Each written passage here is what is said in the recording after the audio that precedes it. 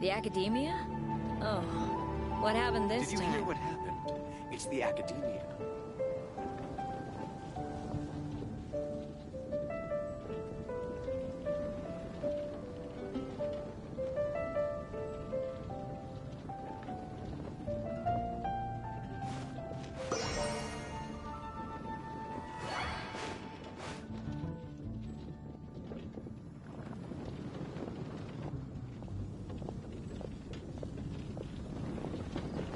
The academia?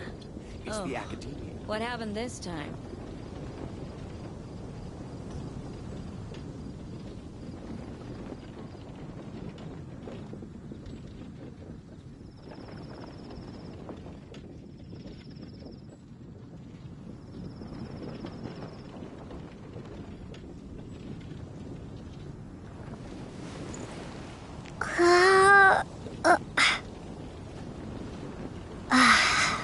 The academia? Did you hear what happened? Oh, It's what the happened academia. this time?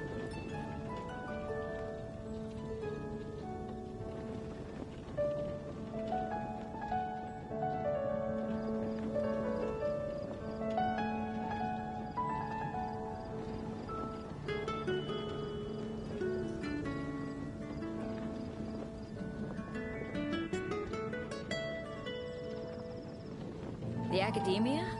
Oh, what happened this time? Did you hear what happened? It's the academia.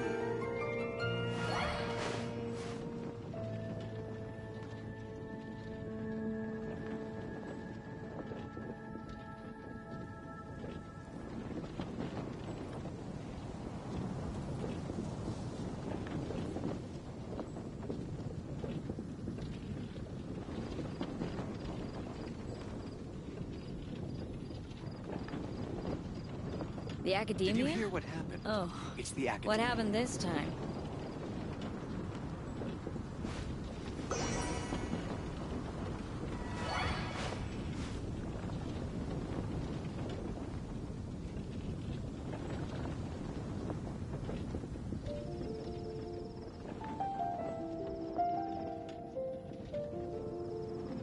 Did you hear what happened? The academia? It's the academia. Oh, what happened this time?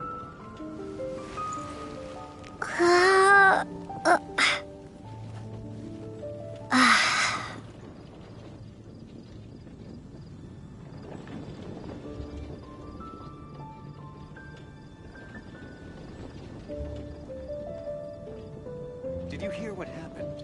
It's the academia. The academia? Oh, what happened this time?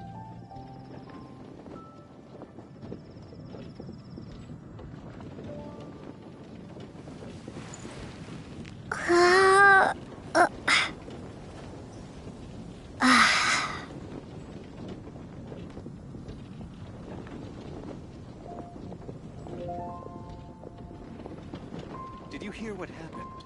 It's the academia. The academia? Oh, what happened this time?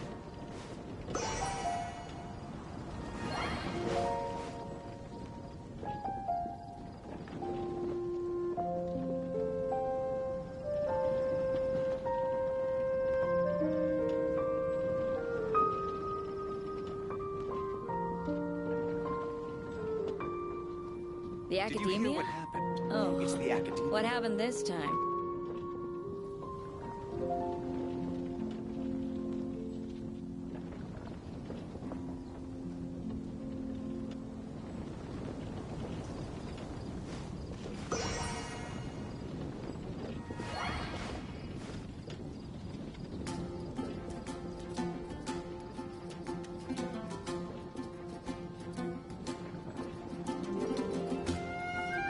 The academia? Did you hear what happened? What It's happened the this academia. time?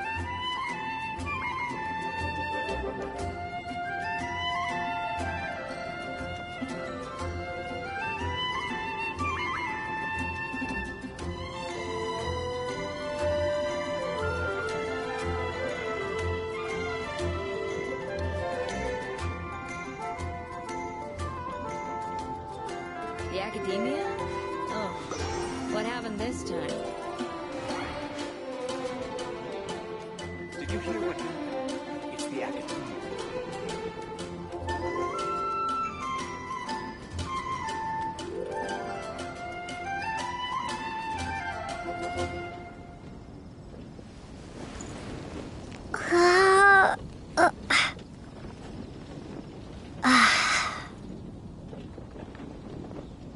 The academia? Did you hear what happened? Oh, It's the what academia. happened this time?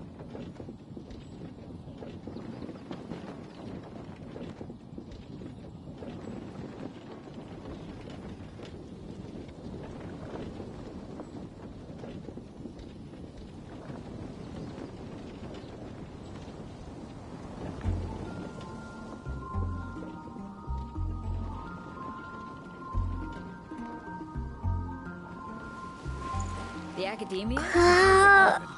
What happened this time?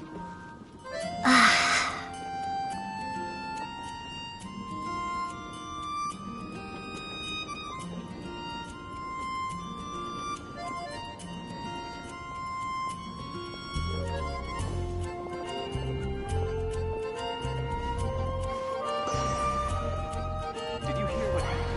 It's the academia. The academia? Oh, what happened this time?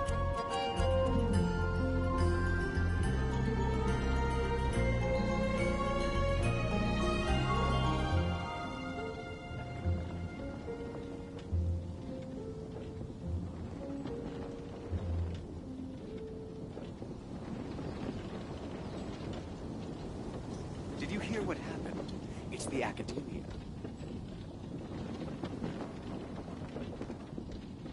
It's the academia. The academia?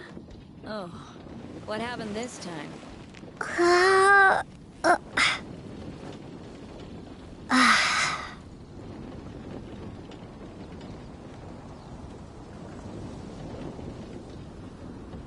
Did you hear what happened? It's the academia.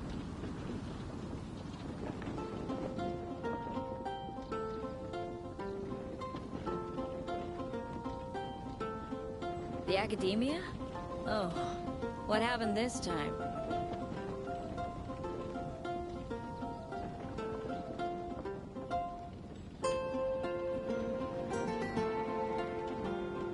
Did you hear what happened?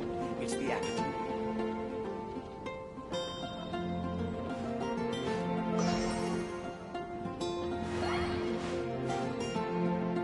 The academia? Oh, what happened this time?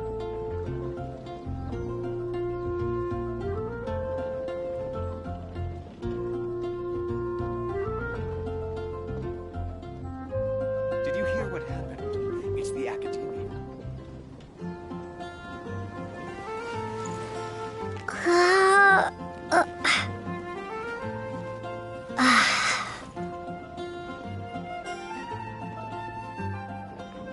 The academia? Oh, what happened this time?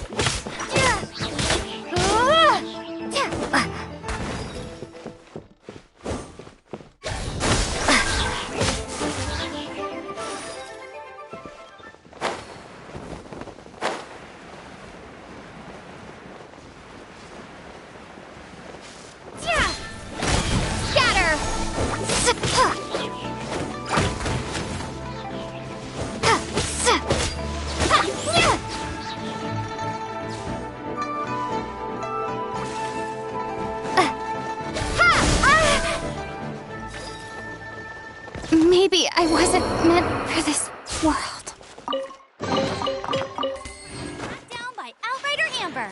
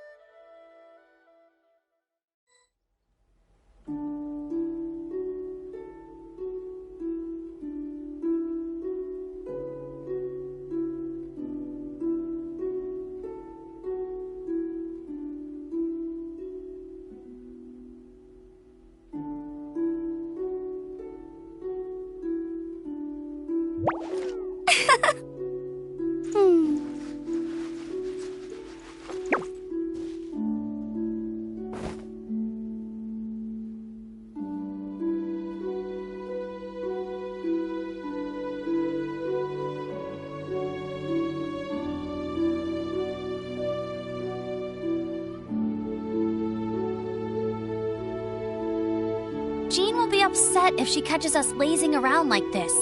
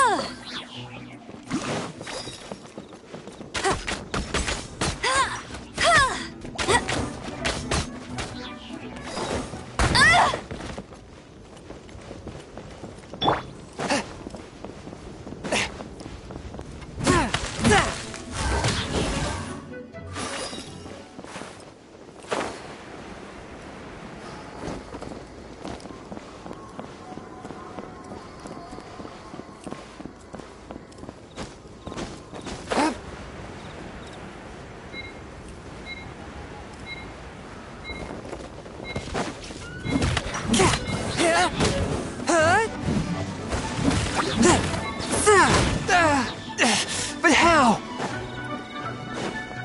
Swift and merciful.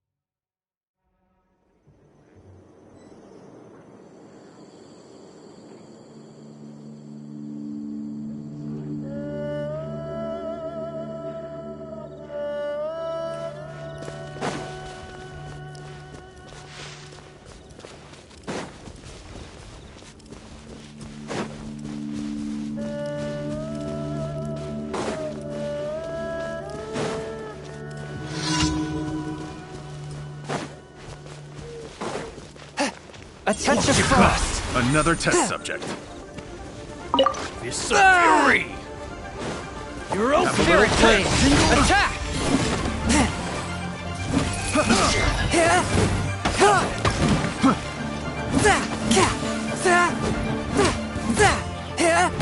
One with my blade.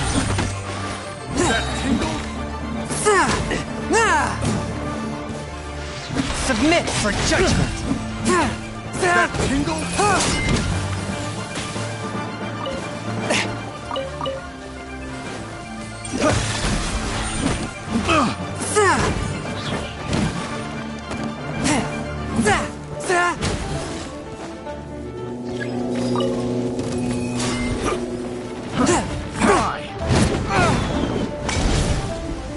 Fourth, my blade. I got carried. From whence you came.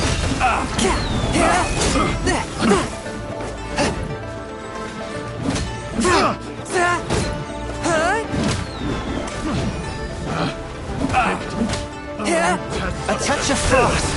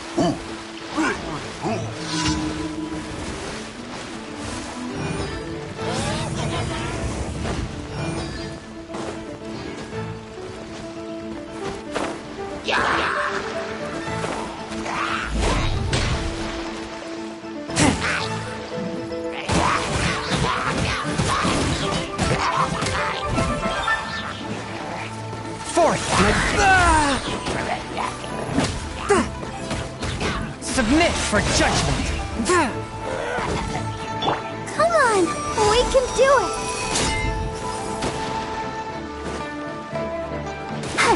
Let's dance.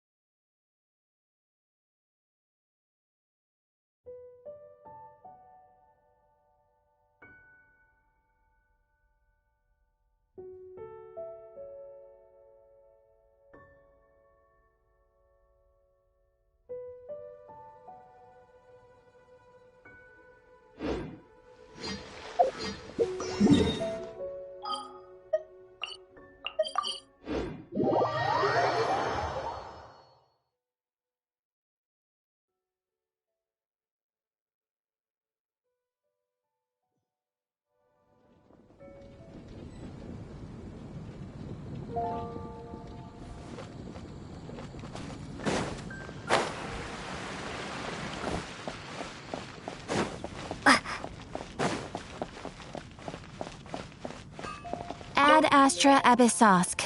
Welcome to the Adventurers Guild.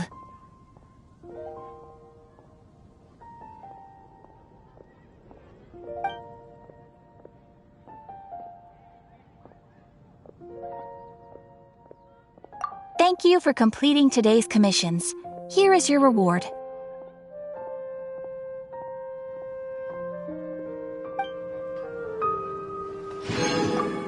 Ad Astra Abyssosk. Welcome.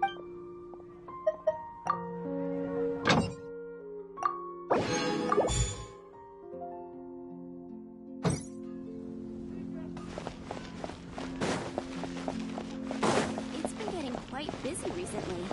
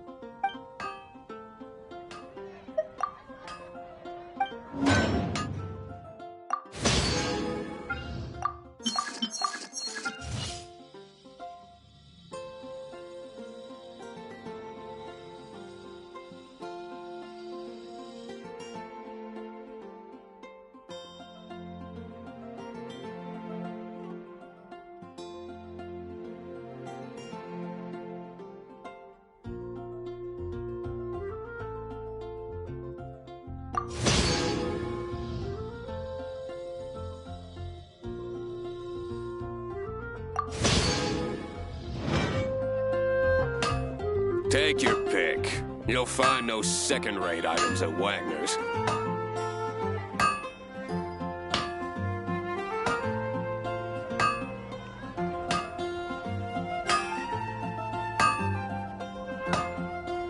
Exorcism uses thaumaturgy and martial arts to conquer evil. There are other means to the same end, but they are not the true way.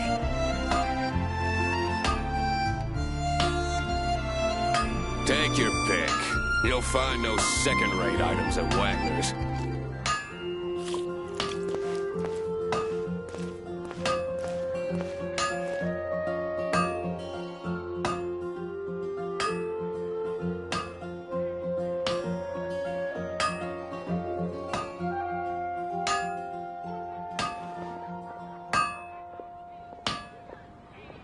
Take your pick. You'll find no second-rate items at Wagner's.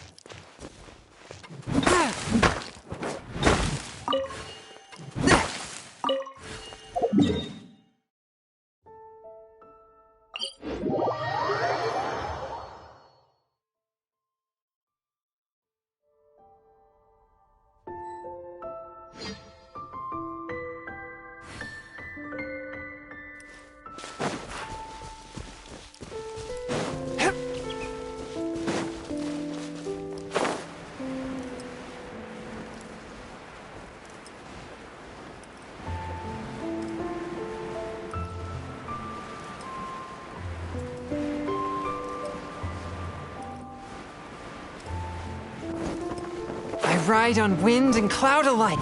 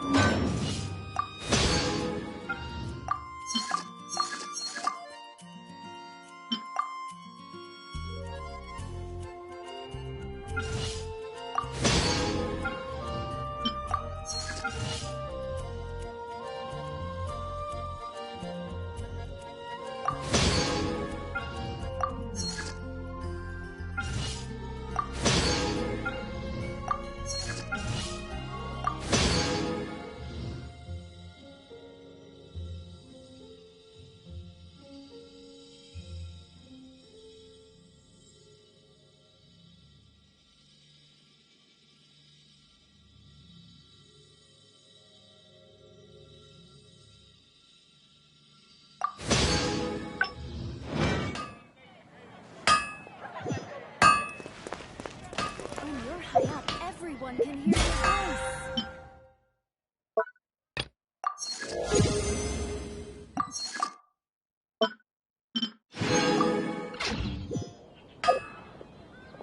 Hard work is all there is to the craft.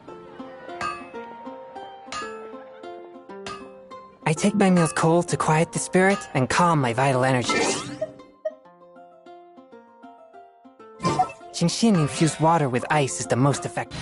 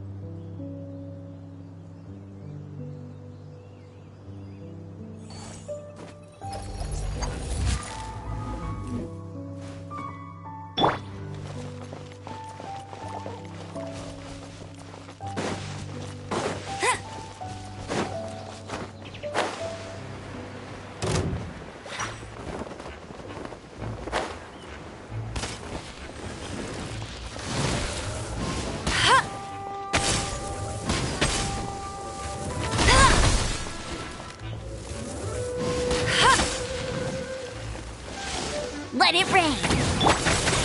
Ha!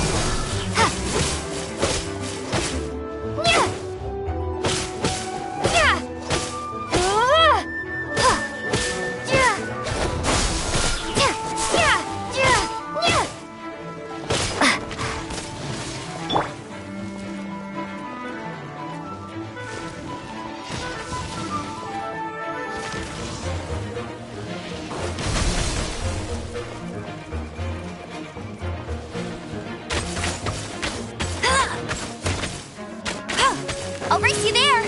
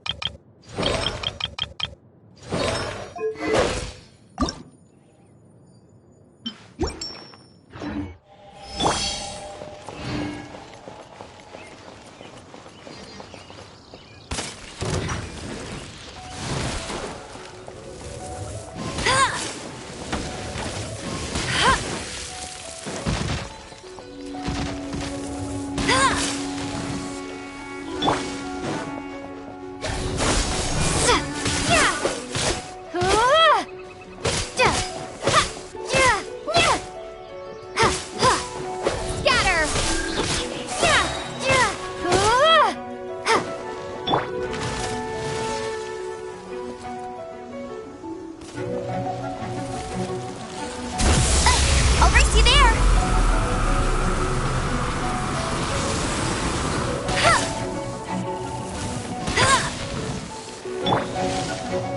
Spring forth! Ha!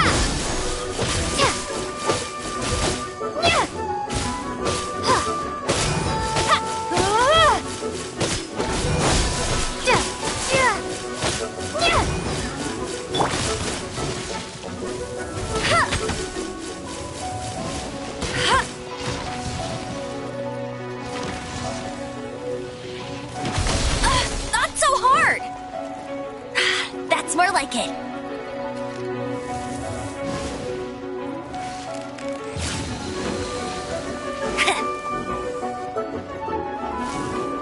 I'll race you there! Bet you can't keep up with me!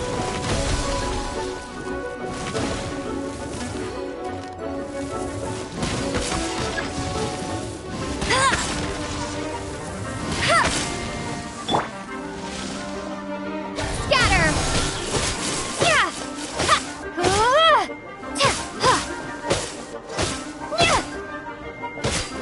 Propagate!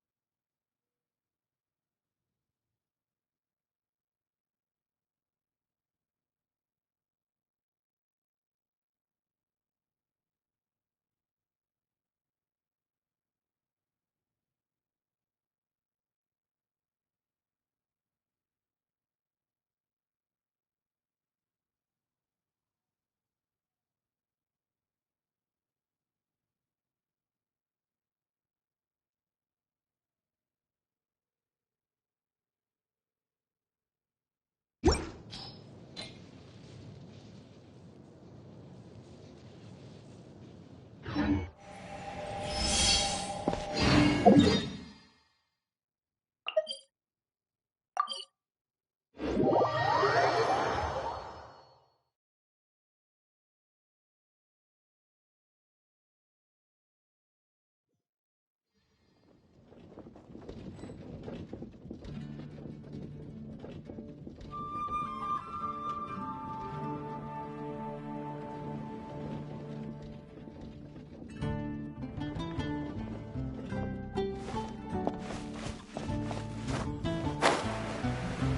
neighboring nation of Liyue has the most prosperous commercial.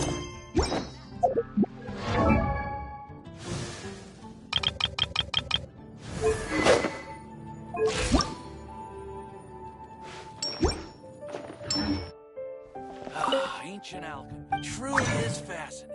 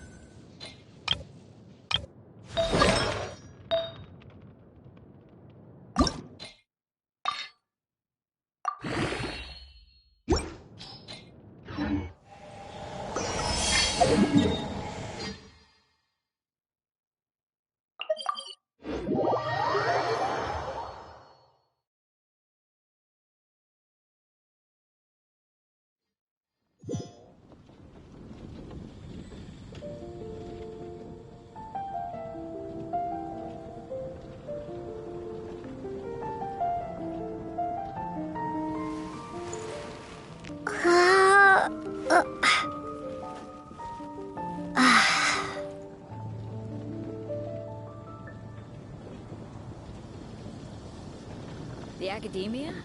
Oh, Did you hear what happened? what happened this It's the time? academia.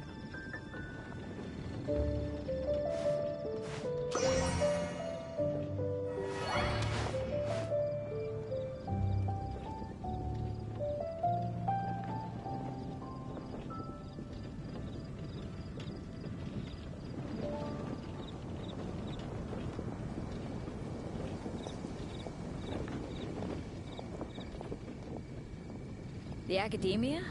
Oh, what happened this time? Did you hear what happened? It's the academia.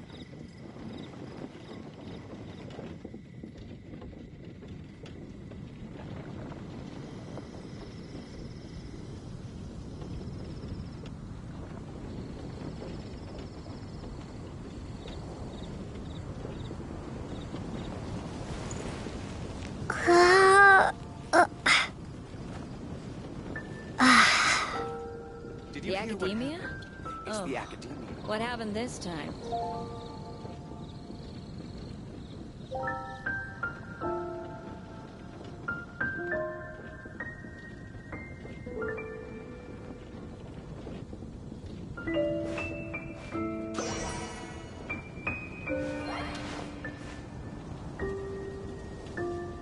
Did you hear The what academia? happened? It's the Oh, academia. what happened this time?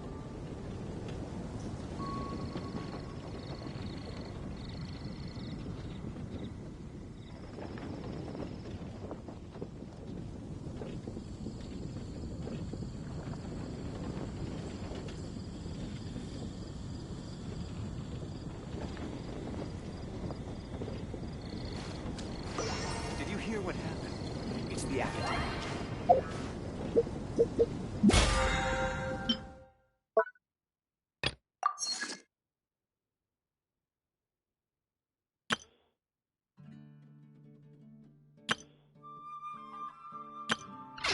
The academia? Oh, what happened this time?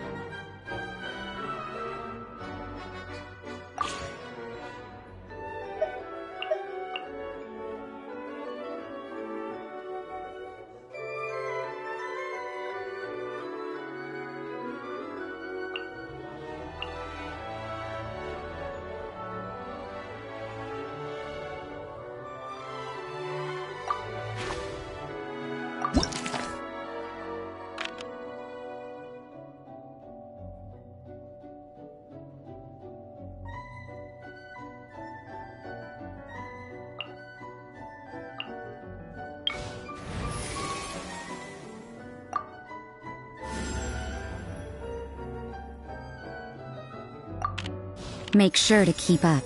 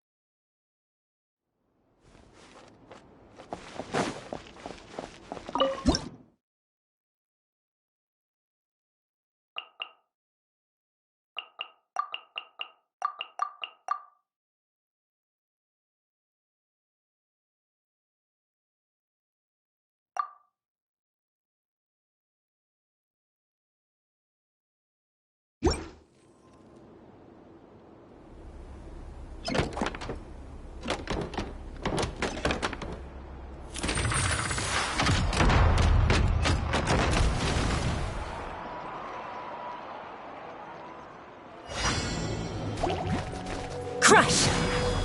Yeah. Judgment! Punishment!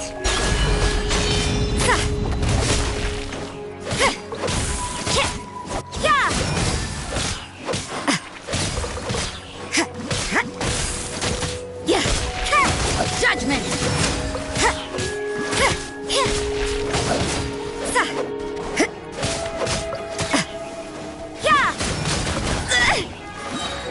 Shudder!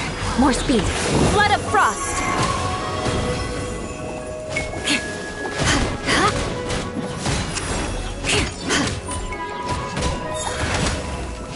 More speed! Beg for mercy!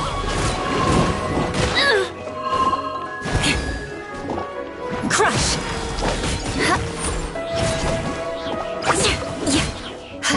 Beg for mercy! Shiver! You can't run!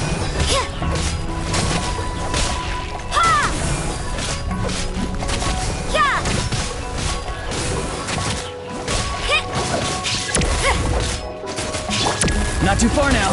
Time to say hello.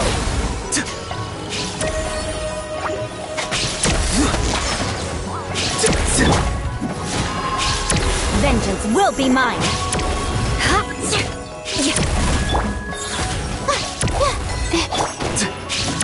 He's free.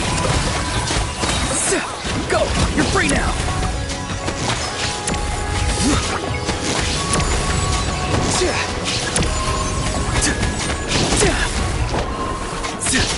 Judgment! Punishment! Crush!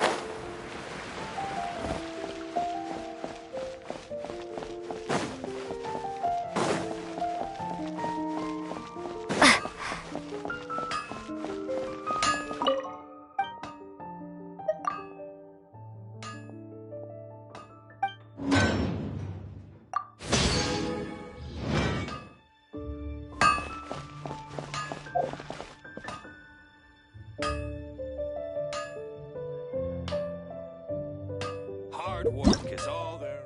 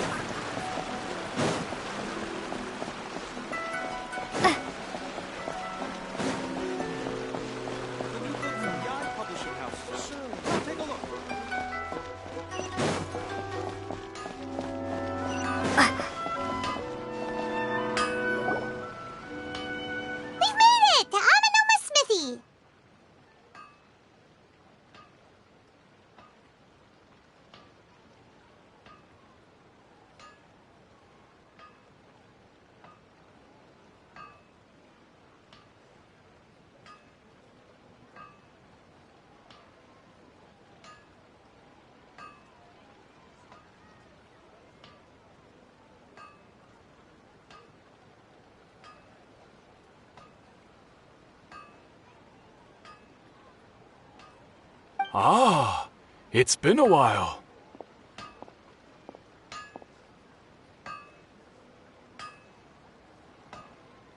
Of course.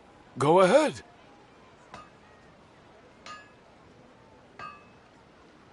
Oh. Now there's a question I wasn't expecting. Very well. I'll tell you what I know once more. The once renowned Raiden Gokuden comprised of 5 branches. Amenoma, Futsu, Ishin, Hyakume, and Senju. The art of forging practiced by these 5 clans was first taught to them personally by the almighty Shogun. Over time, the 5 branches diverged from one another as generations of bladesmiths honed and perfected their craft until they became 5 distinct traditions. Most of the great swordsmith clans of old have since fallen into decline, and for a long time, only the Amenoma branch kept its art alive. But fortunately, Kaedehara Kazuha recently returned to Inazuma and took up the mantle of the Ishin art. Now, 2 clans remain of the original Gokuden 5. If my memory serves me right, you yourself were present when he forged the Ishin blade. Oh, yeah, we were! Paimon remembers that now. We learned a bit about the decline of the Raiden Gokuden then, too. It seems like such a shame.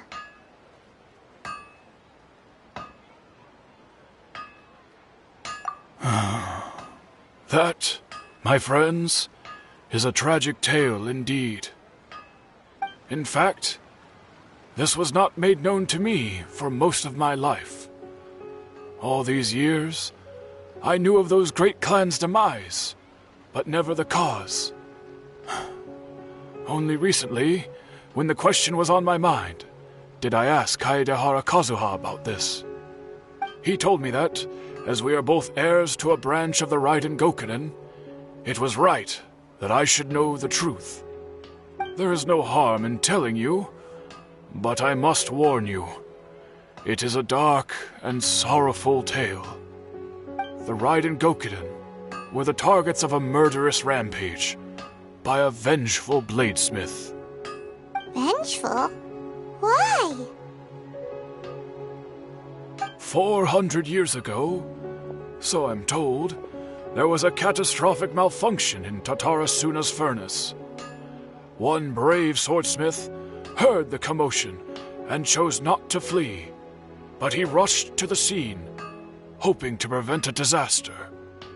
Tatarasuna was home to a state-of-the-art forging and smelting operation in that day, and overseeing it was the armory officer. His surname was Niwa, though he had family ties to the Kaedehara clan. Knowing that they had just one chance to save countless lives, Mr. Niwa and the swordsmith leaped together into the furnace. The furnace quickly stabilized, but neither of them made it out. The smith's death, though heroic, dealt a devastating blow to his family's fortunes. His orphaned son was left to fend for himself, and grew up deeply resentful at the world. In his heart, the whole of Inazuma was culpable in his tragedy. He hated the almighty Shogun for her apparent indifference towards his father's death, and he hated everyone who had done nothing to try and save him. Powerless and destitute, the only legacy he had to pass on to his children was his hatred. Generation after generation bore this grudge, living in utter misery. Alas, if only the story could have ended there. But 100 years ago, the then head of this family reached the end of his wits. He could bear their fate no longer, and yet he could do nothing to change it. Finally, he made a drastic decision to take revenge on the Raiden Gokuden. In doing so, he sought to vent his pent-up anger and shake the very foundations of Inazuma's forging industry. In his fury, he murdered indiscriminately, killing even bladesmiths from the Hyakume clan, which he belonged to. His goal was absolute, the devastation of all of the Raiden Gokuden. But when he came to the Kaedehara and Kamisato clans, his killing spree came to an abrupt end. He failed to catch them unawares. They fought back fiercely, and they did not spare his life. That is why the Kaedehara clan and their Ishin art survived that day. I suppose they were the lucky ones, under the dire circumstances.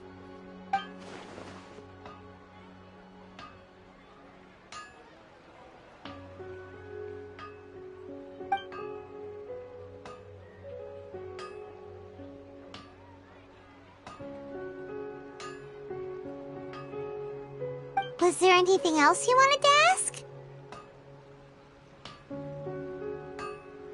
Kazuha? Why, yes.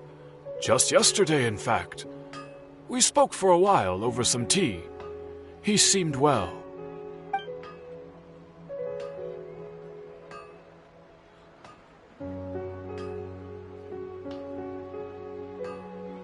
My pleasure. Don't tell Paimon.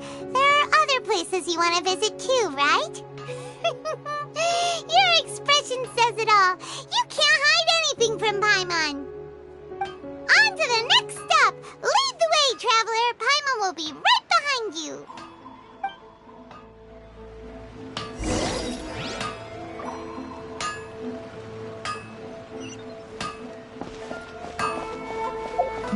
How can I improve my...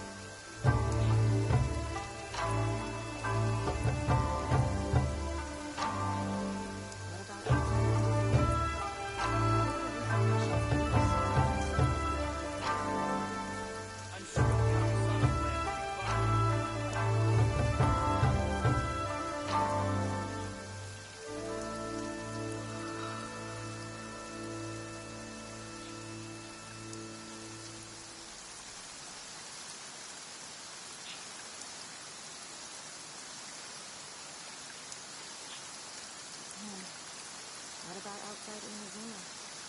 What will the repercussions be of scrapping the Sakoku decree?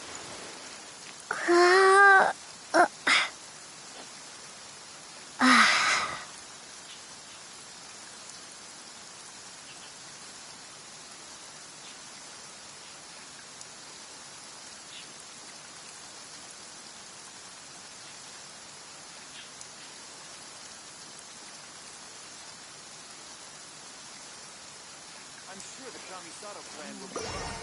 What about outside Inazuma? What will the repercussions be of scrapping the Sakoku decree?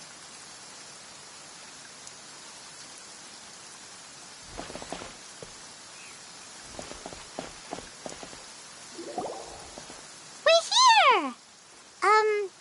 This is the Yashiro Commission's headquarters, so... Traveler, it's been a while. If you're looking for the Commissioner and Miss Kamisato, I'm afraid your timing is unfortunate. They're not here right now. Are they out on business? The Commissioner is out on business, and Miss Kamisato is standing in for some meetings in the Commissioner's place. If it's urgent, you're welcome to wait inside until they get back. What do you think? Shall we go in?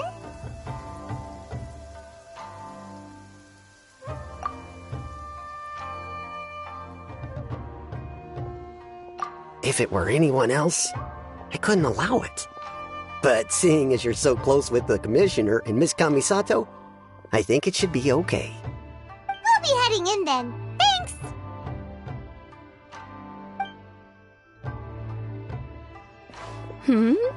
Hello, dears. Is there something you want to say? Of course, traveler. Yes, I know who you are. Miss Kamisato has told me about you. What would you like to know? Oh, they're both very well indeed. Lately, Miss Kamisato has been rather busy attending all kinds of meetings and occasionally paying visits to some local organizations on the Commissioner's behalf. As for the Commissioner himself, well, you know, busy as ever. That much hasn't changed. Although he does seem to be in a rather good mood these days. So pretty much business as usual on the Yashiro Commission, huh? Very much so.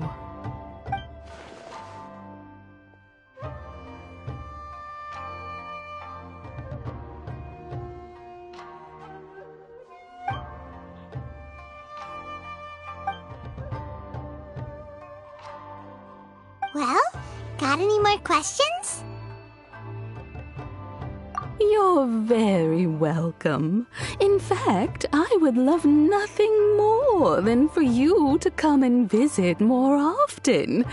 But I'm sure you must be far too busy to have time for that. Miss Kamisato talks about you all the time. She seems so thrilled to have you as a friend, and she's always saying how talented you are and how much she admires you. I must say, many things in Inazuma seem to have taken a turn for the better since you arrived here. So you're not just Miss Kamisato's knight in shining armor, you know. You're a hero to us all. I mean it. Whenever the Commissioner dines at home, Toma always joins him. I always find myself at my most relaxed when I'm serving the two of them and listening to them chat away. The Commissioner has such a busy schedule that he doesn't always have the chance to take his meals at home, but given the opportunity, he always prefers to dine here. They say it's because Toma's a much better chef than most. Oh, the Commissioner is so fond of home comforts. They get to talking about you sometimes, too, you know. Always with a very fond tone. The way one would talk about dear old friends around whom one can truly be themselves.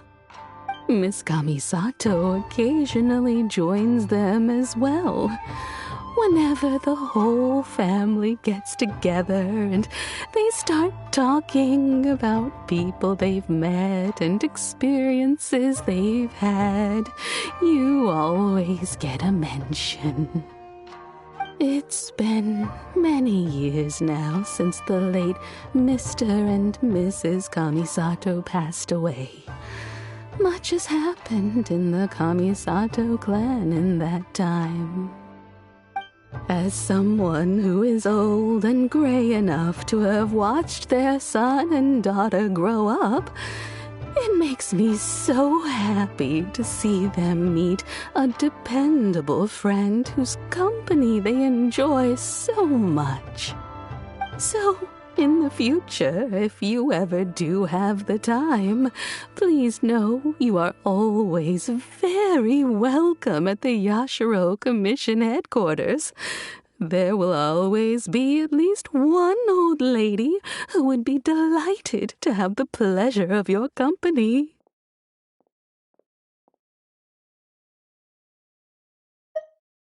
Wonderful. Thank you. Paimon likes it here, too. Also, you were saying something about the food here being really great. Paimon's itching to try it. We may just have to invite ourselves around for dinner sometime. Paimon meant we should come pay a visit again real soon. Ideally around dinner time. Of course. You're always welcome. Alright, goodbye for now. Where are we going next? Great! Goodbye, ma'am! Don't worry, we'll see ourselves out. All right, then. Take care now. Hope to see you soon. Oh, are you two leaving already? Yep, everything's taken care of now. Don't worry. Very well. Safe travels. Goodbye.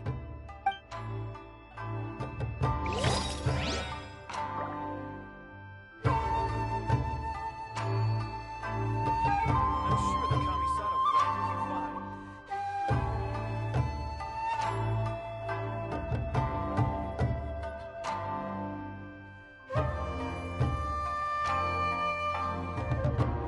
Outside in the zoo. What will the repercussions be of scrapping the Seppuku decree?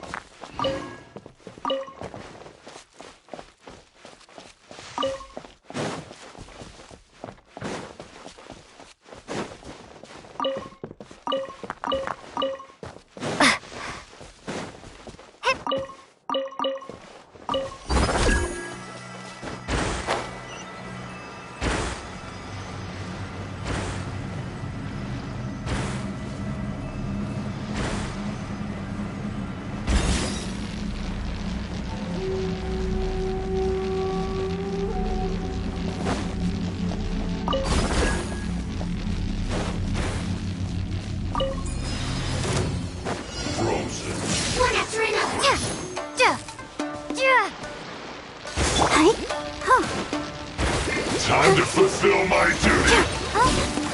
No slacking off.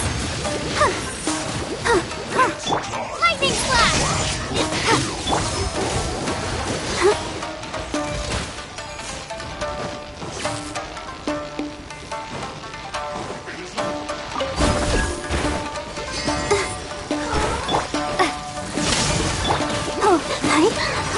This should be fun.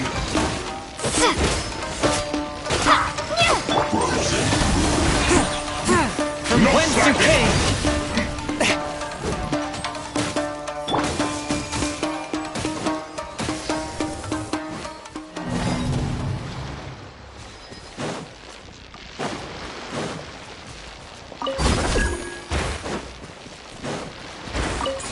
Don't get frostbite. No excuse for slacking. Take this! One with my blade! But how? Freshness preserved. Shield to the bone. Time for a break yet.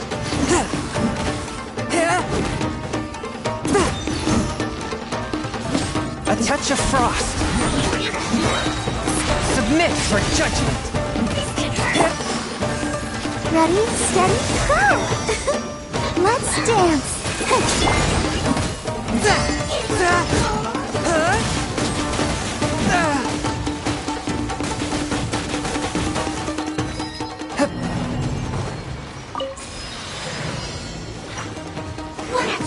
One with my blade!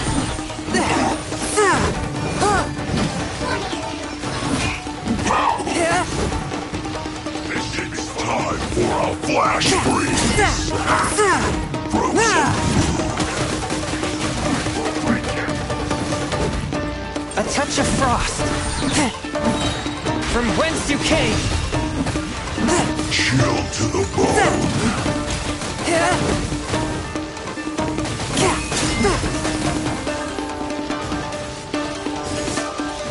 Forth my blade!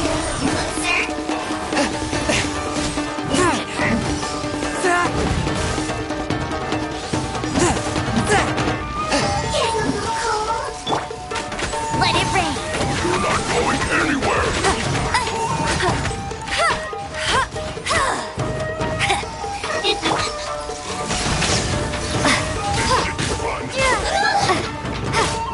Freshness Swift and merciful! frozen. Submit for judgment!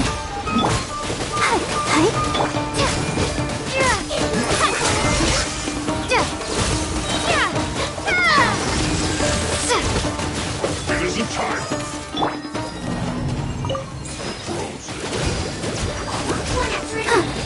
No excuse for slacking. My duty. Forth my blade! Cold cut. Blood. It's time for a flash freeze. I'll race you there! Not so hard!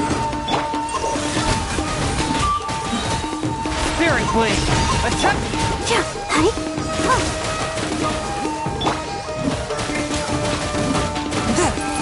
Lightning slash!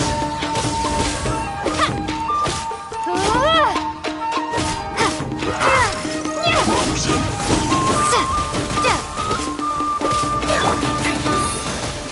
The show begins. Take this!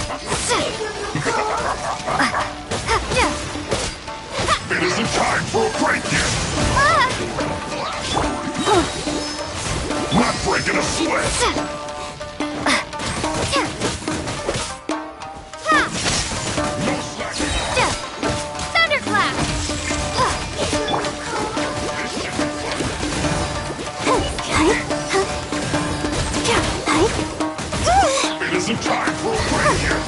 Shield to the bone. Take this!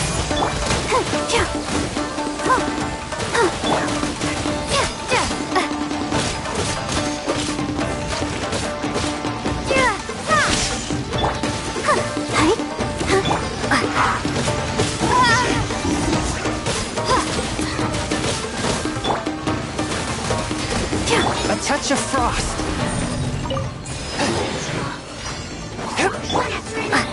Take No this! excuse for slacking.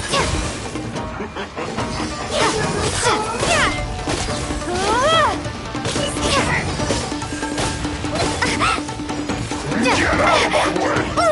Flash freeze! Swift and merciful. Submit for judgment. No escape! Go, Barracle! Lightning Slash!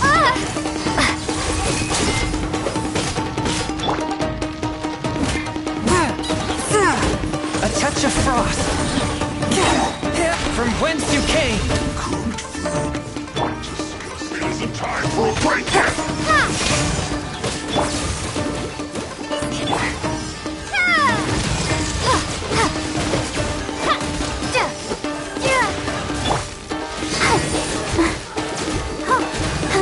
This is bad, my work. Go, Barbara, go! Finished.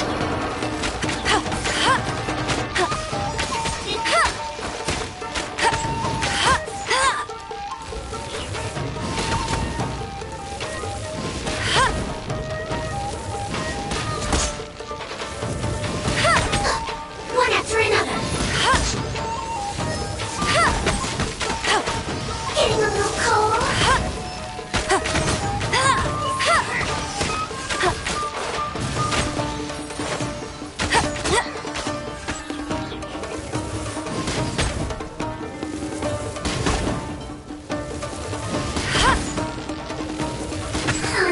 Get him! Not this time. Lightning Slash!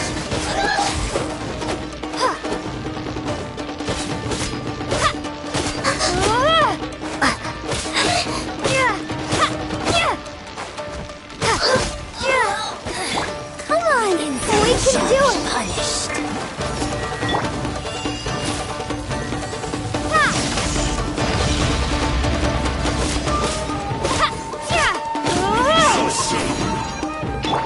No one escapes my sight. Where are you? Take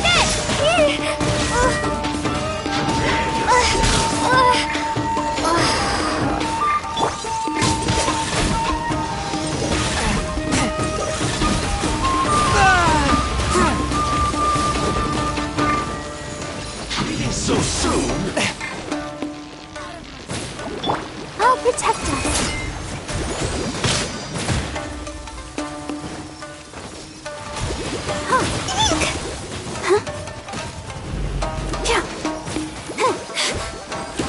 Where are you?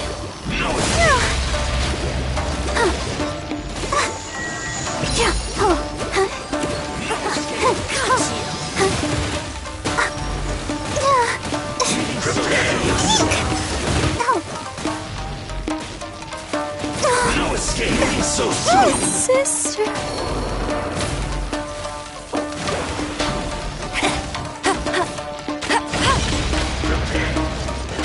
I'll race you there. Out of my sight. Not so hard. Hey.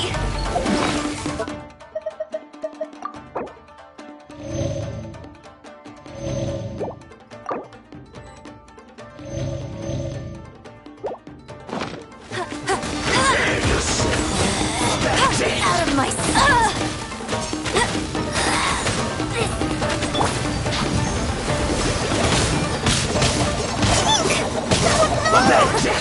Got you.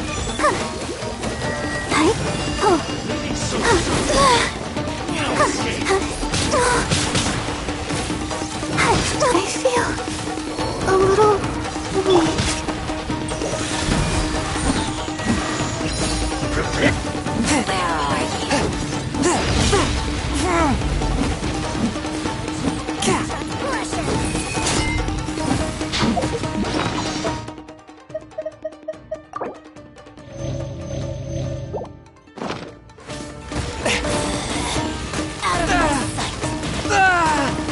The scourge of evil remains.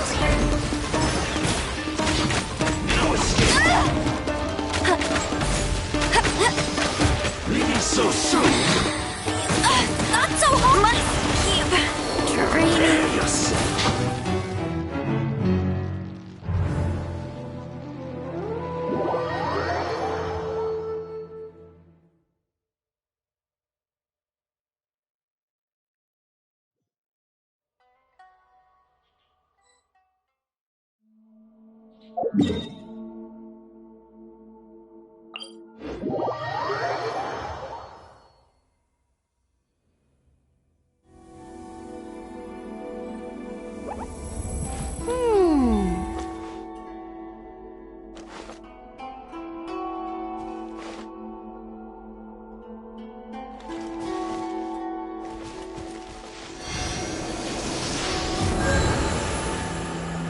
Bet you can't keep up with me.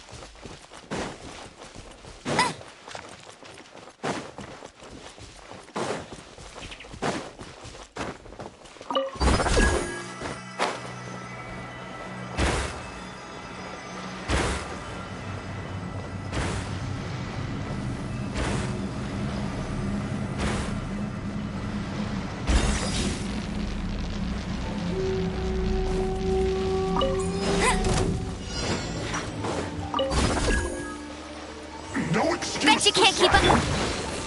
Lightning splash. This should be fun. Hey. Freshness preserved. Chill to the bone. Ow! I know.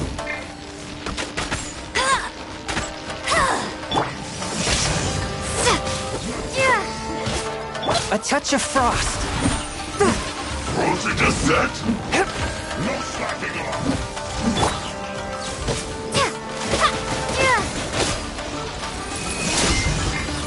Cold cut flatter. It isn't time for a fight yet.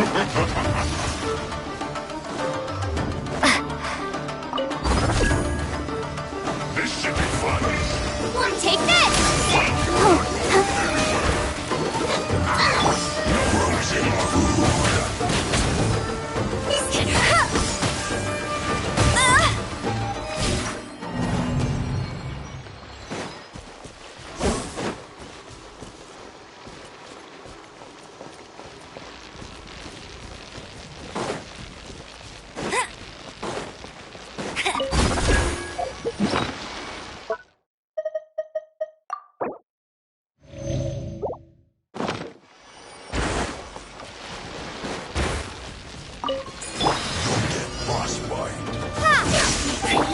Put your back into it!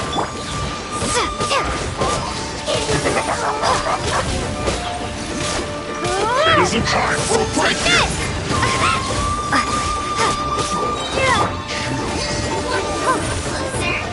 Not breaking a sweat!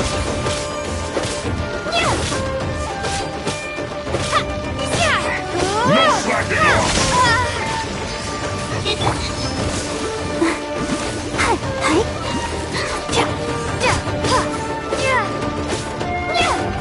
Take this! My work!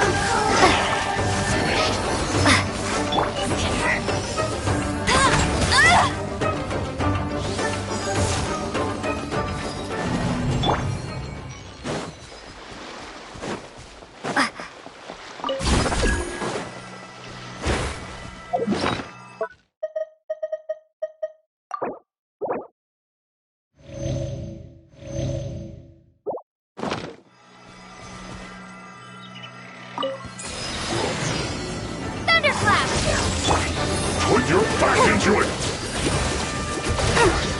Time to fulfill my duty! My duty! Now flash for chill to the bone! It's no problem.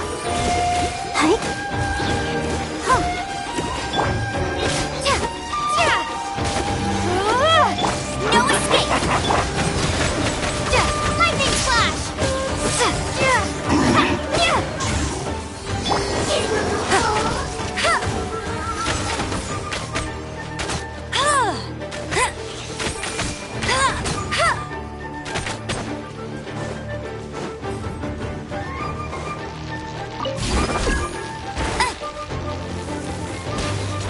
One after another! One get a little closer.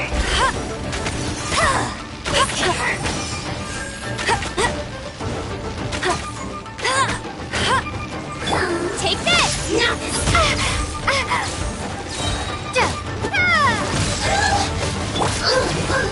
Help me, prince. The inside shall be punished. Where are you?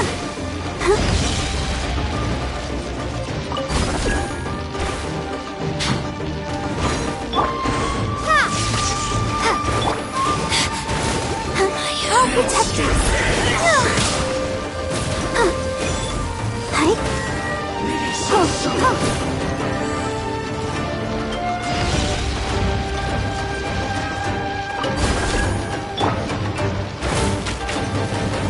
Prepare yourself!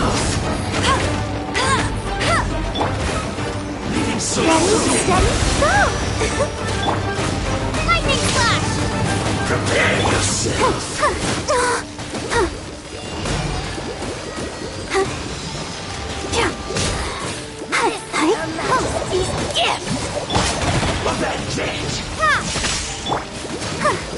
Leaving so soon!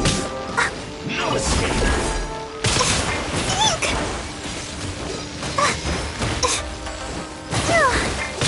Has everyone stopped singing? No escape! Submit for judgment. Can't run from death.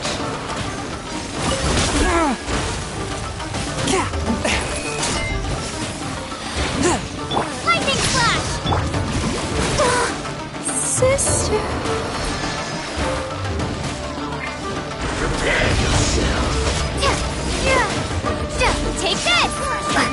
Leaving so soon! Out of my sight! No escape!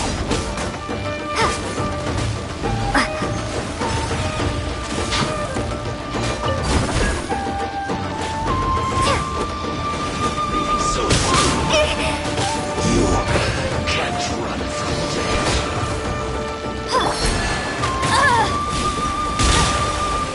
Hey! You can't. You'll pay for that!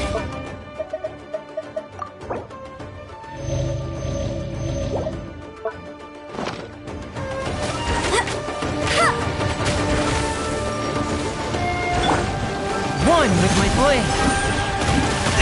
But how? Lightning flash!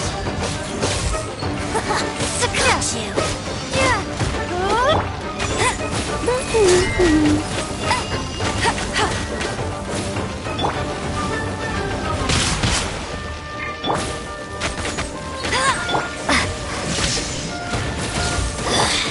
Mirror images.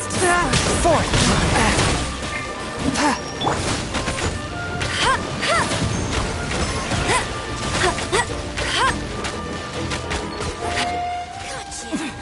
Winter.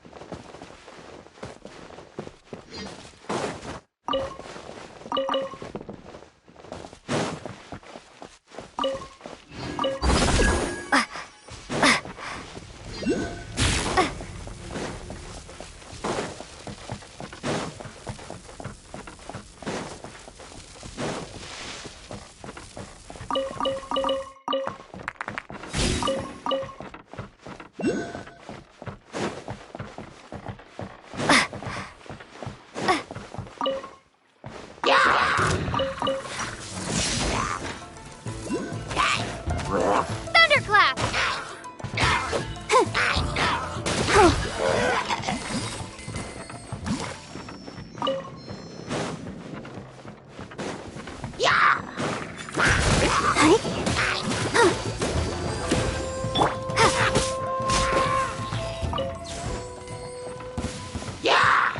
Take this!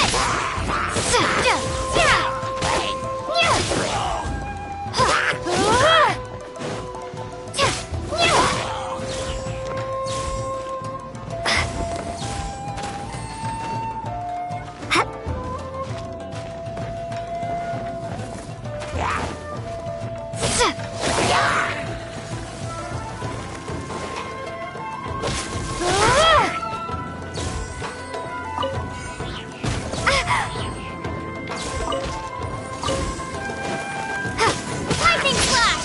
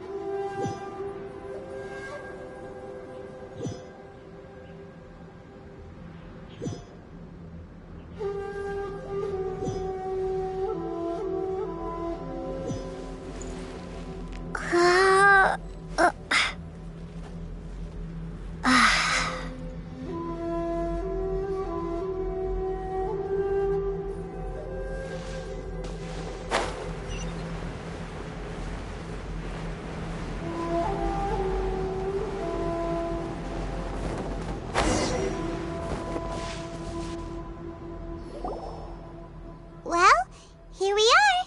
But what are we looking for? Something or someone?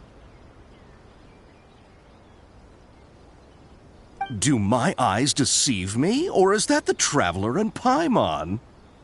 Xavier, what are you doing here?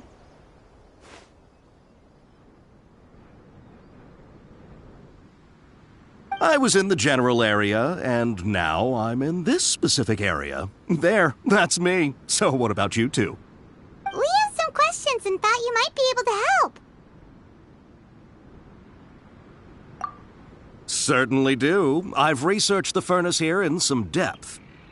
If there's anything you want to know, just ask away. Like the back of my hand. Make no mistake, I have been here a good many times before. Not only that, but I've met people in Inazuma whose families used to live in Tatarasuna years ago. They said it's all true, the history here. Oh, well, it's a long story, don't you know? The tale of Tatarasuna starts a long time ago. I'm told that its history is one of the most foremost forging and smelting operations in the nation, goes back around 1,000 years. Still, the furnace has had a couple of serious maintenance issues along the way. A couple? When exactly? One was just in the last few years, the other was several hundred years ago. A fun fact, I'm not the first Fontaine tech guy to come and work on it either. There was a guy back then, too. They say he was a mechanic who consulted on a technology upgrade. It seems like the technological collaboration between our two nations goes back a long way. How about that?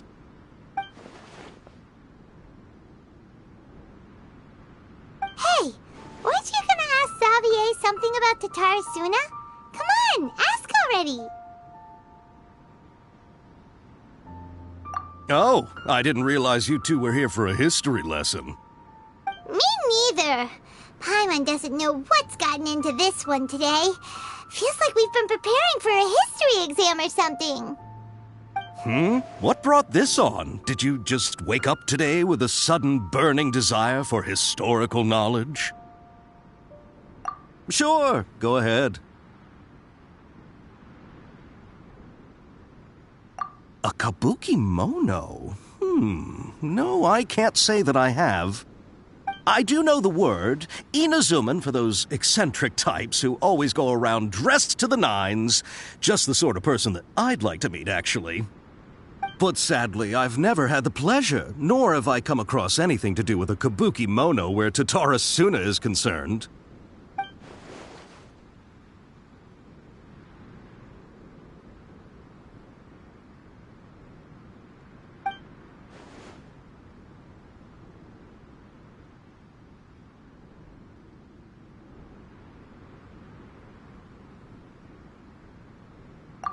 Of course! Don't mention it.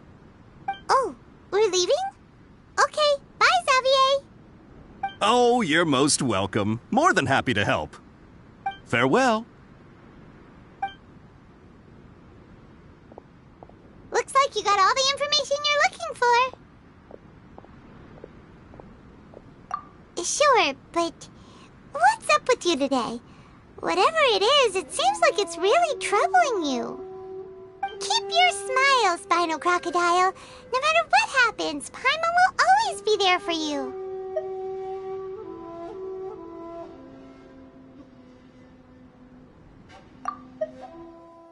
Keep your smile, Spinal Crocodile.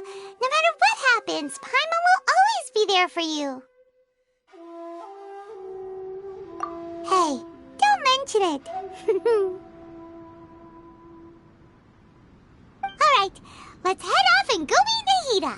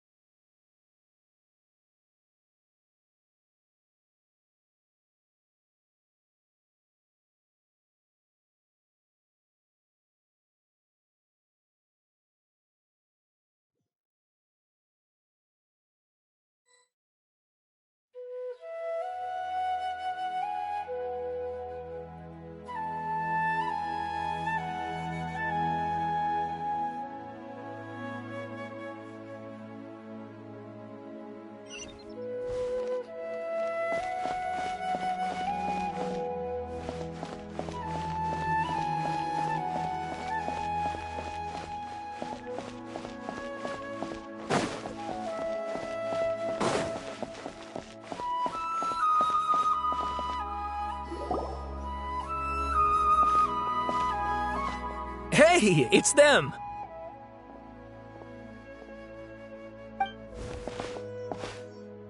Akaba, Sawada, you're still here?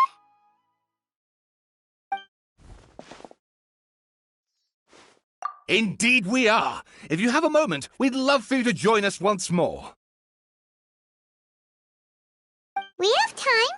What do you want to talk to us about? It's the same topic we discussed last time. Obviously.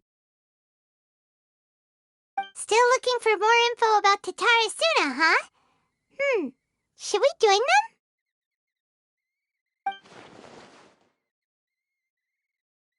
Unfortunately, we haven't made any real progress.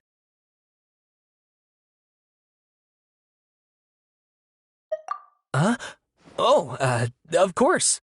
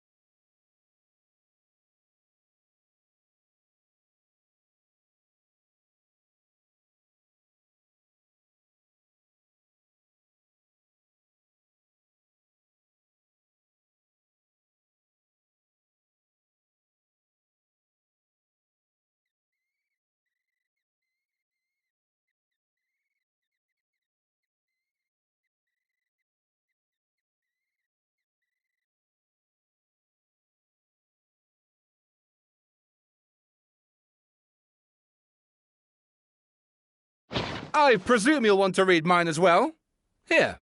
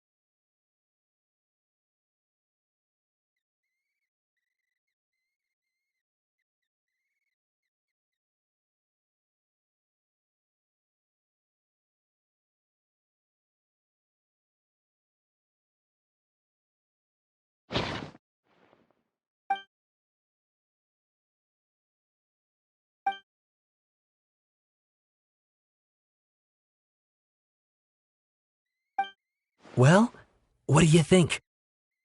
Hey, Traveler, remember how last time Akaba was saying how he wished he could gather more information about all this? Well, we just got back from Inazuma, so how about we tell them what we learned?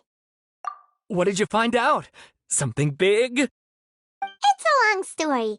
Basically, we have some friends in Inazuma, and...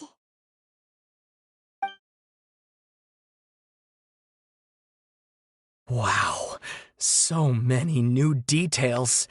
Thank you so much for sharing that with us. Well, well, so it all comes down to one man's desire for revenge. Huh. You heard this from a member of the Armanoma clan, you say? Then I guess it must be true. Ugh. So there's no ghost story here after all. This new information actually lends further credence to my hypothesis. Evidently, swordsmiths were seen as having an incredibly prestigious role in society those days, to the extent that harming them was conceived of, at least by the perpetrator, as a way of exacting revenge against those in power. Yes, okay, point taken, you were right. But that doesn't mean I can't carry on with my novel. And they're back at it. These guys are really into this. Oh, so sorry. Look at us, prattling on about our projects and ignoring you. Thank you so much for the information. You're welcome. See ya. Keep us in the loop if you find out anything else. Will do.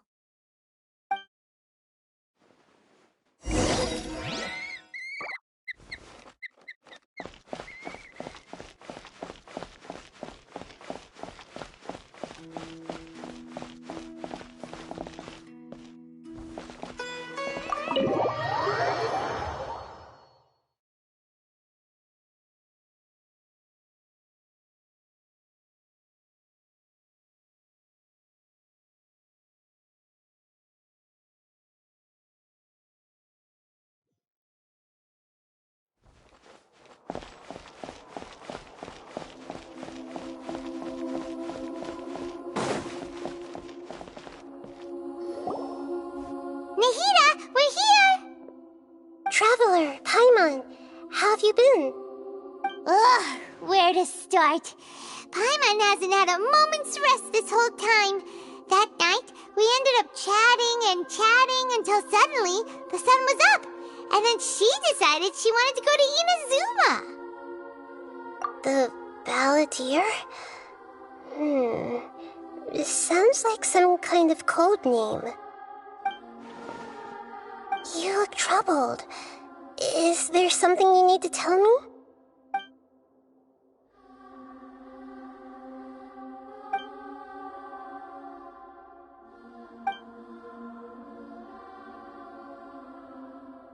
Traveler? Hey, what's wrong? You look so upset.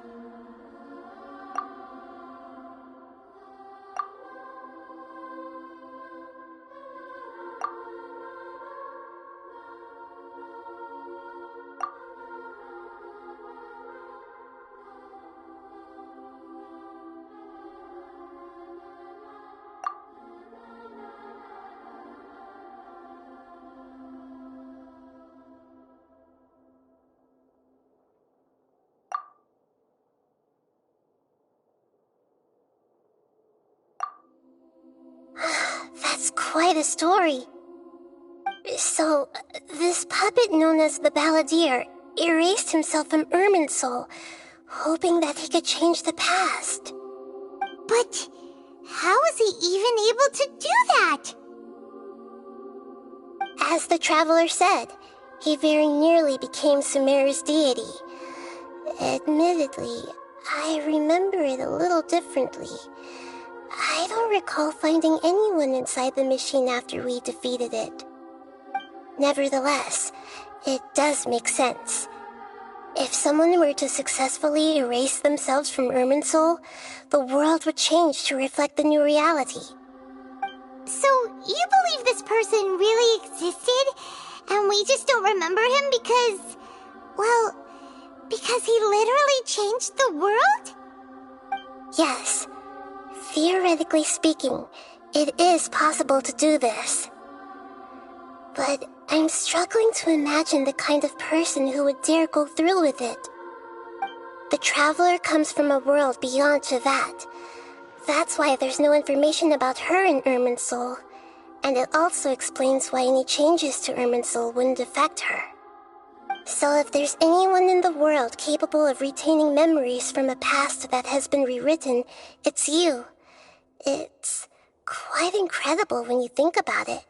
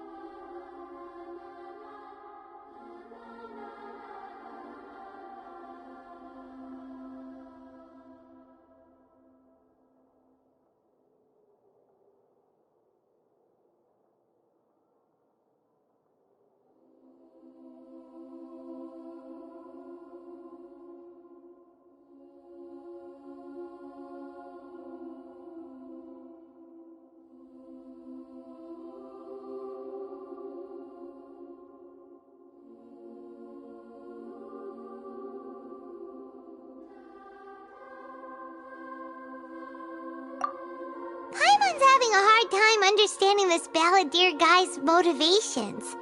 Why did he do it? I can only make inferences based on the information we've been given. As for what kind of person he was, only you remember that.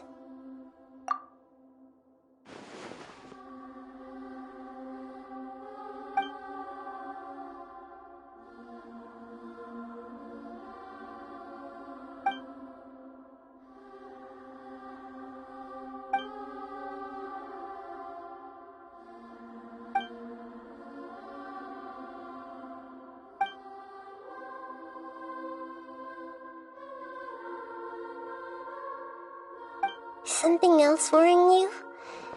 Something that you can't share? It couldn't change the fate of the ones who had died, right? Once the Balladeer realized he hadn't been betrayed after all, it must have completely changed his view of the people of Tatarasuna. Now he saw them as friends again. He couldn't keep hating humans after that, and if he thought there was a chance he could save his old friends, it would be hard not to try. The story makes sense, every part of it. The balladeer tried to achieve godhood with the doctor's help. He was unsuccessful, but retained the power to connect with Irminsul. That power then enabled him to change what was recorded in Irminsul and erase himself, even though he didn't have much strength left. Yeah, it does make sense, but it still ended in tragedy for his friends. It just feels so hopeless. He gave everything to do this, but it seems like he got nothing in return.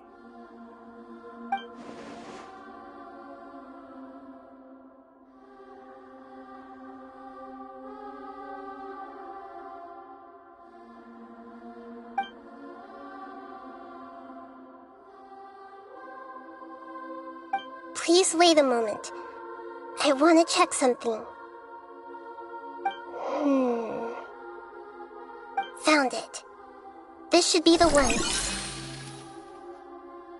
It turns out that I have a strange way of confirming everything she has told us. What is it? A record from a personal collection. It was tucked away in a corner. You should take a look.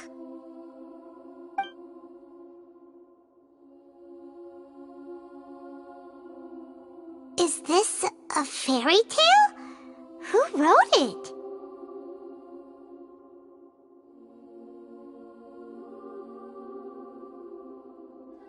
I authored this record myself. Huh? You wrote a fairy tale that somehow has something to do with the balladeer? When combined with the traveler's narrative, it's clear that this story is an allegory. Everything in it is a symbol for something else. Hold on. So this record survived from the past? Yes. Any information about the balladeer or the kabuki mono in other records will have been changed. But I wrote this story in a way that means it was left intact. Changing the information in Irminsul changes to that. But Irminsul can't change information that was well hidden in advance. I guess I must have written this story as a backup before the balladeer entered Irminsul. That's incredible! What a great idea! And sending the traveler into Irminsul with the balladeer must have been a further precaution. I knew she'd remember everything. This story is abstract enough that it still resonates with the present information recorded in Irminsul. But if we connect all the different pieces together, the true story that emerges is the one she told us, the now erased life of the balladeer.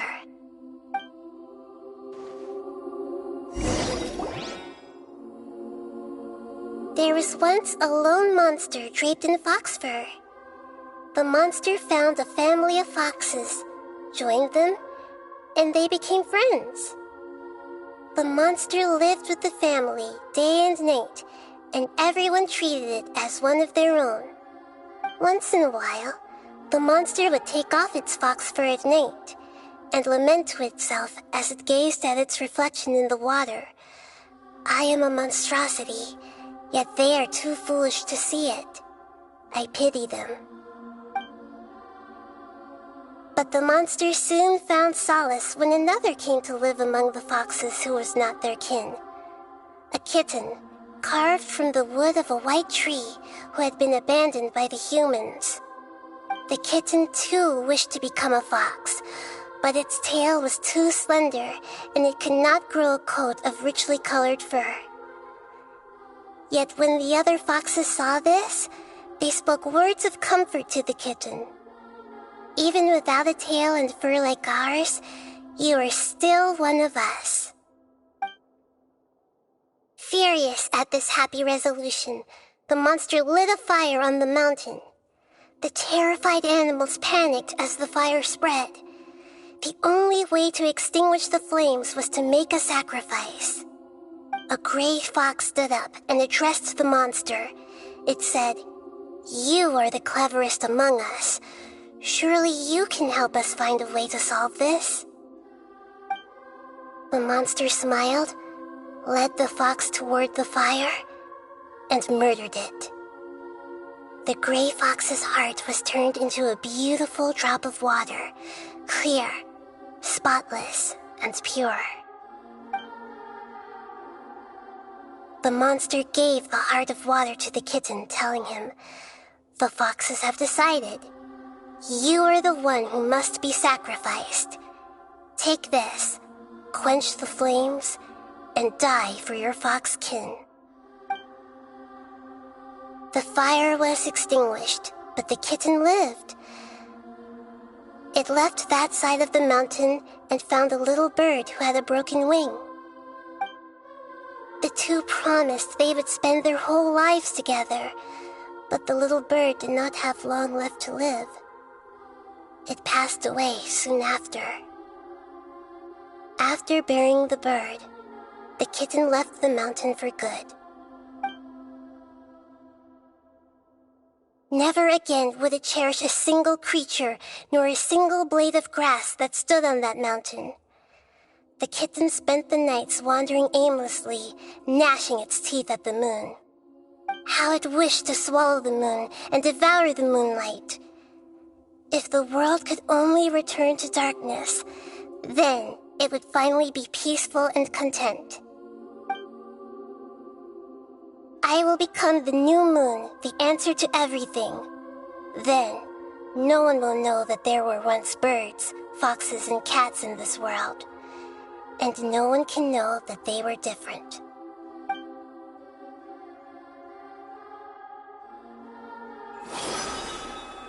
We solved it! I remember now. This is not just the Balladeer story. It is his very own memories. I made a backup so that it would be preserved no matter what happened.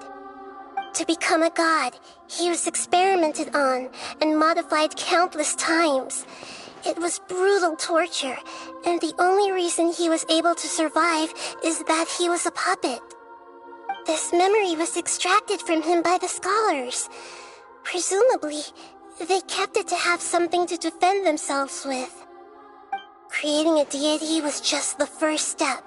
Some of them wanted to be able to control it. That's why they backed up his memory for later use. I buried it deep inside one of my own dreams, and then hid it inside an allegorical story so that it wouldn't be altered. It's hard to believe that this person really existed, let alone that he tried to get rid of us on more than one occasion. Paimon has no memory of him at all. He completely vanished like a puff of smoke. The Balladeer agreed to help me look for information about the Descenders, and although he was unsuccessful, he still helped you. Before he vanished, he confirmed an important detail, that Conria was where your twin first came into this world. We still don't know how the change to Irminsul will affect the senior ranks of the Fatui, but in all likelihood, they won't even remember their own Harbinger.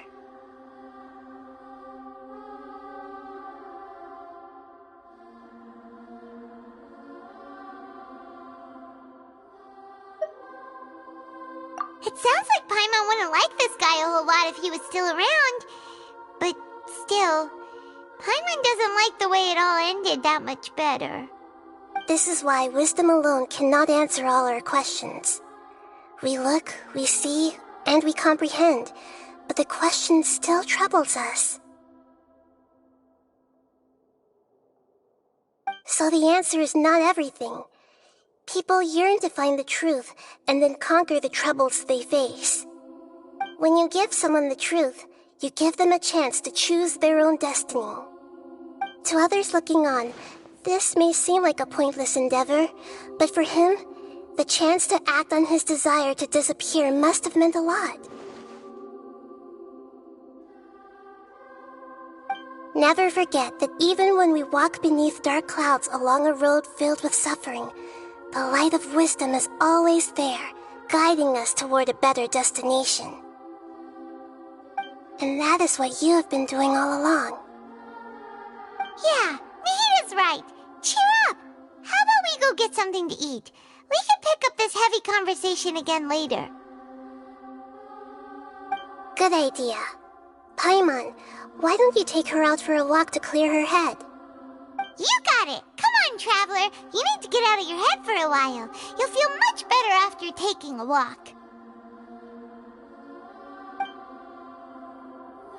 Let's go get a snack from one of the stalls in the Grand Bazaar! That'll be sure to lift our spirits. It must be really tough being the only one who remembers all that, but Paimon's always here to help cheer you up.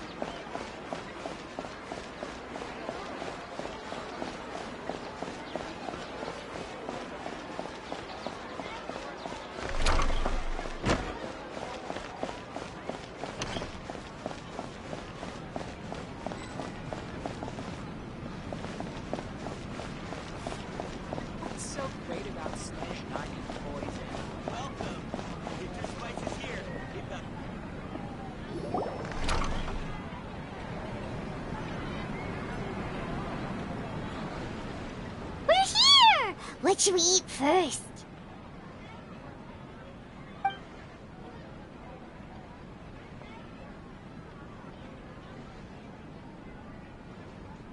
Hey, are you gonna answer or what?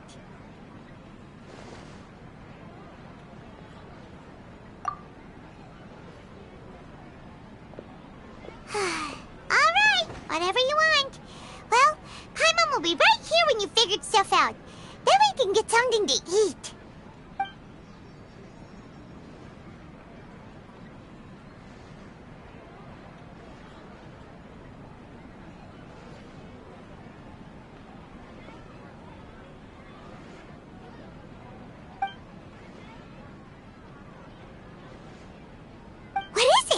Have you figured it all out?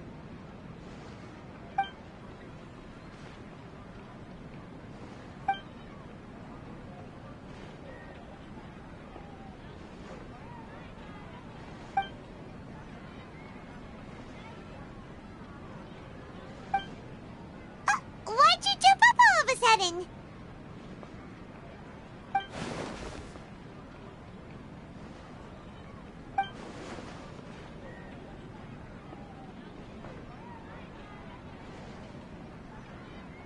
Excuse me, boss. There seems to be a small problem with the last bill. Look, here.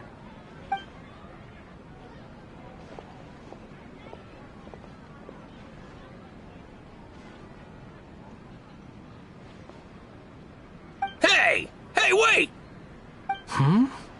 You mean me? No, not you. That kid! Didn't you see? Little rascal grabbed my last 2 fresh Sunsettias and ran off. Look, if you're gonna help out here, you can't keep spacing out, okay? What is it? Work's too boring for you? Or has the big city got too many distractions? I wasn't paying close enough attention. Sorry, boss. I think you're right. Maybe it's the city. It's so exciting. It can be hard to focus. Who's that guy? You know him or something? He's who? You're a strange one, kiddo. You say you don't want any money for helping out here, and then when I actually give you some work to do, you keep letting yourself get distracted. I don't want to take advantage, so I'm happy to pay you what I'd pay anyone else. But if you keep acting like this, pretty soon I won't be able to afford to. No, please. I mean it. You don't need to pay me anything. I'm just so thankful you agreed to take on an outsider like me. You're welcome, I guess. But I got bigger things to worry about. Look, we're all out of Sunsettias, and I promised the lady down the street I'd deliver a fruit bowl this evening. Leave it to me. I'll find some more. Just a moment. I'll be right back. Stop. I'm gonna level with you, kiddo. I've never met a worker who said they didn't want a wage before. And at first, I got greedy. Couldn't believe my luck. But I figured you'd start asking for something in return eventually. You don't want money. You don't take days off. And in your free time, all I see you do is wander around, taking in the sights. Are you a drifter or something? That's right, I am. We can talk more about that later. First, let me get those fruits you needed. Sunsettias, was it? I'll be right back. Hey, what do we do now? Okay, stay out of sight. Don't let him see you.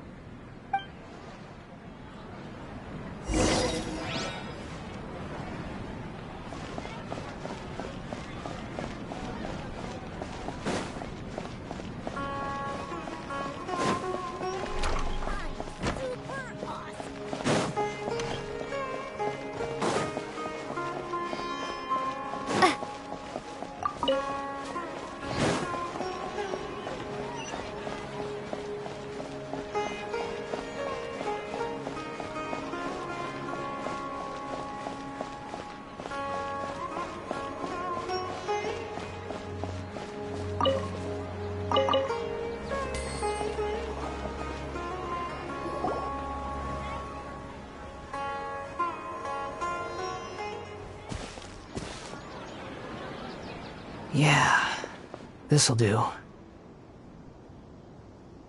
though you say he's the balladeer, what are we planning on doing? Stealing his Sunsettias? Isn't that a bit too cruel?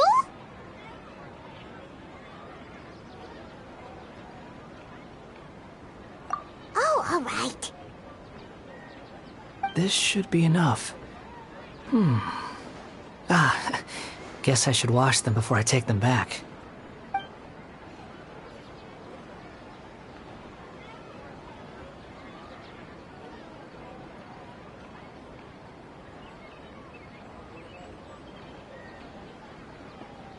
Huh?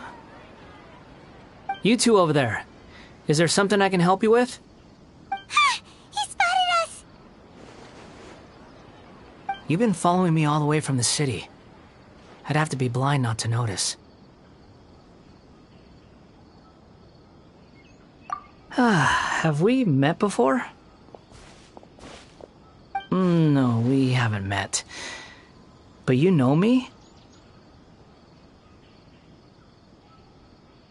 I have no recollection. Are you absolutely sure? Sorry, but I just can't take your word for it. A puppet? What makes you think that? Huh?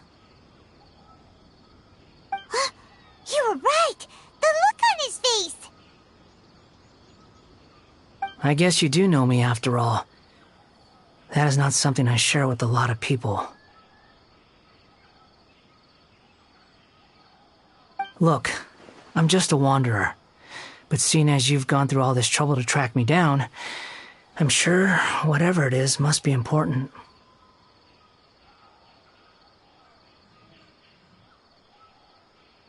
Okay, but please let me deliver these goods to my boss first. Are you really working for that guy? He said you don't want any more for it. Is that true? Yes, I ran into him out in the wilderness during a storm, and he let me take shelter in his cart. In return, I said I'd be his helper for a while. That's oddly nice of you. Let me take these back. Then I'll come with you, okay?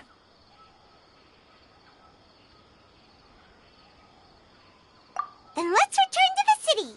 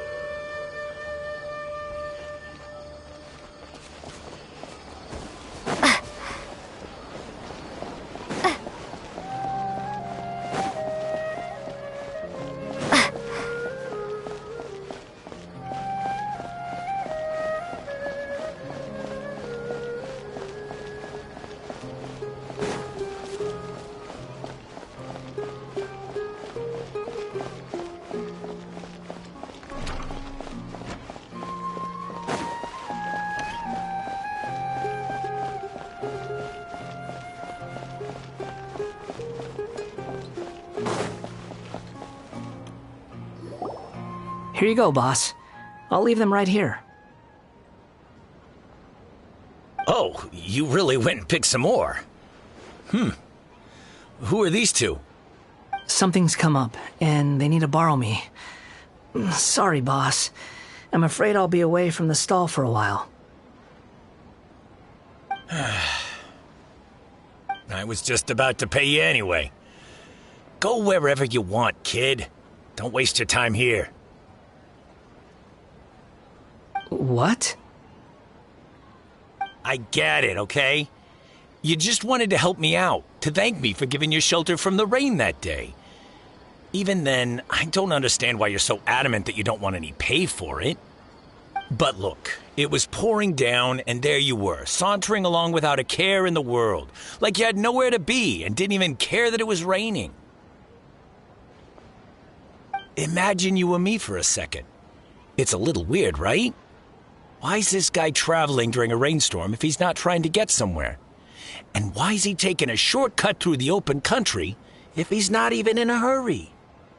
But anyway, taking you in didn't put me out even slightly. You don't owe me a thing for it. Certainly not all this. Your time is valuable. You know, you should go live your life. But I don't...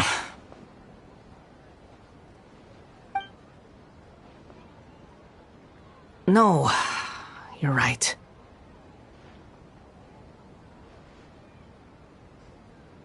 Then I suppose this is where we say goodbye. Thank you again for taking me into the city. Don't mention it, kiddo. I've run into all kinds of characters over the years. I just hope you find your path. Thank you.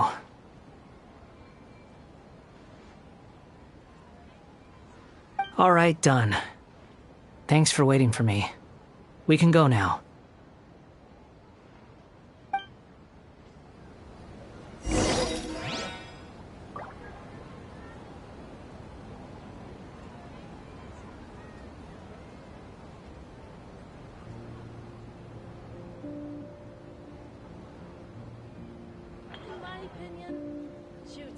Welcome. Get your spices here. We've got all kinds.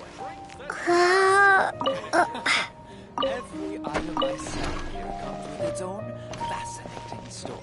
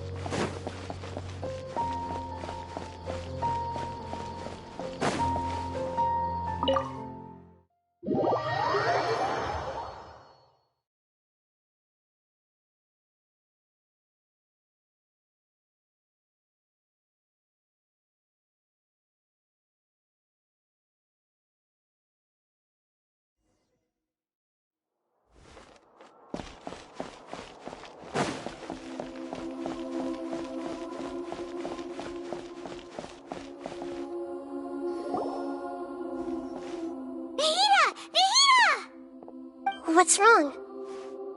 Huh? Are you? Hello. I do apologize for the sudden intrusion. We found this guy in the street, but he doesn't seem to remember anything. So, yeah, quite an eventful walk.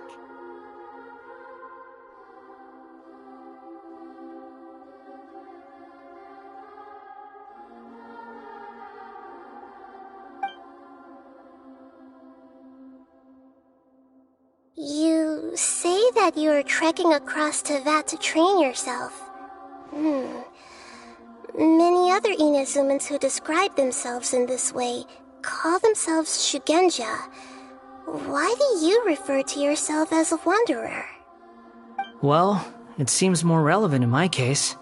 To me, it sounds like a plant with no roots. But these two claim that they know me, and that I have a hidden past unknown even to myself. I wouldn't call it the past, but rather... this is a difficult one to explain. I don't like to rely on using terms like this often, but in your case, it seems that it ought to be called, previous incarnation.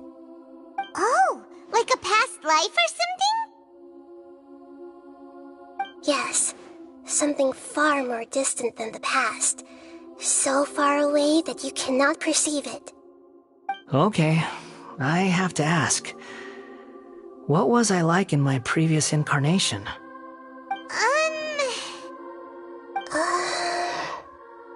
Oh, okay. I see. You want to tell me, but you can't bring yourselves to say it. Looks like I didn't have the most wonderful existence in my previous incarnation.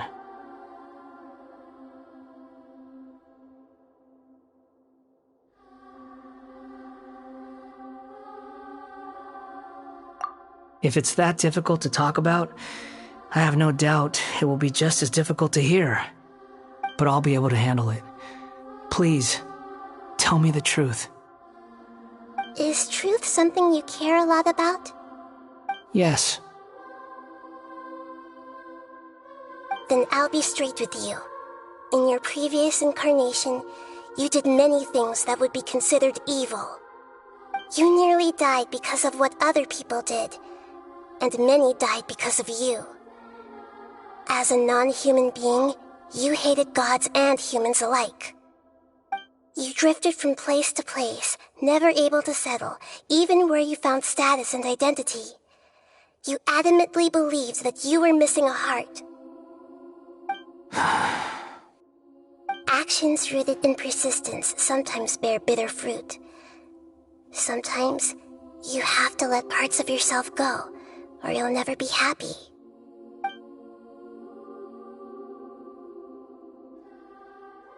I gave everything I had, but it barely changed history at all. In terms of the outcome alone, that's true. I don't think I can judge everything I've heard purely in terms of right and wrong. Each choice a person makes belongs to a specific place and time, a chain of cause and effect, a cycle of karma and consequence. That is the nature of truth. If one thing is right, its opposite must be wrong. And yet, dichotomies like this are not enough to explain the world in all of its complexity. It seems like my previous incarnation wasn't the most likable individual. We're not trying to hurt your feelings or anything, but yeah, we weren't your biggest fans.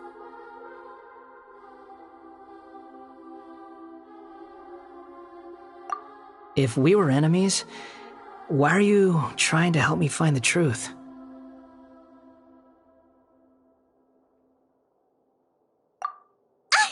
This is so frustrating! This guy's supposed to be our arch enemy, but now he's just some random stranger we met on the street! He's got so much to answer for, but we can't make him talk because he doesn't remember anything! What a weird situation. Lesser Lord Kusanali, as the god of wisdom, I trust that everything you told me must be true. Yes, it's all true. I can even show you the memories themselves, if you're willing. Please, I want to see them for myself. I want to experience my own transgressions. Even though it will cause your present self great mental anguish? I'm just a puppet, with no heart and no name. There is nothing in this world for me to cling to fill the void within me. Except maybe these sins that can never be undone. Very well. As you wish. Wait, shouldn't we go with him? This one's kind of on us for bringing him here.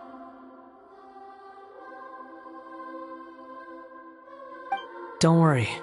Whatever danger I might face, it's my burden to bear. Traveler, could I ask you to supervise him on my behalf? Oh, good point.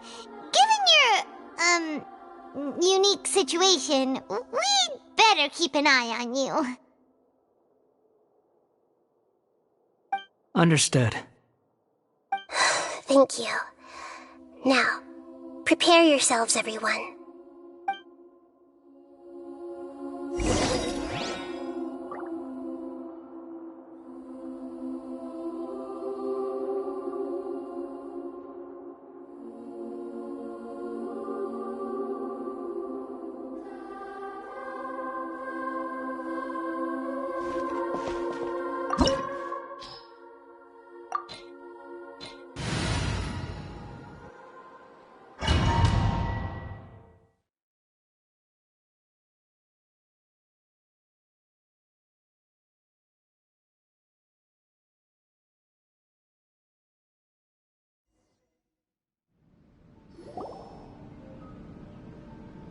This looks like Inazuma. Right now, you're in a dream I created using information extracted from your memories. These memories will show you the raw truth, but be aware that enemies may react just like in the real world. Please be careful. Sounds like an immersive experience. It's a good thing we came along. You don't need to do this for me. I don't deserve your protection. We never give up halfway. Well, we had to once, but that was your doing.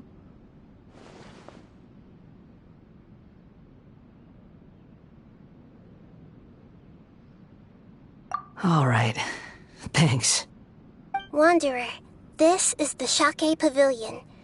In your Balladeer incarnation, this is where the Electro Archon placed you after your creation. You had a great many memories here. Is that because this is kind of like his birthplace? You could say that, in a sense. You'll see why shortly. I hear footsteps. This place is huge. I can't believe the landslide didn't fill it in. I wonder who built it. The Crystal Marrow Miners? No, there's no way.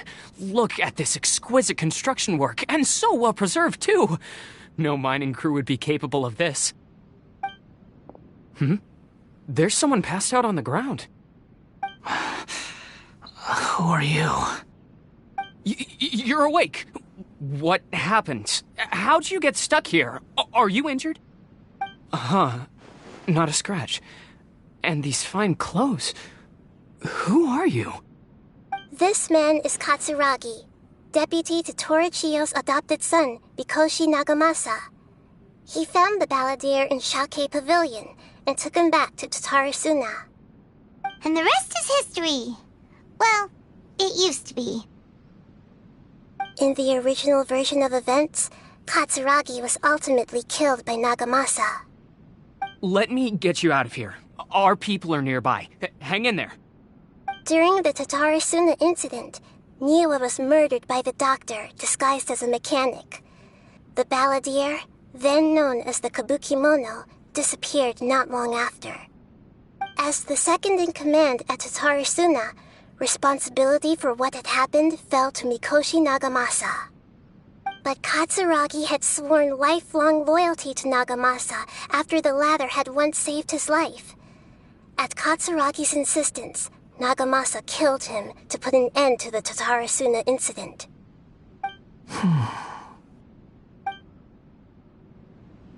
Katsuragi seems like he was a good guy.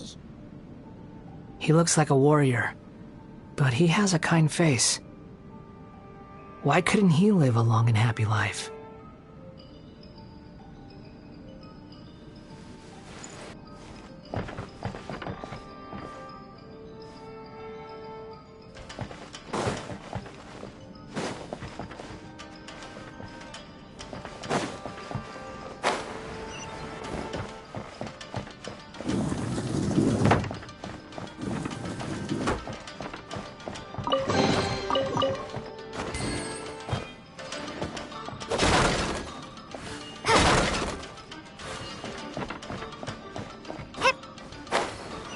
Nagamasa, I found this young guy in a cave sealed off by a landslide. He doesn't remember his name. Well, we need to call you something. I hear the workers are calling you the Kabukimono. It's fine with me. Katsuragi, report to Niwa. Tell him we have someone new joining us.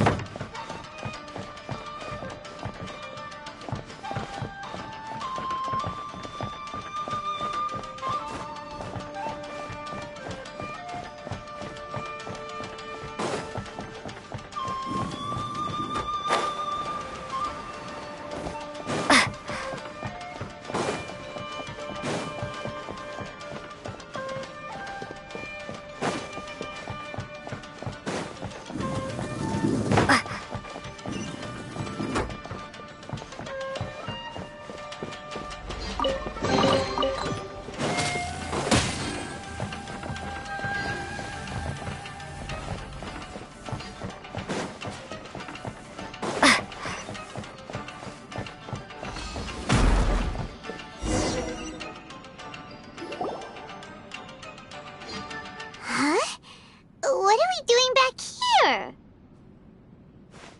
Whoa, this is where you were born? It's pretty, but there's nobody here. I was abandoned, like you. I lived here for a while at first, but there's nothing for us here. We can't stay. Okay. I heard my mom and dad used to make swords, but the factory manager died, and then my dad got sick.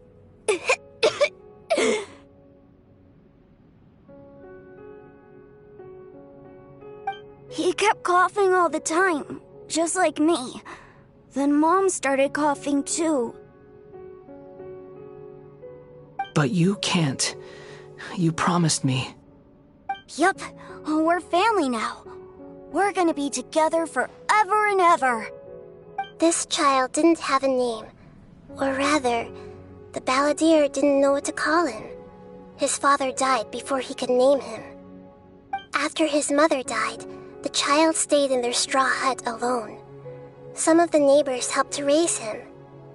After leaving Tatarasuna, the balladeer ran into this child who didn't have a name, just like him.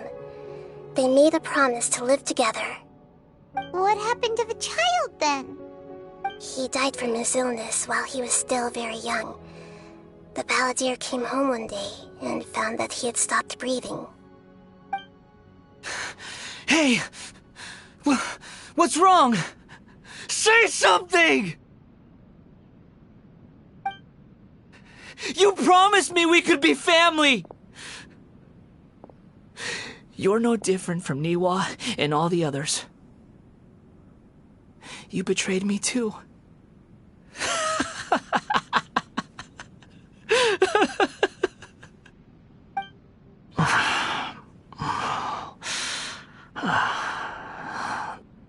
The voices have gone. It looks like the memory ends here. Let's keep going.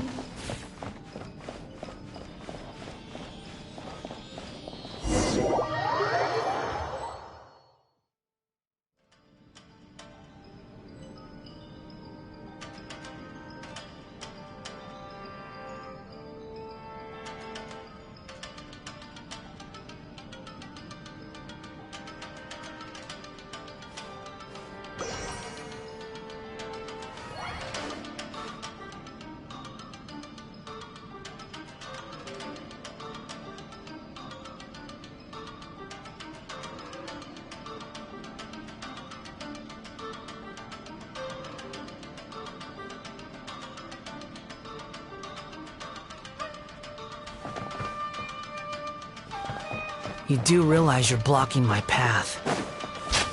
I come not to obstruct you. I've been waiting. What you are truly is a weapon. One that could be wielded with an iron will. Or continue to drift aimlessly.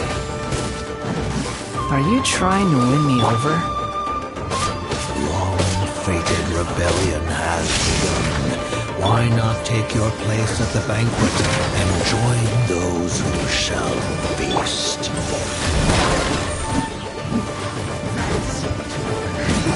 This is bad. This isn't good.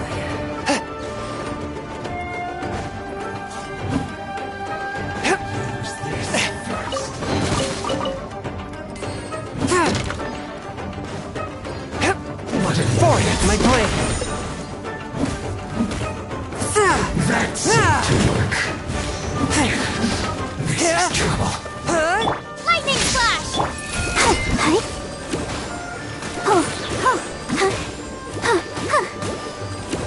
A touch of frost!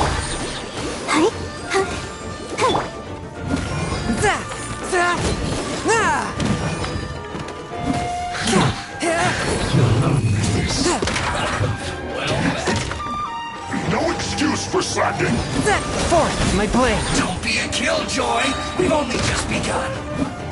From whence you came! Put your back into it! Time to fulfill my duty! All you got? It isn't time for... Take this! Right here! I see through you! You can't run! Well, can I? Don't be a killjoy! We've only just begun! Swift and merciful! That all you got?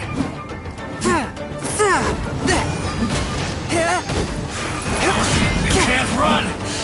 Well, I see One with my blade! Don't be a killjoy! We've only just begun! You can't run! Well,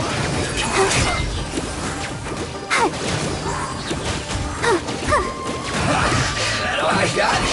Miscalculated.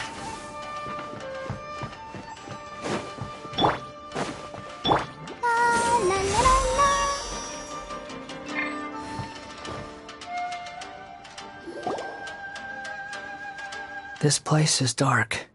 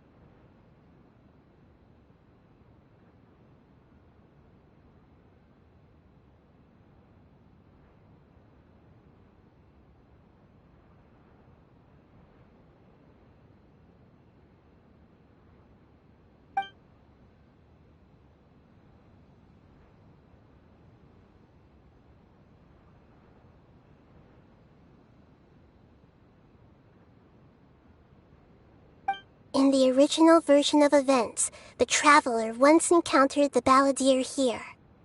Such a creepy atmosphere. And so familiar.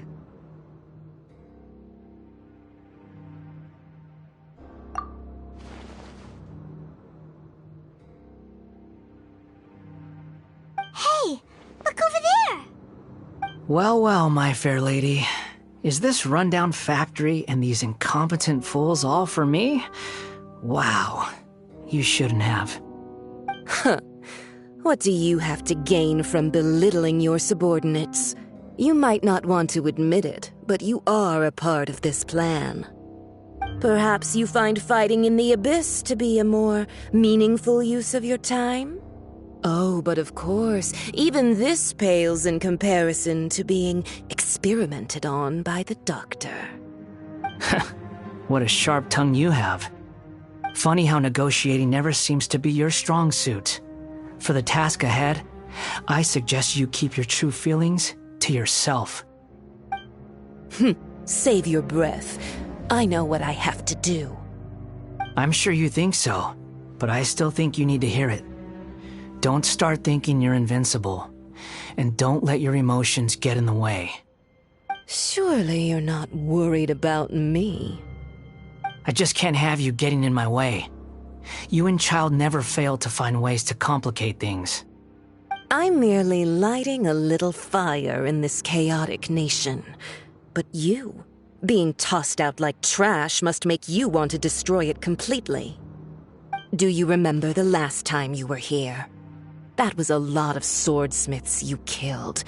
I'm sure the descendants of the Raiden Gokaden are still suffering the consequences now.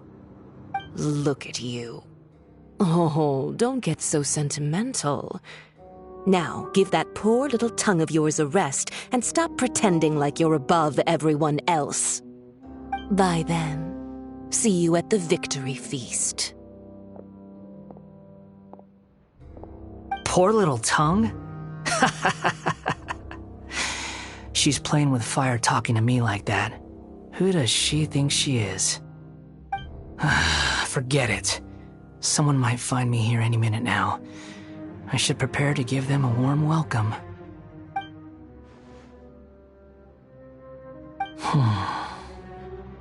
The plot does not end here. There is more of this story to come. Wanderer, are you able to continue? Yes. Please don't worry about me. Why are you staring at me in silence? Can't you think of a nicer way to express yourself? I'm under no obligation to be nice to you. Besides, I thought nothing mattered to you except results in your own interests. Isn't that right, witch? Muddle-headed puppet. You're only number 6 because you can take more abuse than other humans. Do you really count that as an asset? You're about as much fun to be around as a raging inferno. But before we murder each other, it'd be best if we finish our duties.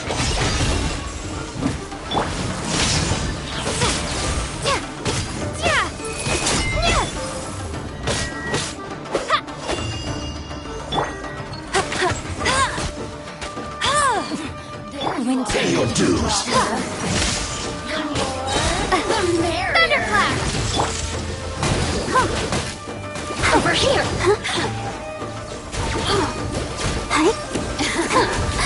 Let me Blink! No escape. Lightning barrier!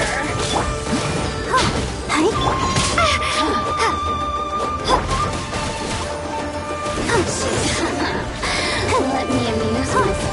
Oh, now you've got me worked up. No one escapes my sights. That's cheating.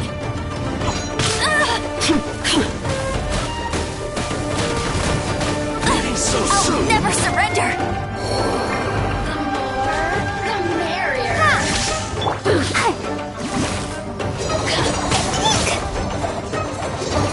That's it. Blink! Take this!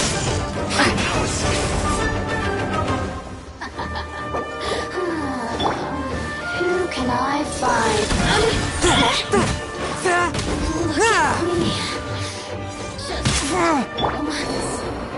Let's dance. Oh no!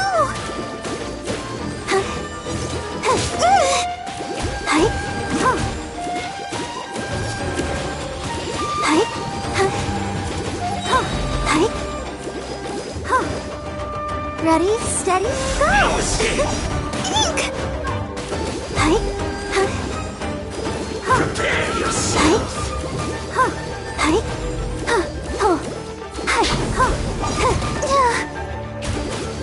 Lightning flash! Leaving so soon. No escape. I'll protect us.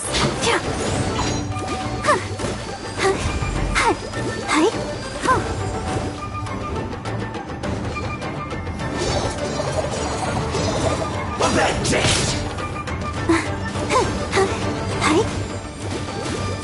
Leaving so soon.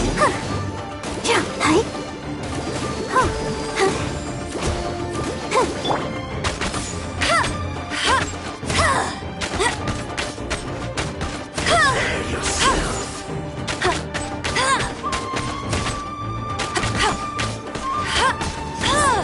Can't run from death.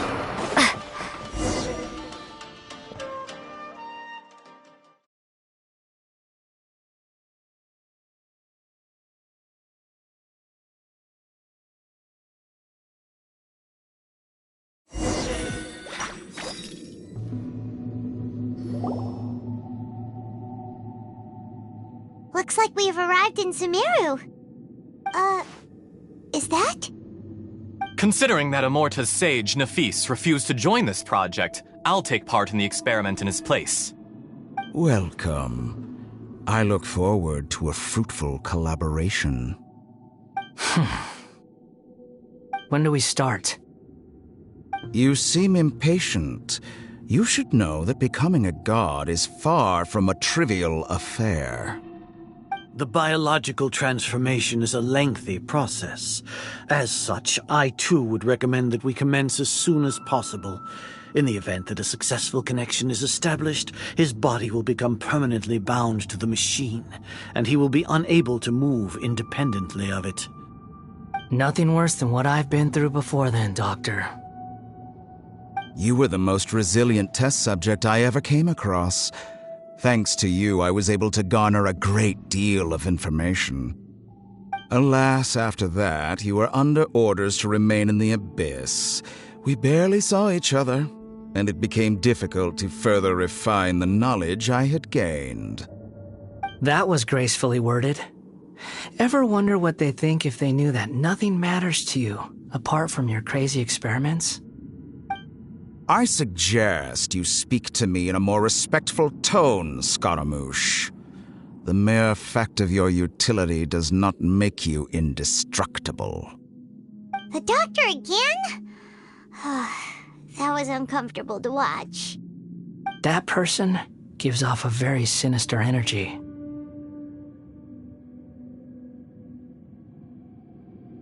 It's normal for him to give you the creeps. He scares the bejeebers out of Paimon. Let's move on.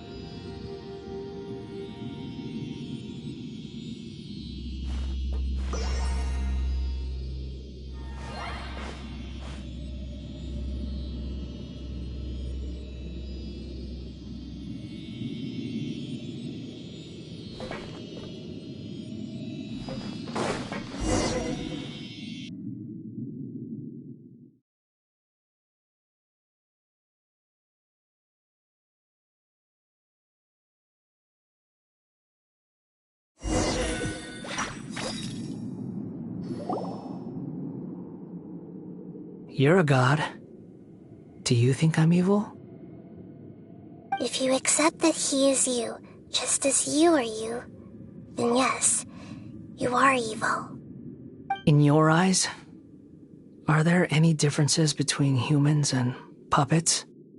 Do you think there are any differences between your present self and your previous and future incarnations? If not, then what are the differences between humans and puppets? Whoever has tasted the joys and sorrows of life in the human realm is human. Whoever has loved and lost, cried with grief, howled with rage at the tragedy of death that eclipses the miracle of life, they are human too. I've seen enough of my past.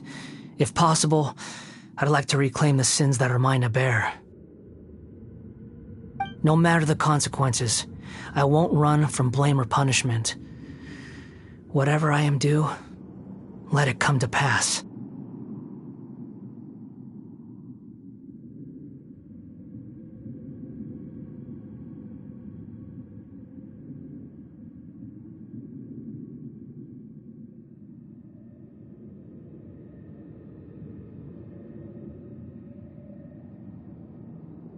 Can you return my memories to me? Huh? But won't that mean you'll lose your current identity? I've always believed that human lives follow a set of rules, with each person being a collection of past experiences. As a puppet living in a human world, my life is subject to the same rules. Regaining your memories means reverting completely to your previous incarnation. All the emotions that you discarded will return to you. Are you sure you want to do this? I've lived with the void in my chest my whole life. My creator didn't need me. And ever since I awoke, I've just drifted from one place to the next. But then I met you. And I finally realized that reclaiming my missing sins might be my one opportunity to become my true self.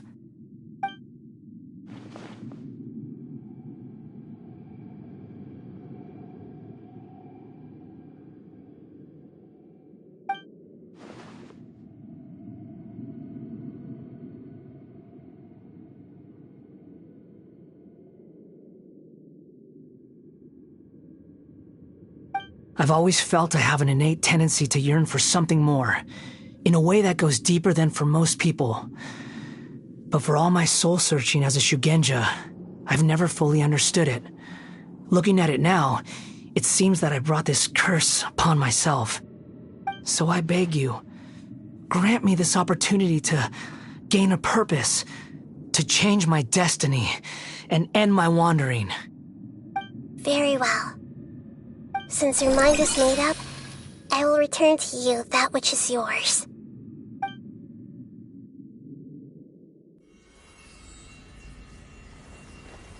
You have made your decision. Now, take this.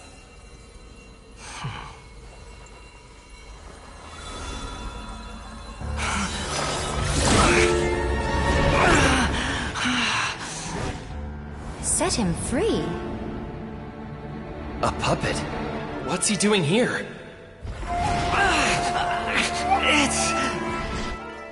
You're a human as far as I'm concerned. Everyone's here. Wonderful.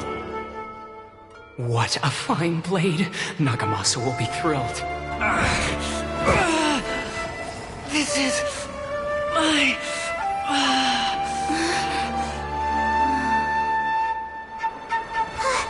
Is he alright?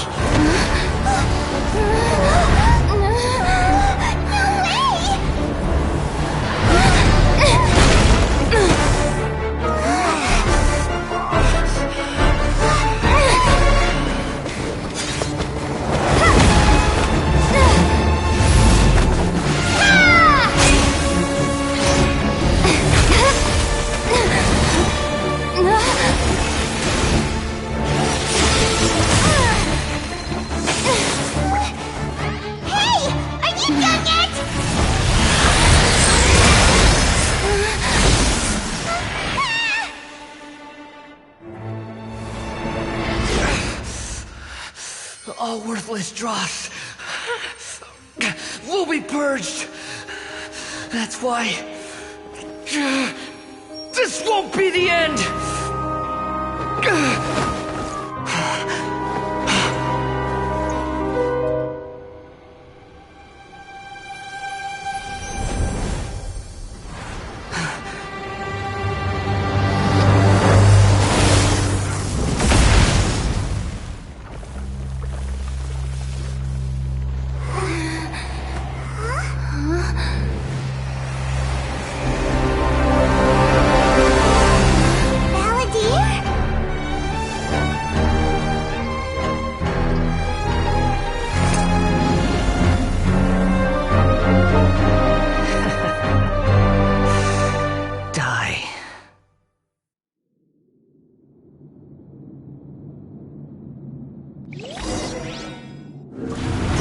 trying my patience.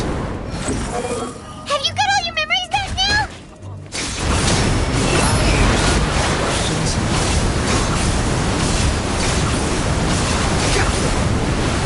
Be more human!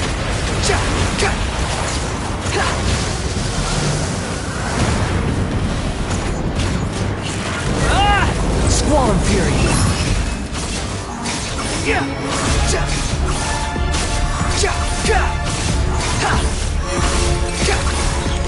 At my command, you shall fall!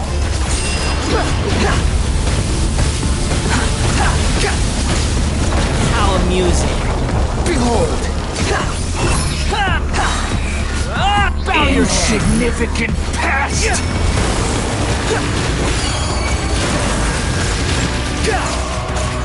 The wind rises.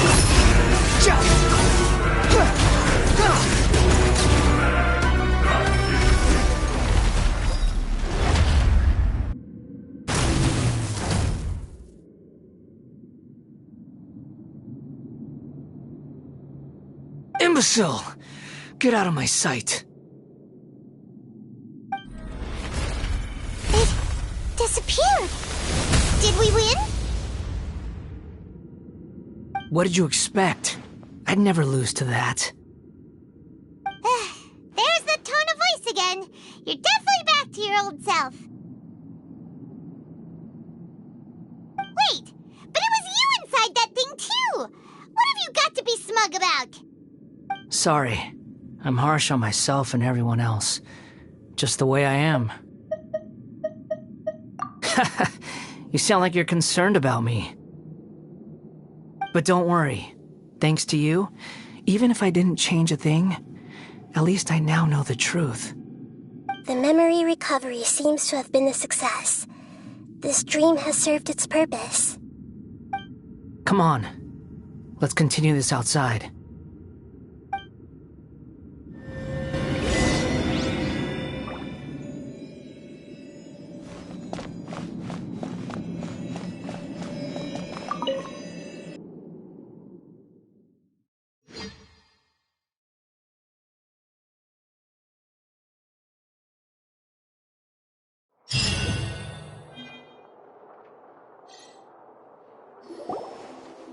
Welcome back, Traveler, Paimon, Balladeer. It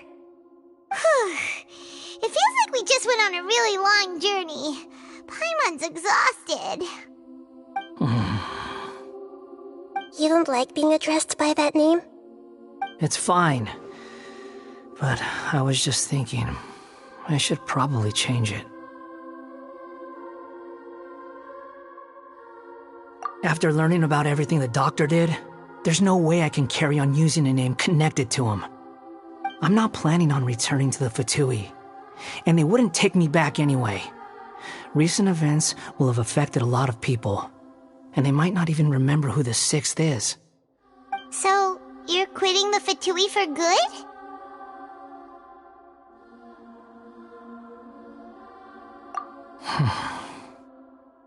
It's like you said, Lesser Lord Kusanali. Everything may look futile, but it wasn't completely meaningless. At least I made a lot of people forget about me. But that doesn't mean your own past has disappeared. Of course. And your main goal, for which you gave up everything you had, you weren't able to achieve it. I hope you can see and understand that. Changing the world, changing the past, changing the fates of other people, these are not simple things to accomplish. What you are looking for is complete annihilation. But this is just a fantasy. Even if the Balladeer is removed from existence, the world will not heed your will. Indeed. How ridiculous. Do you regret doing all that when you've gotten so little in return? Even if I'm completely worthless, there's nothing in the world worth regretting. Lesser Lord Kusanali, you purposely left that information in Irminsul, didn't you? Yes, and I took pains to make sure that you'd acquire that information naturally. Why would you go to such lengths? You trying to win me over too? In all honesty, your past experiences have made you a useful asset to Sumeru and to me.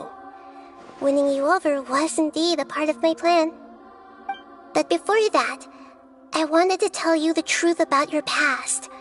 If all I wanted to do was use you, then I'd be no different from the doctor. Very clever. I guess you could say that's one of my virtues. Utility to others is what gives me worth.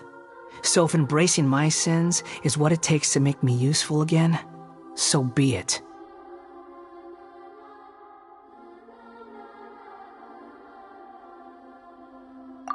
Oh, right. I almost forgot. You're the good guys. You're into justice and all that. Sorry if I have a slightly different perspective on things, but I don't feel like I've been duped. The wisest leaders are fated to end up with the best helpers. I can live with that. I'm glad you're able to think of it in that way. Traveler, in the future, I'll continue to search Irminsul more deeply and see what secrets can be uncovered. Including the beginning of your twins' journey recorded in Irminsul. What exactly happened before and after that point? I want to know as well.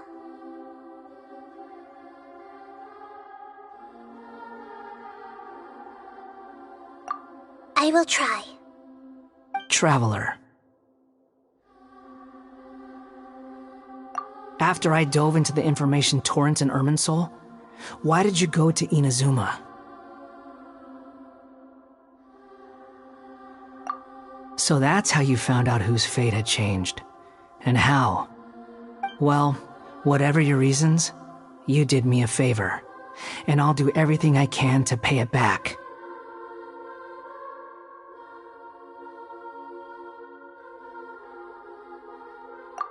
Borrowing and returning are the only real relationships between individuals. I'll balance the books one day. Don't you worry. That's not true. A relationship between two people is not simply a ledger that can be reset to zero. I think deep down you realize this.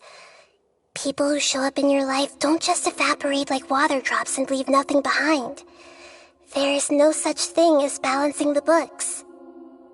Some things in this world can never be brought back, and they can never be changed, which is why there is emotion in the human world.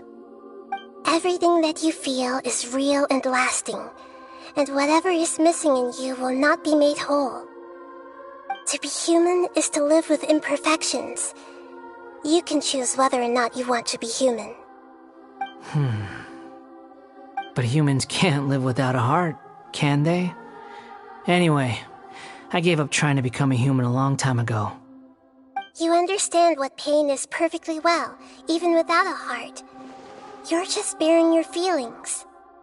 The past is set in stone, but you can keep moving on. And the longer your future lasts, the shorter your past will become, until one day, it is but a tiny fraction of your life. Sounds like you've got a future planned out for me. Everything's ended up being pretty darn complicated. Paimon doesn't even know where to start, but the most important thing now is that you need to follow Nahida. Otherwise, all our efforts will have been for nothing.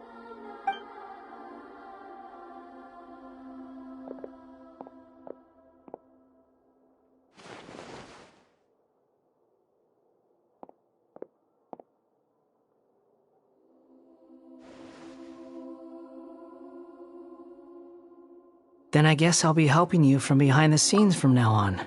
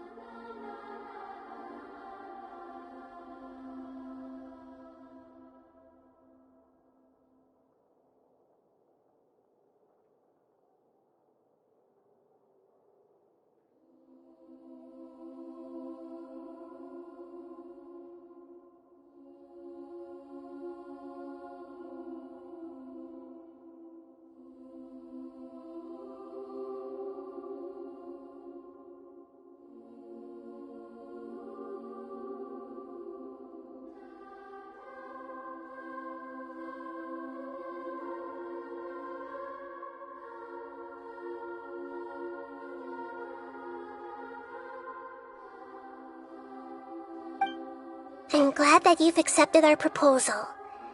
Why don't you choose a new name to celebrate? Ooh! Paimon wants to pick an ugly nickname for you, too! Why? Because Paimon still doesn't like you that much. Then I hope we don't see much of each other in the future. A name is life's first gift. You didn't say it out loud, but I know that's what you're thinking. The Traveler and Paimon have helped you a lot. If you can't decide on a new name, maybe you can ask them for ideas. No! Paimon only does nicknames! If it's a serious name you're after, it's all yours.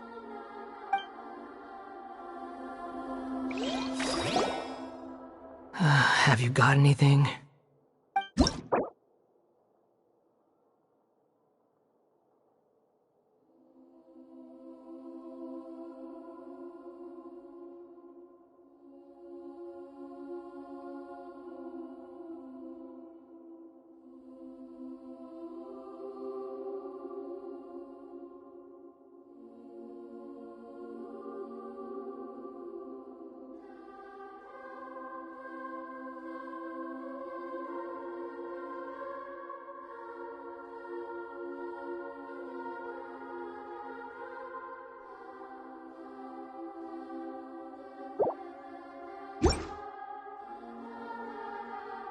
Are you sure?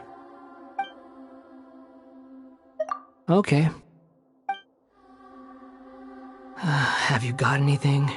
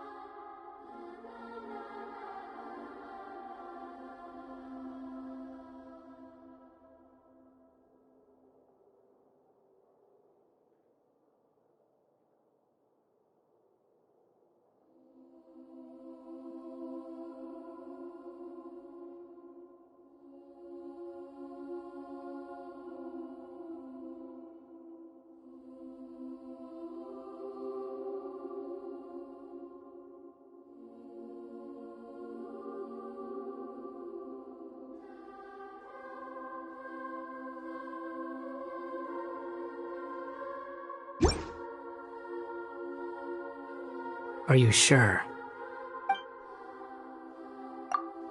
Oh, alright. If you say so. There! Now you have a name of your own. What about a nickname? Are you done yet? Still thinking. Stop rushing me! Take your time. I don't need to see you again until you've thought of one. Everyone who manipulated me and made me suffer will have to pay the price. You mean the Fatui? The doctor, at least. Now that your stance has changed, I believe your future path will change accordingly. But it won't be immediate.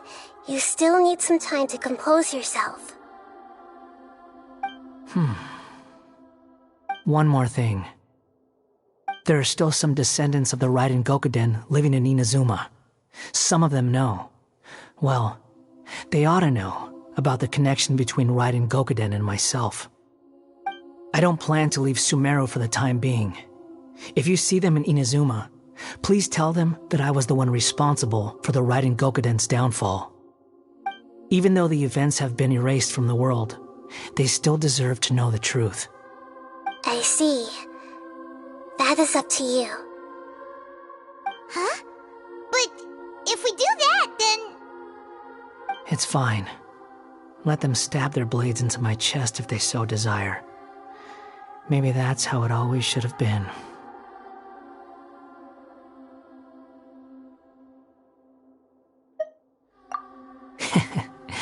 No nonsense. I like it. Alright, let's call it a day. Goodbye, wise deity. And you too. He's gone. What he went through today would have been like living an entire lifetime in an instant. He'll need some time to calm down. Yeah, true. But even so, after everything that's happened, he doesn't seem quite as fierce anymore.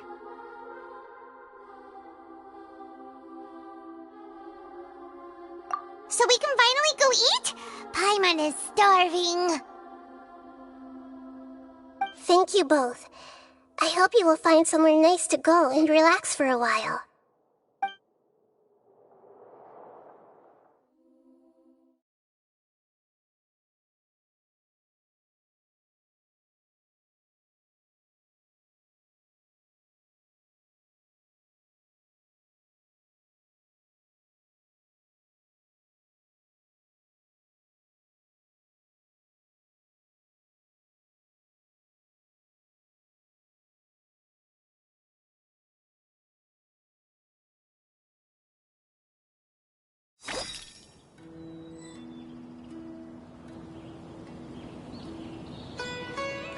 I've got it!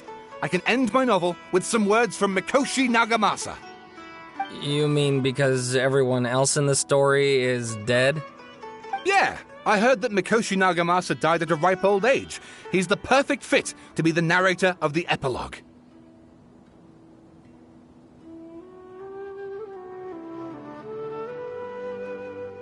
The dark clouds had dissipated, but they continued to cast their shadow in Mikoshi Nagamasa's mind for decades to come. Then, one night, as an old man, he had a dream. On the night when that prized blade, the Daitatara Nagamasa, was forged, the people rejoiced, and there was painting, dancing, and drinking. All these expressions of joy melted down in the furnace fire and turned into red clouds that rallied around the final sunrise that Mikoshi Nagamasa saw in his lifetime. Life is a story too long to be told, a journey that you must walk to behold.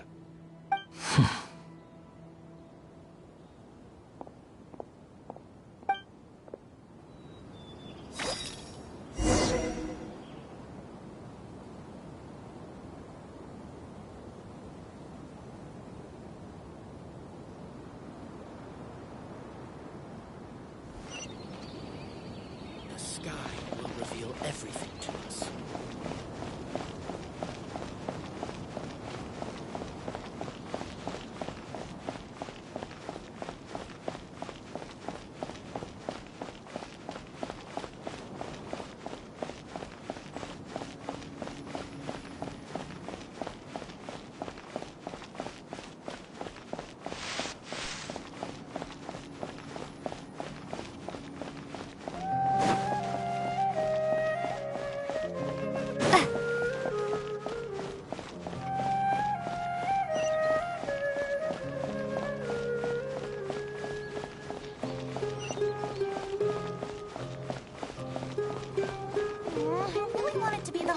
soon, so I can I think it's way better to stay here and study.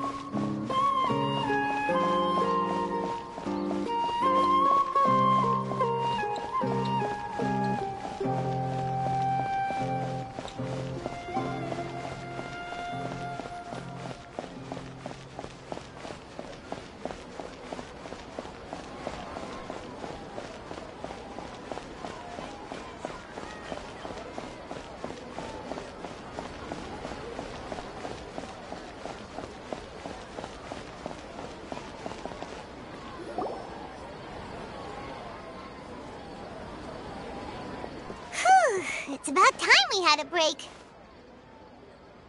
As soon as you stop, all the tiredness and hunger comes rushing back.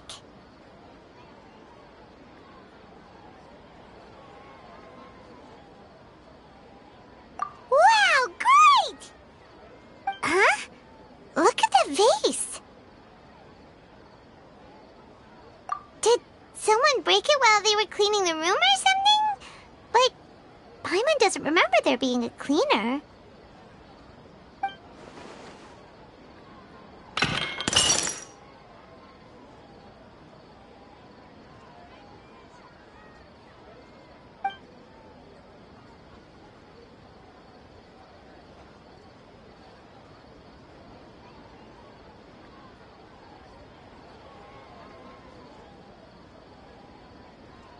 You sound lost and confused. I know why you are troubled. Any who knew of this would find their mind overwhelmed. Huh? Is there someone here talking to us? Unfortunately, the fate of Tevat cannot easily be changed. Perhaps a god may have a slim chance. But for anyone else, who can say? When a small animal runs into a tree trunk, though the tree may sway, it is not displaced. The same is true of fate. Like a vase that falls to the ground. Whether it is broken by a cat or by a bird, the result is still a broken vase, is it not? Who are you? How do you know about all this? History does not change easily, but human hearts can. Believe your own eyes. Only that which you see is true. What is unseen is but an illusion. The voice has disappeared. And who the heck was that? And what were they doing coming out of nowhere and saying all that scary stuff?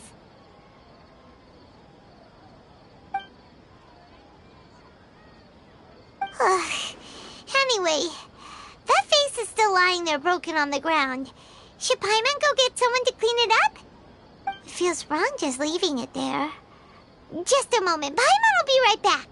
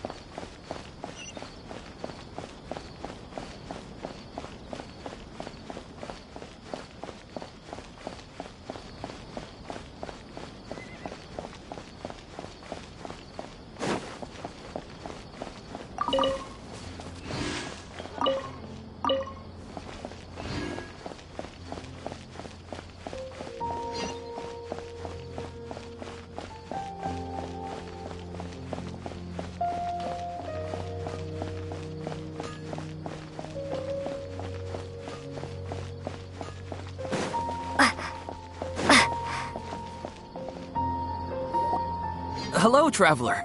Have you ever heard of a moment of dreams? Oh, that sounds like some kind of sweet drink. I'm afraid not. It's the name of an event we started to hold regularly. Dreams have become quite the hot topic in Sumeru, and many people are excited to share the dreams they've seen at night. The same goes for me. The last time I dreamed was when I was but a little child, so I can't help but feel excited and nostalgic about dreaming again. Oh, right. Everyone's able to dream again now. Yes, we organized an event to give everyone with new dreams a platform to freely share their experiences. And thus our event, A Moment of Dreams, was born. So, it's kind of like a fireside chat. You could say that. We hear all sorts of wild and fabulous stories every day. Really, why not have a listen for yourselves? Yeah, but to us, dreaming is as normal as breathing. Wait, but if there are free drinks and snacks involved, then Paimon might consider it. Oh, really? So you mean you've already seen many dreams? But no need to get so excited. It's really nothing special. No. We need experienced participants like you to share your experiences with dreaming. Please allow me to address you two as dream experts.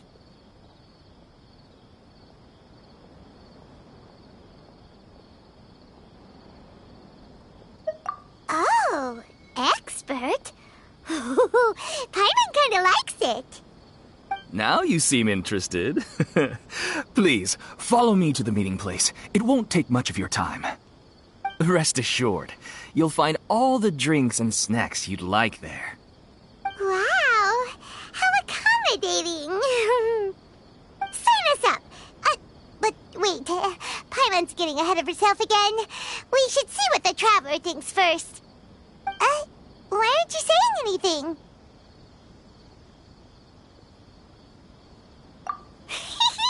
All right, hurry up and take us to be dream experts.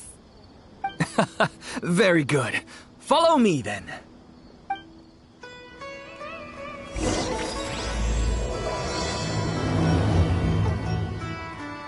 Do you know what's the most important part of being an expert? Well, I suppose it must be accumulating knowledge and sharing your experiences? No,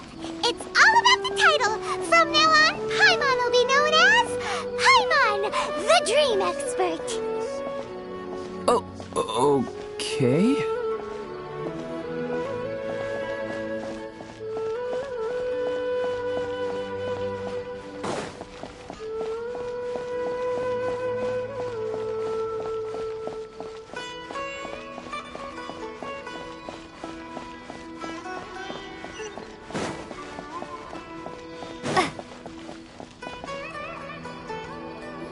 Sorry to interrupt, everyone. We finally have some real dream experts joining us. Esteemed experts, this way, please. Ahem. Now, if anyone has any questions, please feel free to ask them. They must be dream experts from another land. Great! Oh, I have a question. Me first! No rush. Everyone, please line up and ask in an orderly fashion.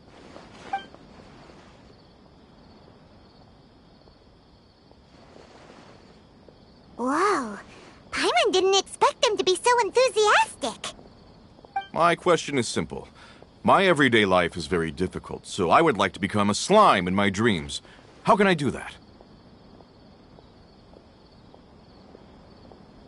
Oh, Paimon knows!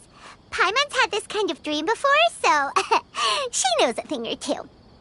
The first time, Paimon became an animal slime. Paimon was shot by an adventurer's arrow and flew in the sky all night long.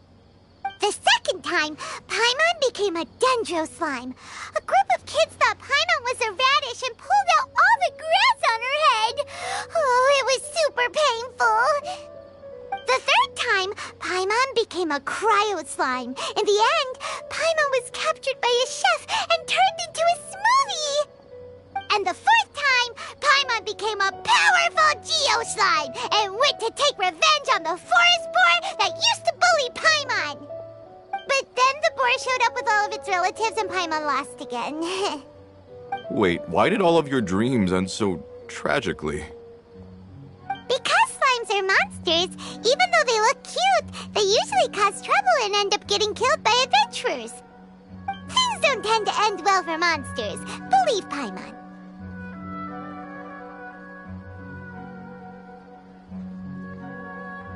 I suppose you're right. They are monsters, after all. I just want to experience a different life, but it seems that becoming a monster would be even worse than my current life. Maybe I'd be happier if I became just a regular finch. Or fish. Looks like being an expert is way easier than Paimon imagined. Next! Oh, it's my turn. Esteemed expert, I want to know what posture I should sleep in so I can have the same dream as the one I had last night. Well?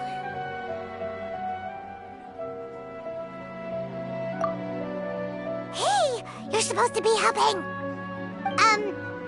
First, why don't you tell Paimon about the dream you want to have again?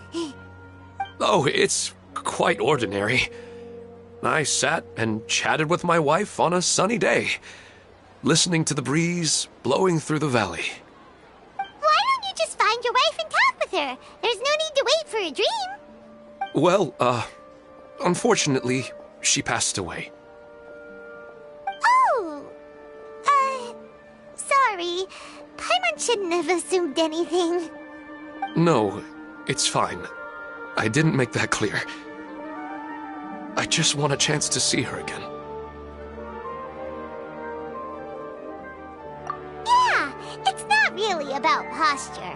What you think about right before falling asleep is probably way more important. Oh, is that all I have to do? Think about it. If you're the one thinking about her, and you're the one that'll be dreaming about her, then it'll be easier to connect your thoughts and dreams. You do have a point. I'll give it a try tonight. Thanks for your wise advice. Oh, my turn. I want to know the name of the plant in my dream. I want to bring the souvenir box to my room into my dream. I dreamt of a raven flying over the wasteland last night. Does that have any kind of special meaning?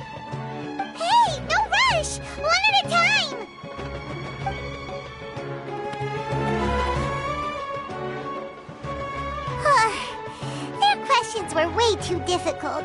We don't actually know anything more than they do. We're just more experienced dreamers, that's all.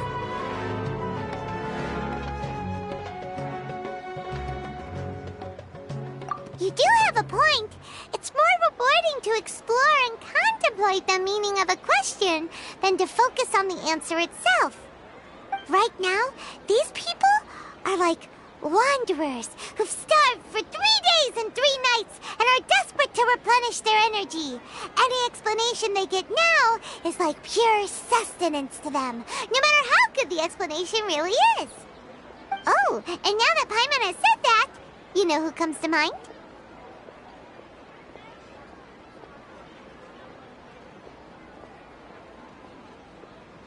Bingo! If she was here, she'd probably be making some similar analogy. Unfortunately, she's super busy right now and may not have time for gatherings like this. Dear experts, we have another guest who would like to consult you. But you saw how we answered all the questions just now. We're not really all that knowledgeable. Ah, but this guest is rather special.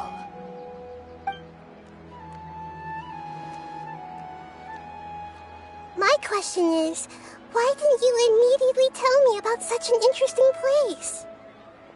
Huh? Nahida, how did you get here?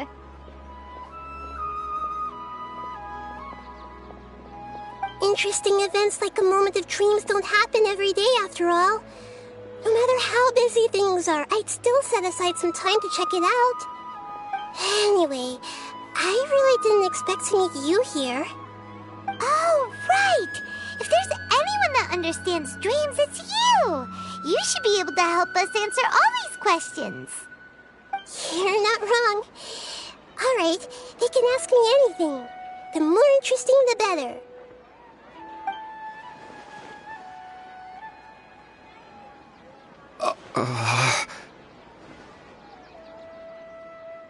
Huh? What's wrong? You were all so excited a minute ago. Why the sudden hesitation?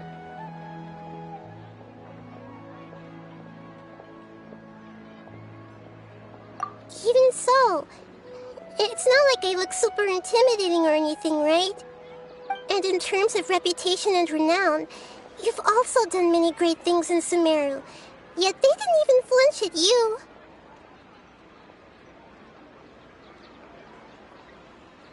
Alas, the interesting questions have all vanished in an instant. It appears I'm the one spoiling the fun here. I'll see myself out. Oh, that's not true, Nahida. I don't want to get in the way of the original purpose of a moment of dreams, which is to let people gather here and freely share their marvelous dreams. Now the atmosphere here is like water poured into a container. The water is more secure and settled, but it has lost its free-flowing nature from the river.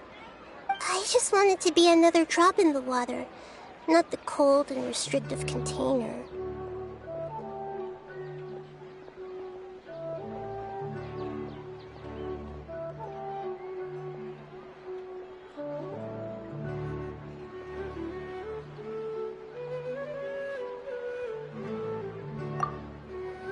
She's sulking. Hey! It's alright, everyone! No need to be shy. The Dendro Archon is really nice, so please just go ahead and ask. Otherwise, she'll leave. Alright. I'll give it a try. Oh, it's the slime guy. Hey, drop the nicknames, would you? Besides, I don't want to become a slime anymore. Maybe a finch or fish is more suitable for me. I see. So you want to become a small animal in your dreams, right? Why do you think that sounds good to you? I guess I just want to experience something different. My everyday life is nothing but the same. The sky is right above me and the ocean just over the horizon, yet I remain caged in a life of monotony. So you want to experience something new in your dreams. Sorry. I'm getting a little confused. Why don't you seek out some new experiences in real life? Because if I don't work, I won't have any mora. Sure, I don't want to be out hammering nails and cutting wood every day, but I have aging parents and young children to take care of. By the time this all dawned on me, I realized that my life has already been filled to the brim by trifling matters, and I have no more freedom. But if that's the case, then even if you became a flying bird or swimming fish, you will still be hammering nails and cutting wood in your dreams. The reason is you've already been caged. It doesn't matter what your physical body turns into.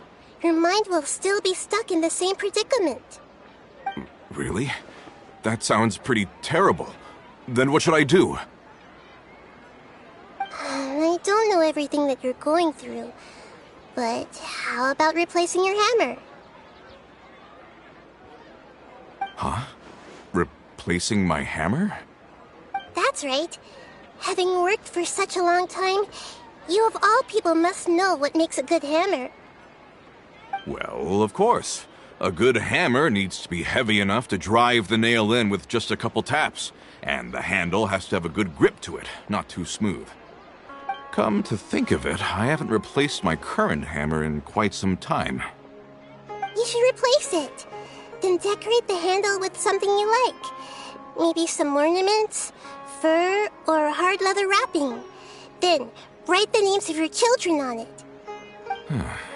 That makes sense. I think it'd give me a good boost of energy at work. A new sense of adventure often begins with the little things in life. You don't need to become a bird in the air or a fish in the sea. You only need to do your best in life, and all those things you cherish will become your source of happiness. Yes. Yes, I get it now. This is a real eye-opener for me. I'll go and pick out a new hammer right away. No, I should make one of my own. Thank you, Great Dendro Archon. That's our Nahida. Only you would know how to get right to the heart of the problem. Actually, I didn't really understand the problem. Huh? I gave him that advice because I once saw a worker doing the same thing. Whenever he became tired, he would look at some names on the handle of his tool. After a moment, he'd start to smile. It really surprised me at the time. My guess is that the names on the handle were of important people to him.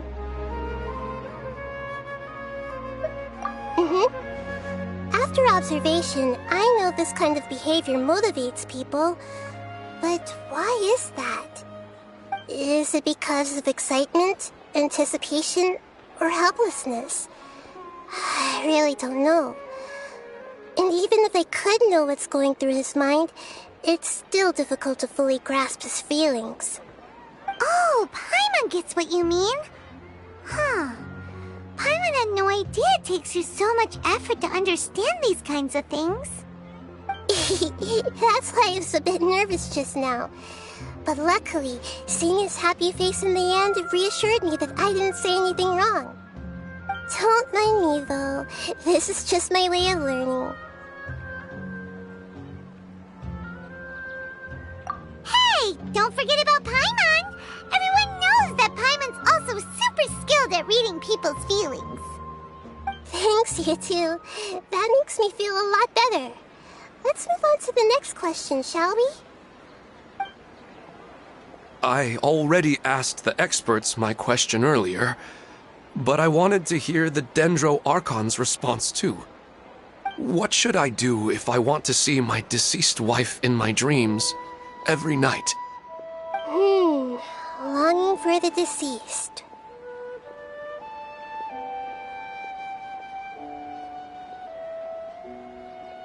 Even if you keep reliving those beautiful memories, it'll only highlight the emptiness in your real life. If your wife were still alive, she certainly wouldn't want to see you like this, would she? No, I suppose not. But our time together in my dreams is not just reliving our past together. I don't know. Maybe it's because I miss her too much. But it's really as if she had come back to life in my dreams. She even remembers each and every dream. After I wake up and then continue dreaming again later, we can pick up our conversation right where we last left off. That's really amazing. Statistically speaking, continuous dreams are extremely rare. It's almost as if my wife has obtained a second life in my dreams. But the more vivid she appears, the emptier I feel and the more painful it is when I wake up. I don't know whether to call it a blessing or a curse. Maybe all of this is rooted in your deep longing for her. Were there any unresolved matters or regrets between the two of you? I don't know. I suppose my biggest regret is that I couldn't spend the rest of my life with her. I really felt like I was ready to move on.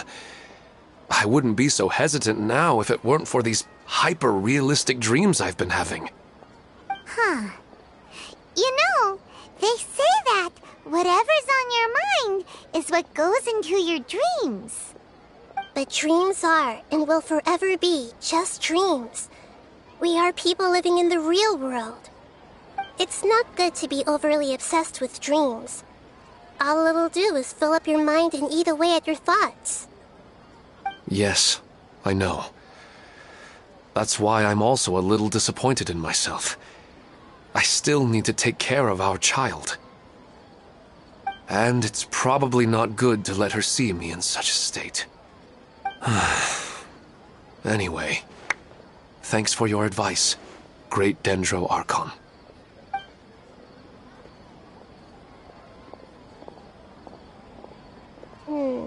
I'm a little worried about him. I hope he can find a way to cheer up soon. I think I can handle things from here. You don't need to stay here if you find it boring. You're here to have a good time, after all.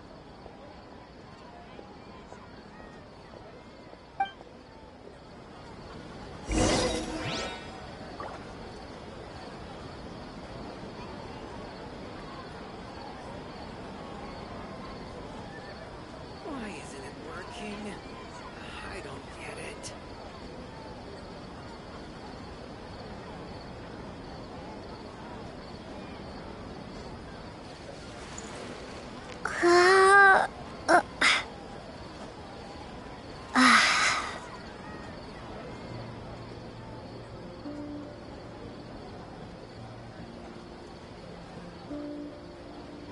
Why isn't it working? I don't get it.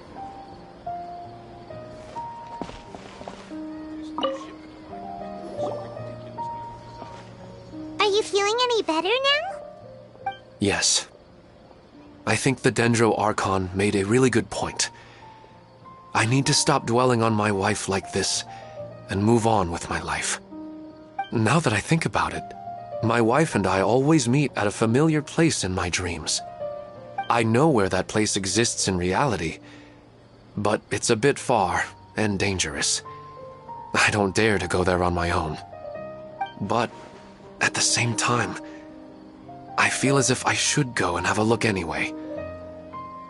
Perhaps I'll be able to move on once I see that there's nothing there.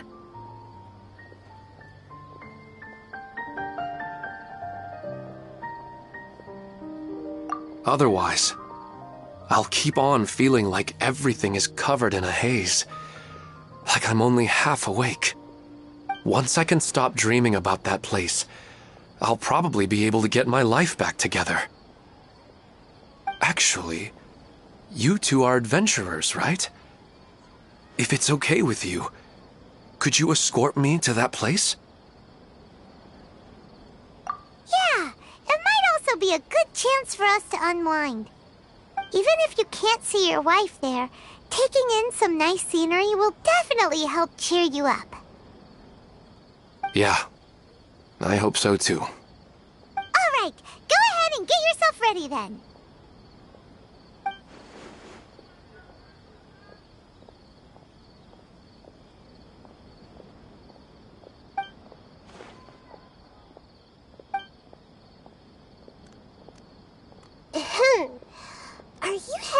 to some interesting place without telling me again? Huh? Wait! Aren't you supposed to be answering questions? I just finished, and I really got a lot out of it. So many interesting and novel thoughts. Anyway, it looks like you're going somewhere. Why don't you take me with you? Oh, there's no need to trouble you, Great Dendro Archon. I imagine you must have many other important things to deal with. No need to stand on ceremony. Besides, I wouldn't have asked to come along if I didn't have a good reason. I wanted to use this opportunity to discuss with you some things that are puzzling me right now. Huh. I didn't know the Great Dendro Archon could become puzzled too. I'm not all that different from you, you know. Alright, let's go. We can talk on the way.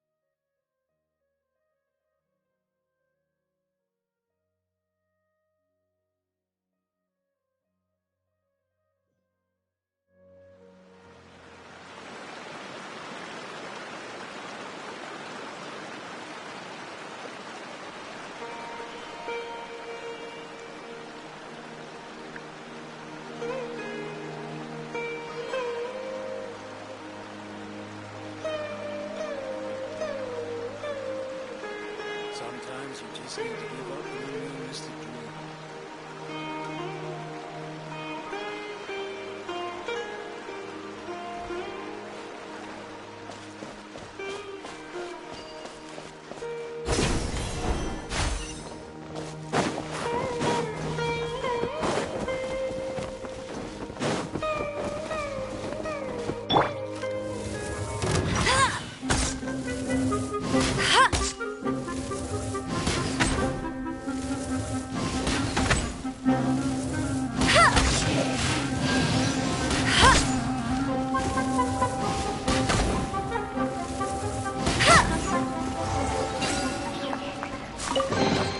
Opening a chest is like unwrapping a gift.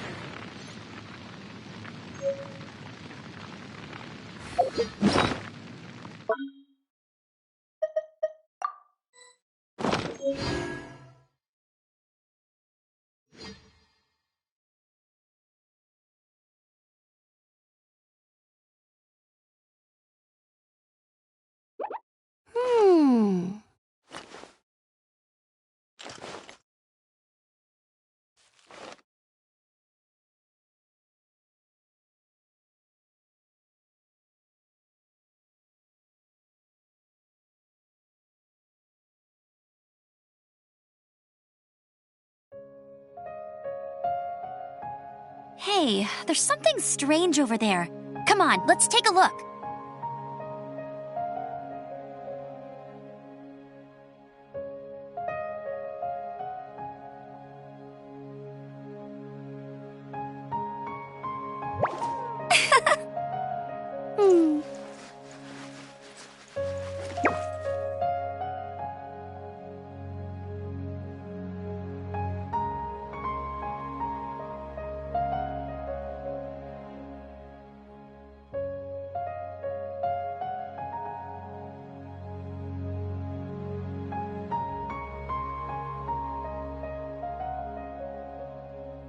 I feel like running.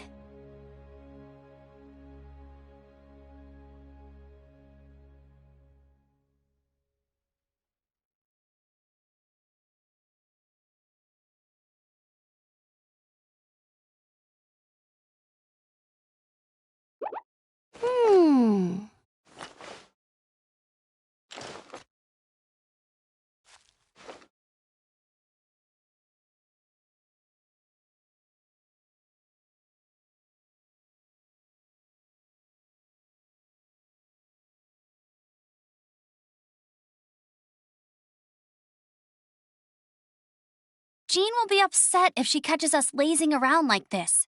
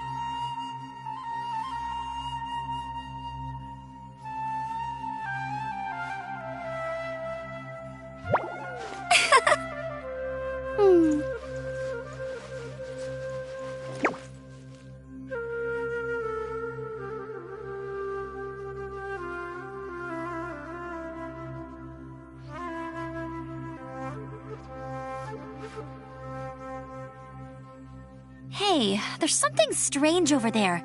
Come on, let's take a look.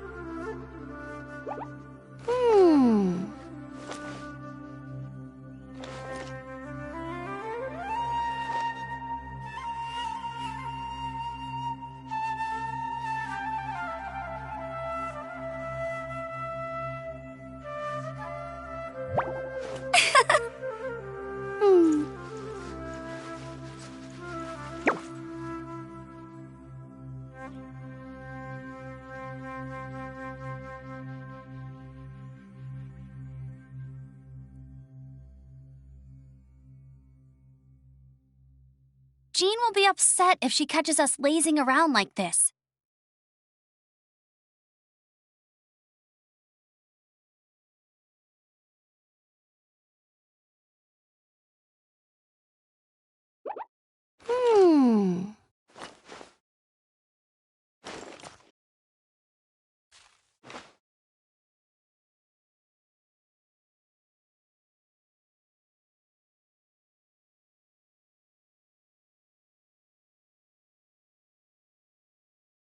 I feel like running.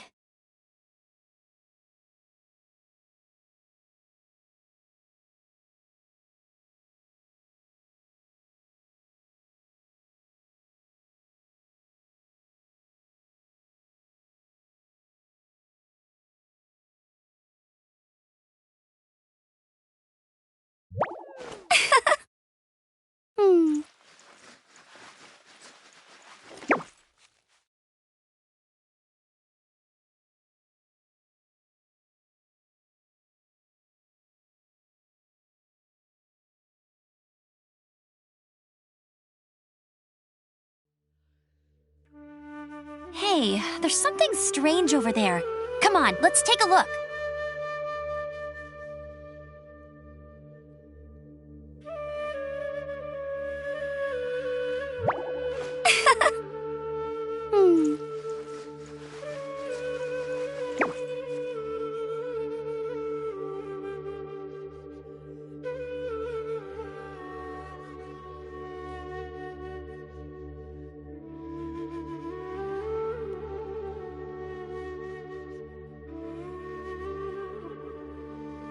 I feel like running.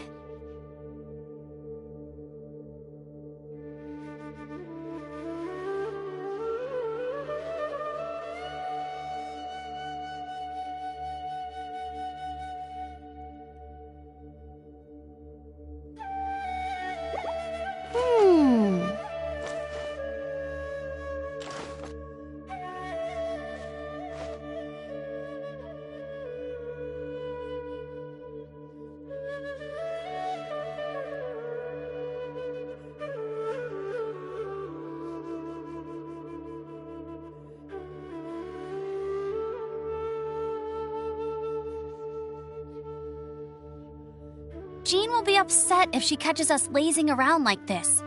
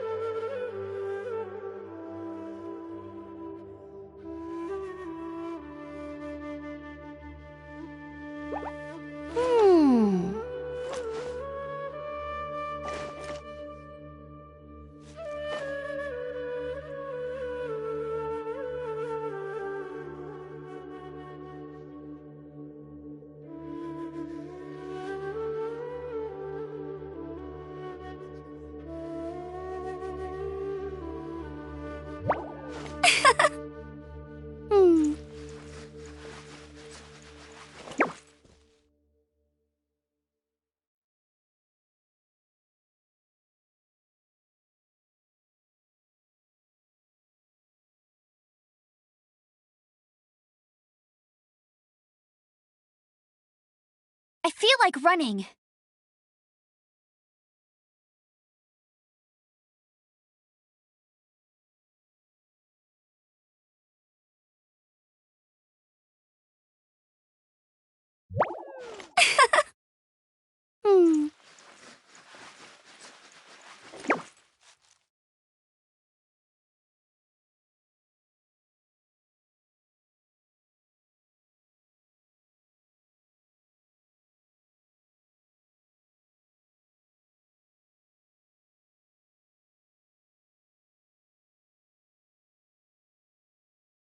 Hey, there's something strange over there. Come on, let's take a look.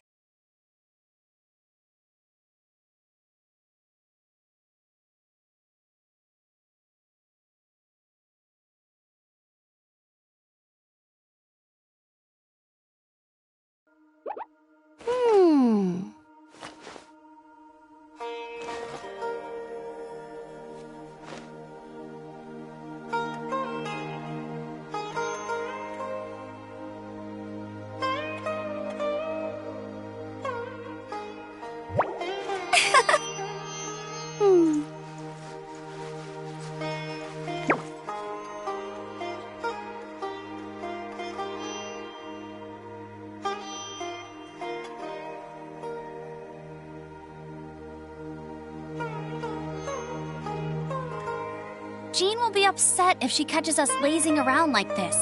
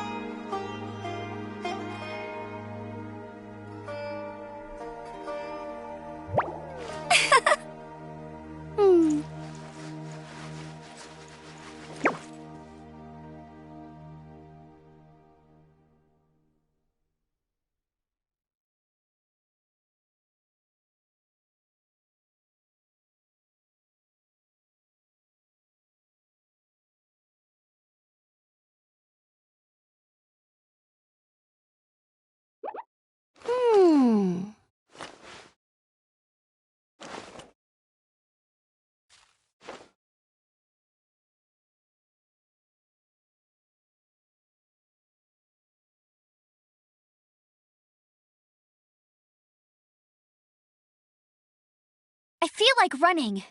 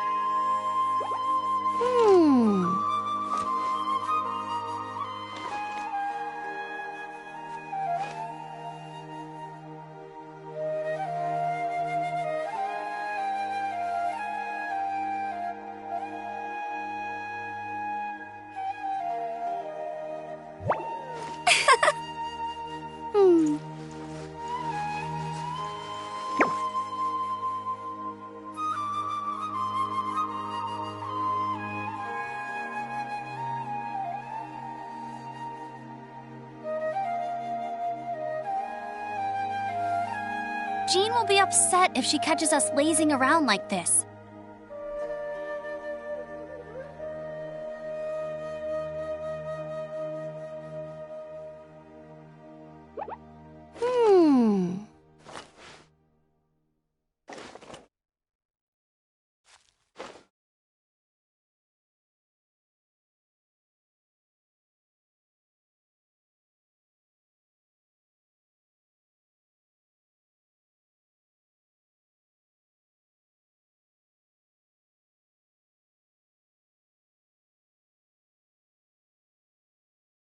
I feel like running.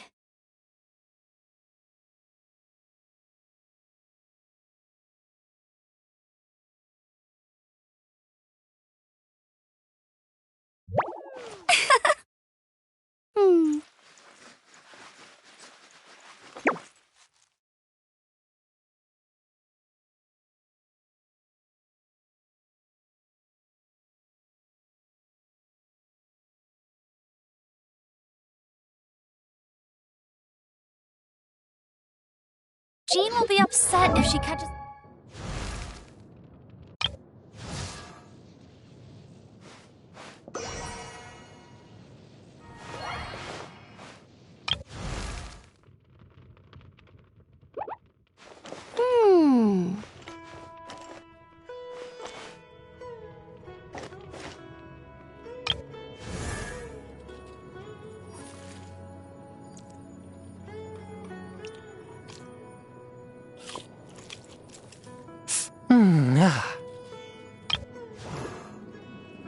La da da da da da da da da.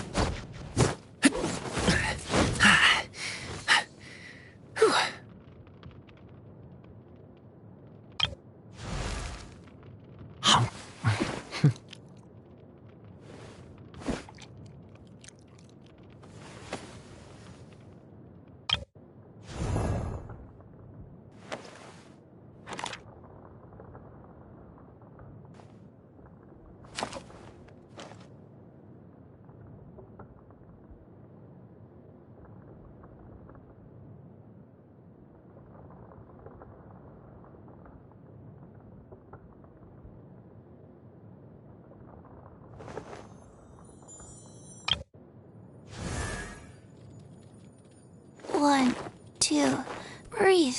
3, 4, and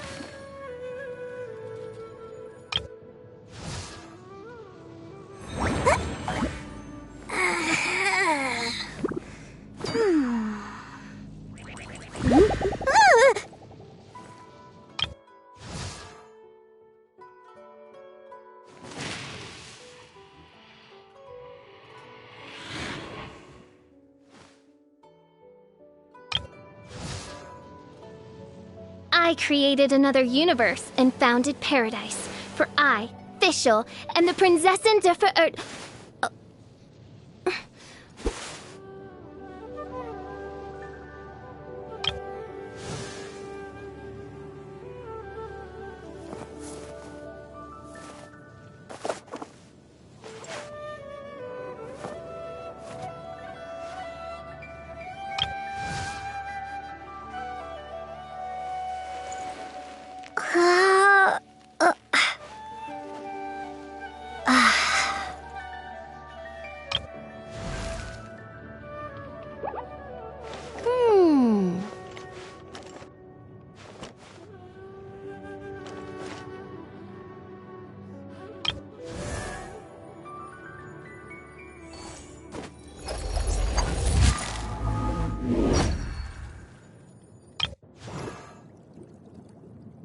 I wonder when I'll be as tall as my big sister.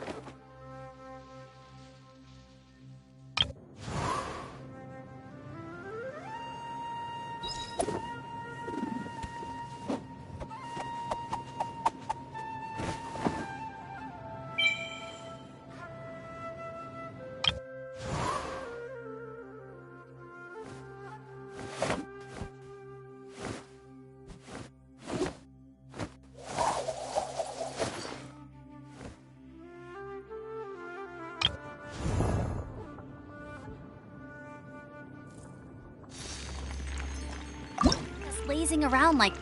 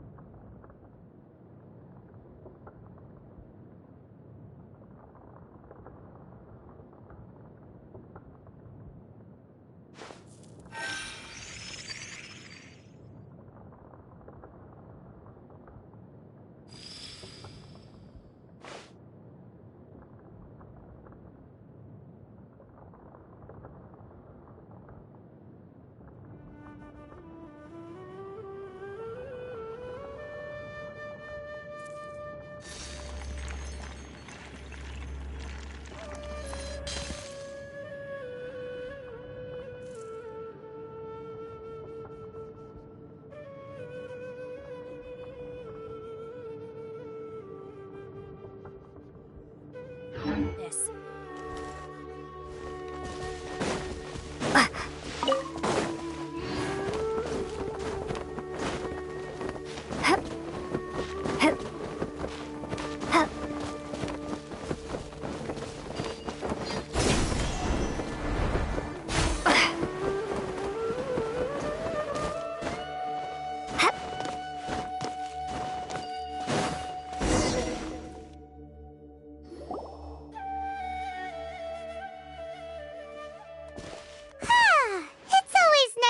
For a leisurely stroll. Huh. Do adventurers often go to places like this? Huh. I guess so. So, this is where you always meet your wife in your dreams? Yes, for the most part. Our place is on the summit, just up ahead. When I saw her in my dreams, we didn't do anything but talk about ordinary, mundane topics. I'd tell her about our daughter, Haidar, and she always listened intently. She would also reminisce about the past with me, telling me interesting stories and cracking jokes. It feels like no matter how long we may chat, it's never enough. Sometimes, it's the little things in life that matter the most. This is the part I'm a little puzzled about. I'm very familiar with dreams, and normally, they lack logic and continuity. But you said she could remember what you had told her before, right? That's right. She always listened to me carefully in real life, and now, she's doing the same in my dreams. She always surprises me with some details from our lives in the real world. The fact that she can remember such things makes me feel like she's alive. Whoa. That's pretty weird. Well, dreams are kind of weird to begin with. However, the problem is that his dreams have too much structure and continuity. Most dreams are far more fragile than you can imagine. For example, a loud noise outside your window in the real world could cause your dream self to get loaded into and fired out of a big cannon. Another example. If you're thirsty in the real world, then you might find yourself trudging through a desert in your dream.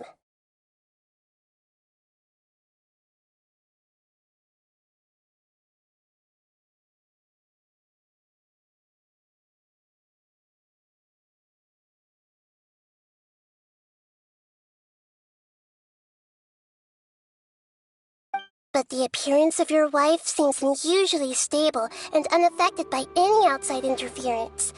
Statistically, this should be extremely rare. I don't understand it either. But I have no reason to suspect or reject these dreams. They're too beautiful. But I still want to figure out the how and the why. These kind of dreams are novel to me as well. That's why I want to have a look at the scene your dreams have been taking place at. Let's go. Just think of it as a nice little hike to the top of the mountain.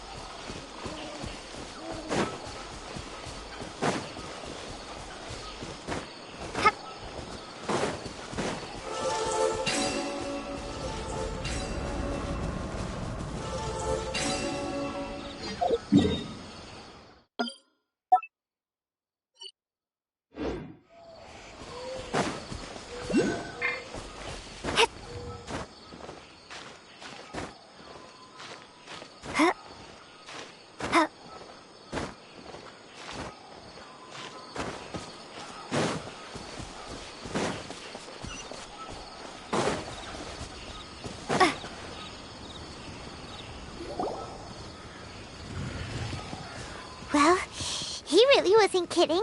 This place definitely isn't safe.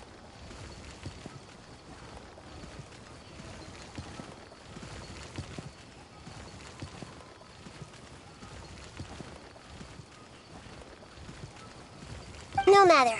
We'll just finish them quickly. Huh? Are you going to fight too, Nahida? Of course. This is all part of our little trip.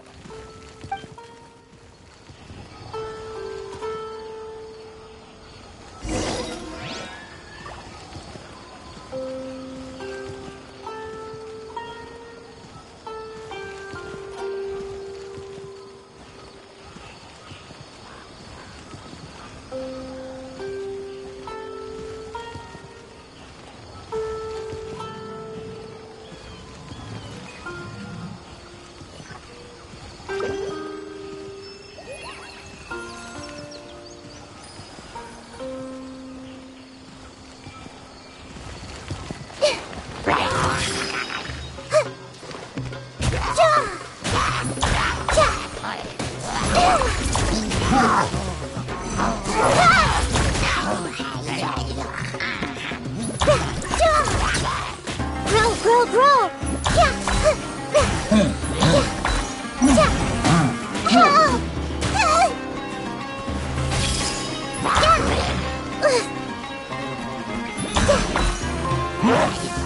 Committed to memory.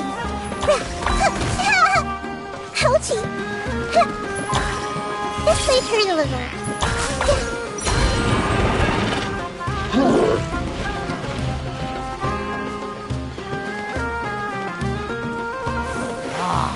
Grow!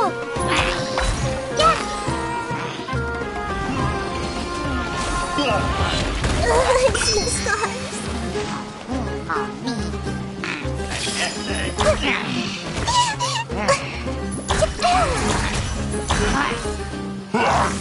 This might hurt a little.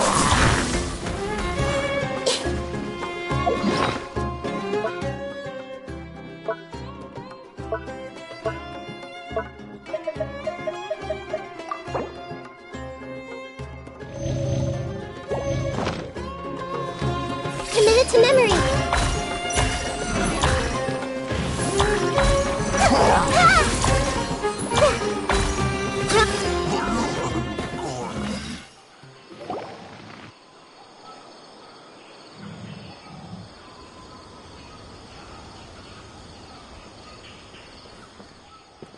The scenery here is amazing!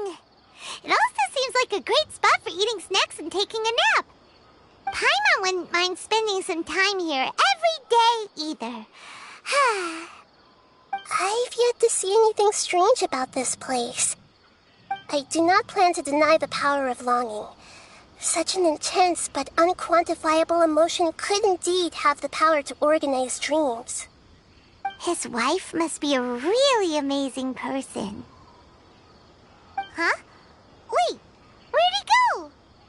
Oh, so you are waiting for me here? Well, guess what? I've brought someone amazing with me today. When the Dendro Archon said she wanted to come with me, I could hardly believe it. I'll bring Haidar once I'm more familiar with the way here. She's been telling me that she really misses you. Huh? What's wrong with him? There's nobody there. Wait, Minar. Don't go that way. It's dangerous. Uh-oh, he's gonna fall! Catch him!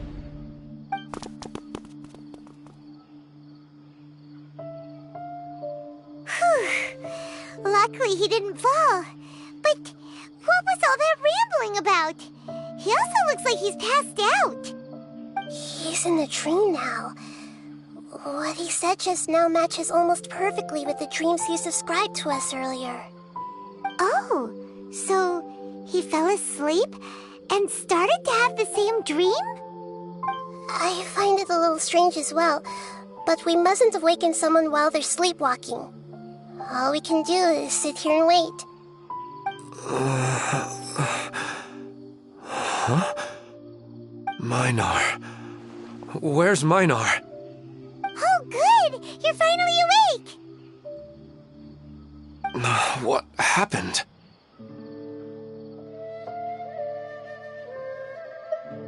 Huh? Sleepwalking? Oh, right. It was all just a dream.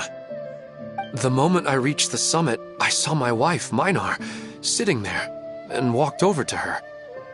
After I introduced her to you, she seemed a little flustered and started walking away. I told her to stop because of the cliff, and then she seemed to suddenly disappear. A strong wind started to blow around me and the sky grew dark. When I realized something wasn't right, I woke up. That sounds pretty wild. Maybe you were just too tired. I don't think so. I slept a lot yesterday, and I don't feel very sleepy now. Maybe we've affected the way his subconscious constructs dreams by following him here. Anyway, all that matters is that you woke up safe and sound. I think I know what happened now. I'm sorry. If it weren't for you, I would have fallen. Let's head back now. Don't come back to this place again for the time being. Oh, okay. Nahida, what's on your mind? Paimon's a little worried now. We still don't have enough evidence to work off of, so it's hard to draw any reliable conclusions yet. But I'm concerned that Ilmon's case may not be unique to him. Oh, right! Come to think of it, there were lots of people from the event who had vivid memories of their dreams.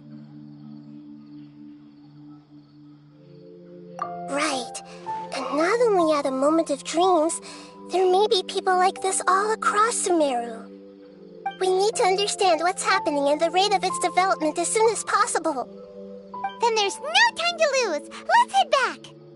Stop standing there, Ilmon. Let's go.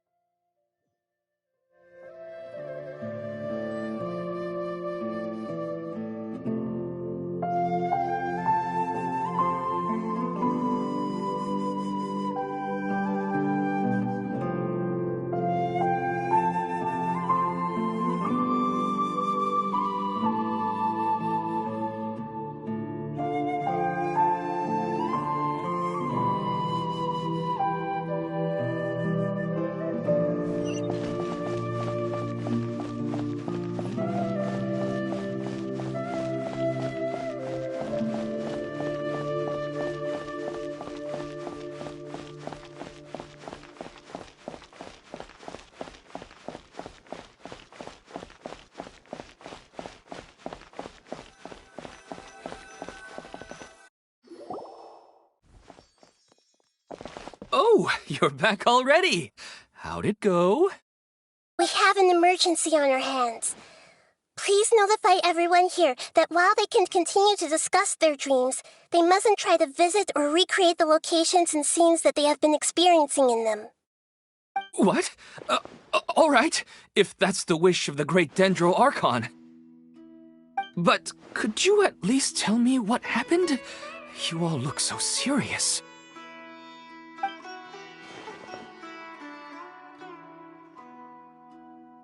see. I never knew even a dream could be so dangerous. Don't worry. I'll be sure to notify all the event participants and inform the other staff members about what has happened. Using the event registration list, I should be able to contact more people that were interested in dreams and warn them about the situation. Thank you. That would be very helpful. Let me confirm if all of today's participants are still here. Atta has already left. It seemed that he was on his way to make a hammer, so that shouldn't be a problem. Oh, wait a second. Where's Katya? Has anyone seen Katya? Has she already left? Oh, I think she already left. She said there was somewhere she wanted to go. Oh no. Did she want to look for the place from her dreams too? Can you tell us where she went? Yes, she did briefly mention it. Somewhere near Chatrakam Cave. Alright, thank you. We'll go look for her. Please help us tell the others not to do anything reckless. Sure thing. Who would have known things would have turned out like this?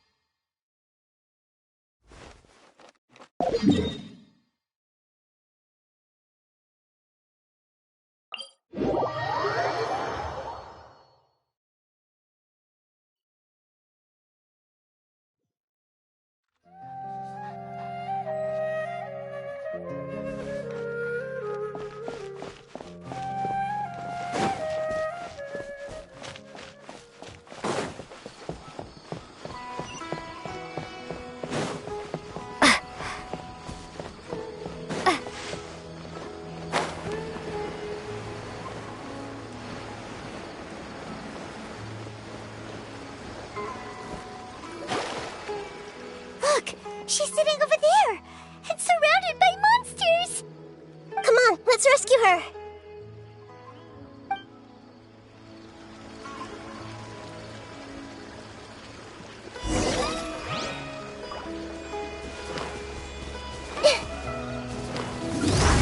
Everyone hold hands! Ow! Yeah! Ah!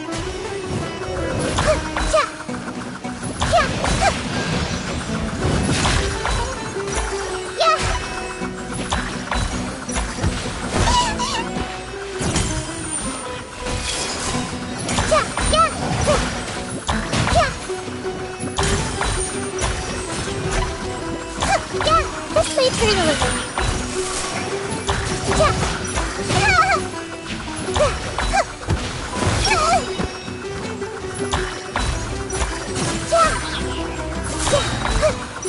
Make yourselves at home.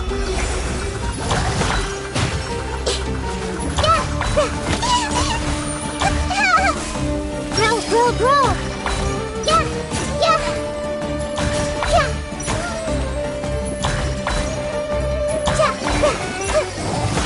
Let's play turn a little.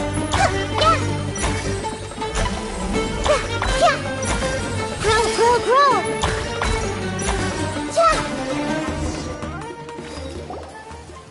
She seems to be in the same condition as Ilman earlier. Yes, but luckily she hasn't been injured or jolted awake yet. Let's carefully move her somewhere safer.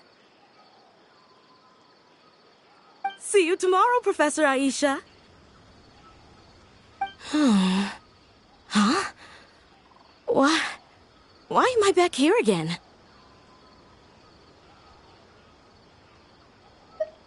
Dreaming? But what about Professor Aisha? Oh, I see. It was all just a dream. Well, that makes sense. After all, it hasn't changed a single bit. Huh? What's it? Nearly 20 years, and it still hasn't bloomed.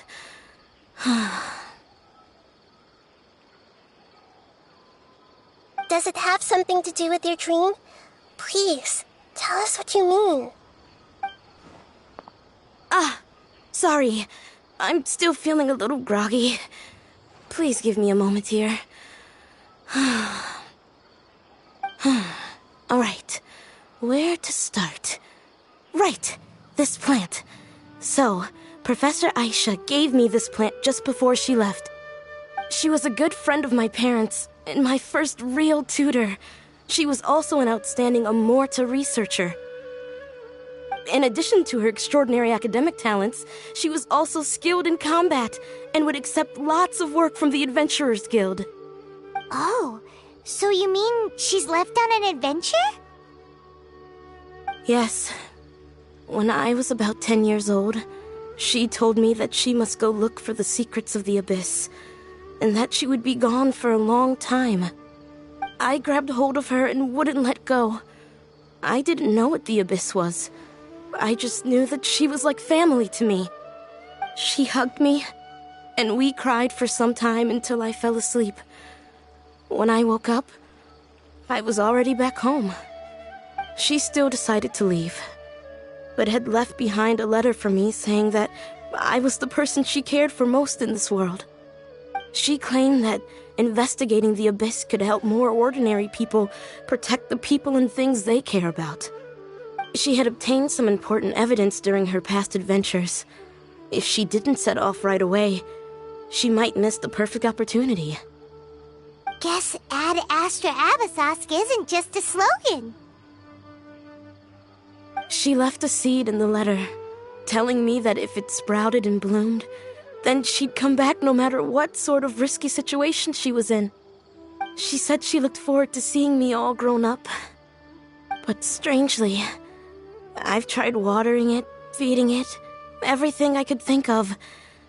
But I've never been able to get it to bloom.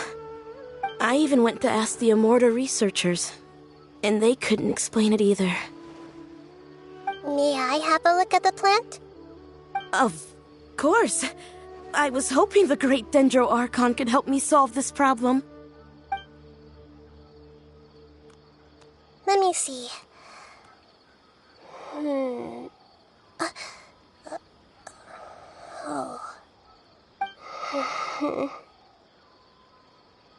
Huh?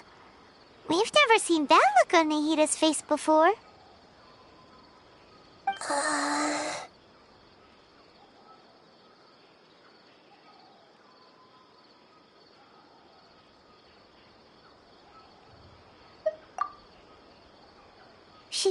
She looks a little unwell. Hold on, we'll be right back.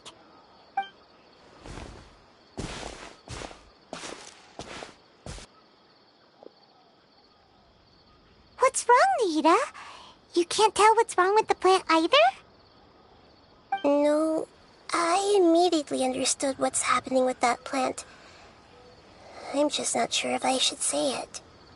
This plant is not known to the academic world. It's a new species that our teacher managed to cultivate by some special means. Judging by its features, I can tell from the moment it sprouted it'll never be able to bloom. It can't be. It means that this Professor Aisha she keeps mentioning might have foreseen the danger and was prepared to never return. From my experience observing people, she would undoubtedly regard this as a brutal revelation. When forced to confront such brutal truths, people may break down into tears, talk nonsense, or lose their tempers. I know she has to face the truth, but at the same time, I don't want to hurt her. Tell me, what should I do? Yeah, that's a tricky one. Seems like you've already got a good idea of the feelings she might experience.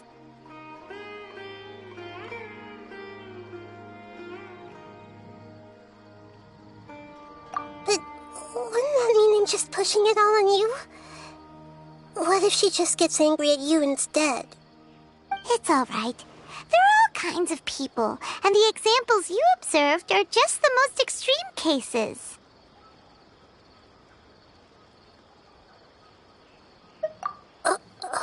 Okay. Thank you. Let's go back and tell her.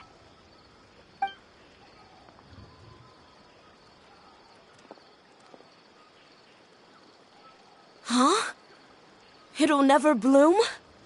But how's that possible? If a plant is unable to bloom, doesn't that mean it can't reproduce either? All that's left for it to do is slowly wither away.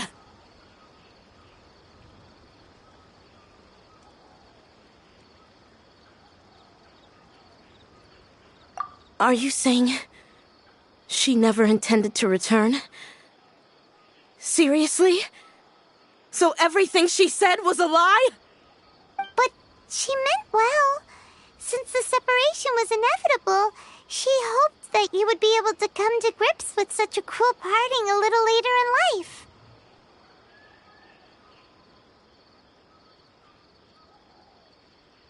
Yeah, her love, care, and attention to you, all those warm moments were real. I guess she had hoped that you could understand and respect her choice after learning the truth. I see. Sorry, I don't want to sound ungrateful, but it's just so much to take in. The dreams are so beautiful. Yet reality is heartlessly cold. I really thought she had come back. I had so much to tell her.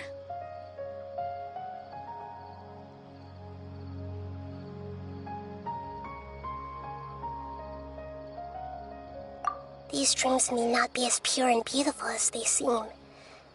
Some kind of power may be exploiting your feelings. Really? Yes. So with that in mind, until our investigation is completed, please return to the event and ignore any further temptations from your dreams. I see.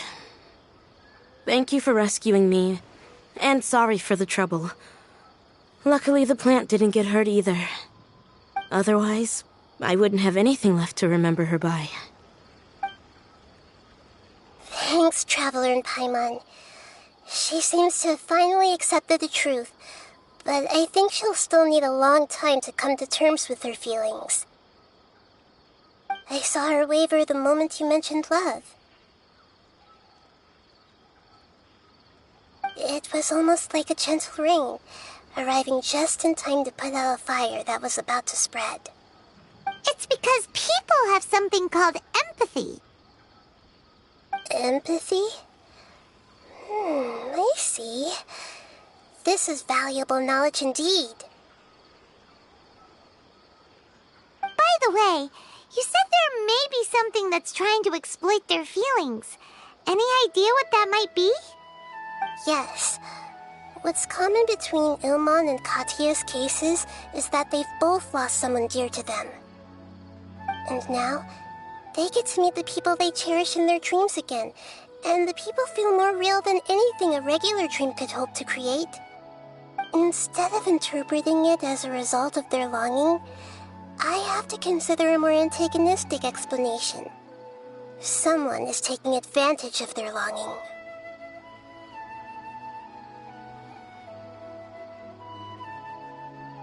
Yeah, they're just causing these people to dream. What are they after? This is exactly what we need to investigate. Anyway, let's pay another visit to a moment of dreams. I have a bad feeling about all this.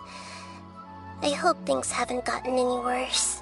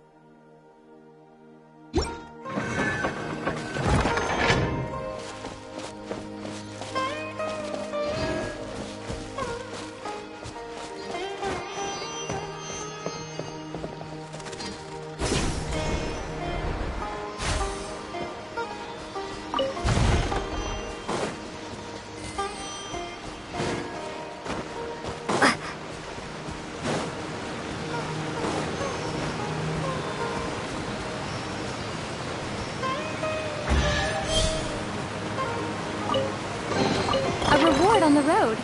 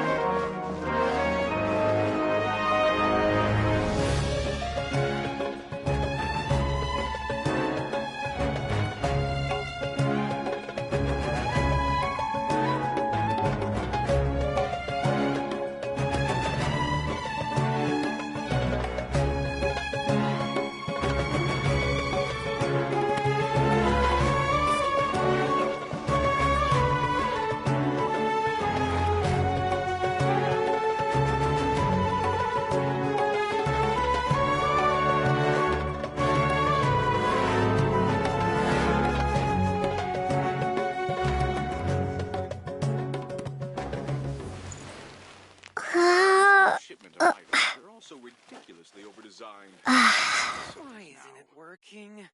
I don't get it.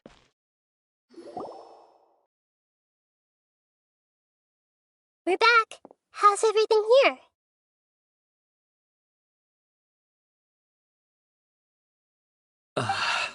I am so sorry, Great Dendro Archon. We're still trying to figure out how to explain the whole thing to everyone. Because of your warning, we've brought dreamers here even if they were completely unaware of the danger. But some of them have already fallen asleep, and they haven't woken up for a long time. I fear there's nothing we can do about it. A moment of dreams is just a small interest group. We don't have enough staff members to handle this. Just as I expected. It seems my guess was correct. It's the Dendro Archon. She's back. What happened? Why have we been gathered here? Many of you here have been experiencing some beautiful dreams. But I'm sorry to tell you that based on our investigation, there's some kind of conspiracy behind them. Before we learn the truth, please don't try to recreate the scenes in your dreams. Whatever you see, don't be tempted by them. Huh? But... I don't think it's a big deal. Aren't we just dreaming? It's not like dreams will have an effect on others. We've already met 2 people who ran off to the countryside alone and got caught in dangerous situations by falling to the temptations in their dreams. That's right! These aren't just dreams! It's serious! Alright, I get it. So does that mean once we have some conclusive results from the investigation, we can continue to enjoy these dreams? Yeah, I still want to visit my sister in my dreams.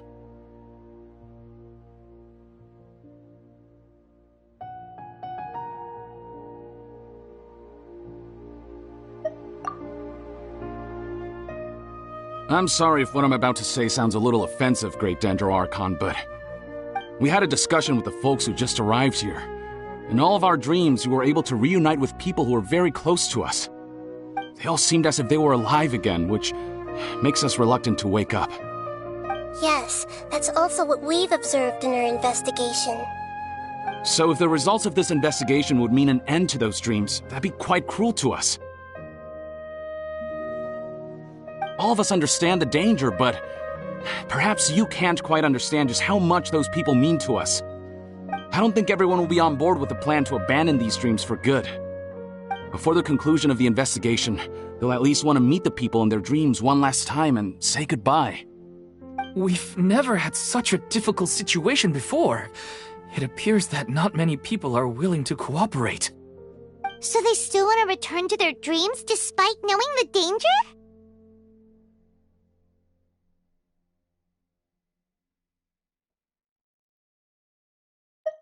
That's right. Compared with these sweet and beautiful dreams, our warnings of danger are dull and emotionless. It looks like the situation will inevitably spiral out of control. The more time we waste, the more people will ignore our warnings and return to their alluring dreams. So, what should we do? Seems we have to go into a dream and find out the truth for ourselves. Pedrush, is there anyone here who's experiencing a marvelous dream right now? Let me think. Yes, this way. Good. Please take us there. This lady refused to heed our warnings and fell asleep here a little earlier.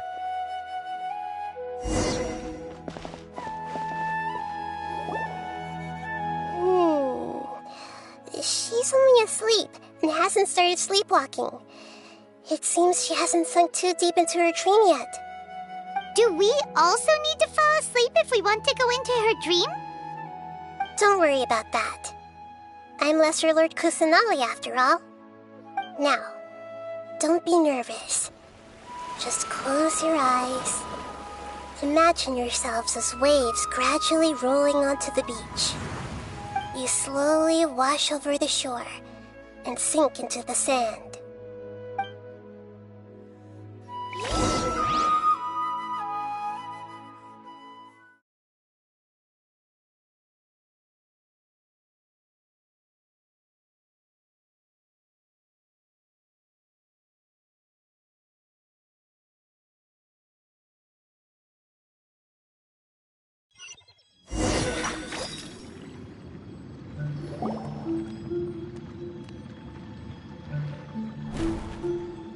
What's wrong, Traveler?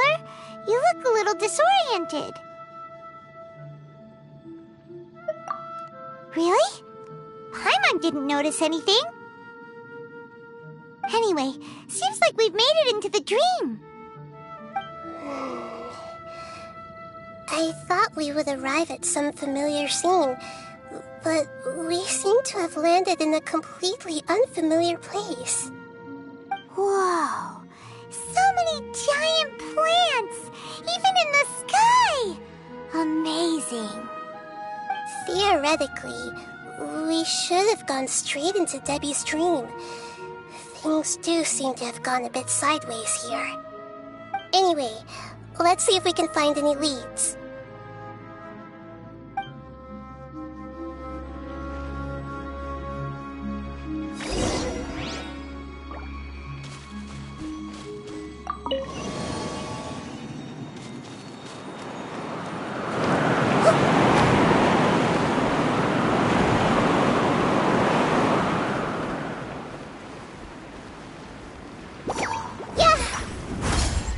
Hurt a little.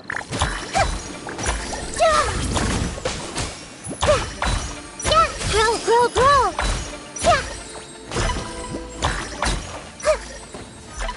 Commit it to memory.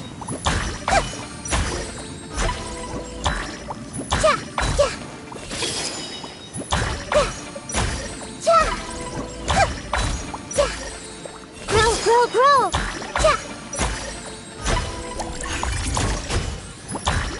This might hurt a little.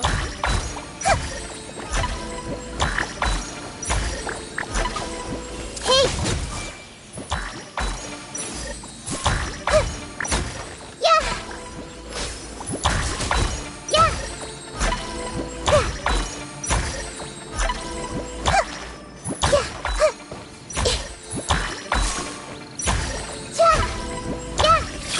Grow.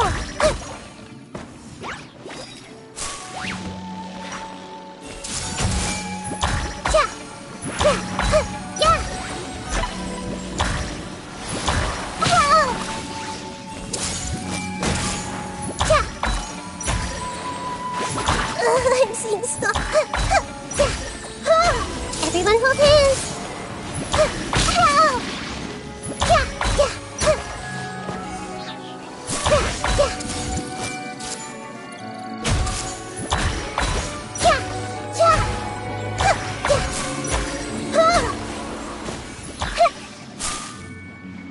Commit it to memory.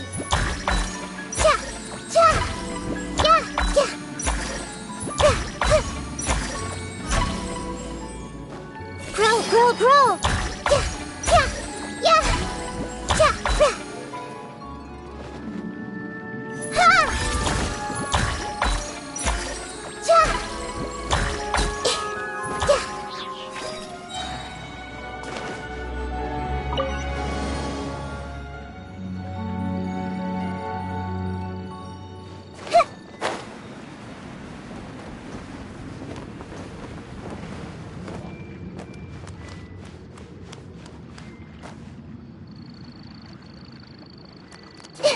Huh? A door? Wonder where it could lead. Well, it's not like we have any other way to go now. Let's go in and have a look.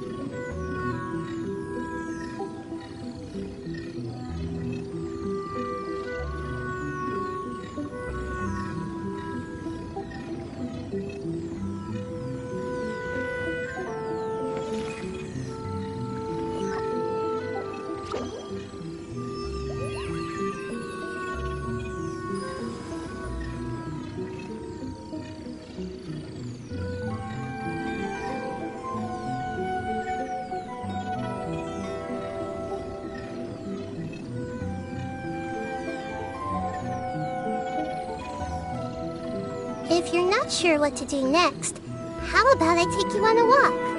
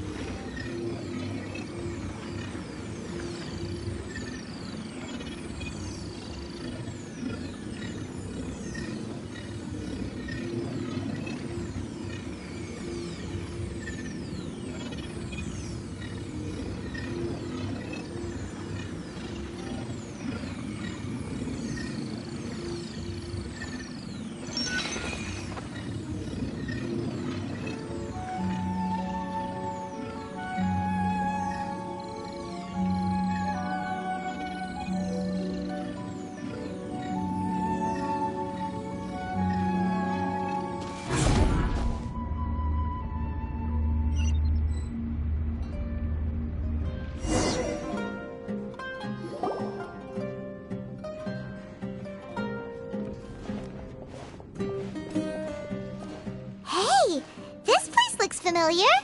Isn't it Puspa Cafe? Oh, Paimon sees Debbie! She's right over there! Looks like we've come to the right place. These alluring dreams often portray a scene from real life, which concurs with our previous findings. Really? But what about that space we were in just now?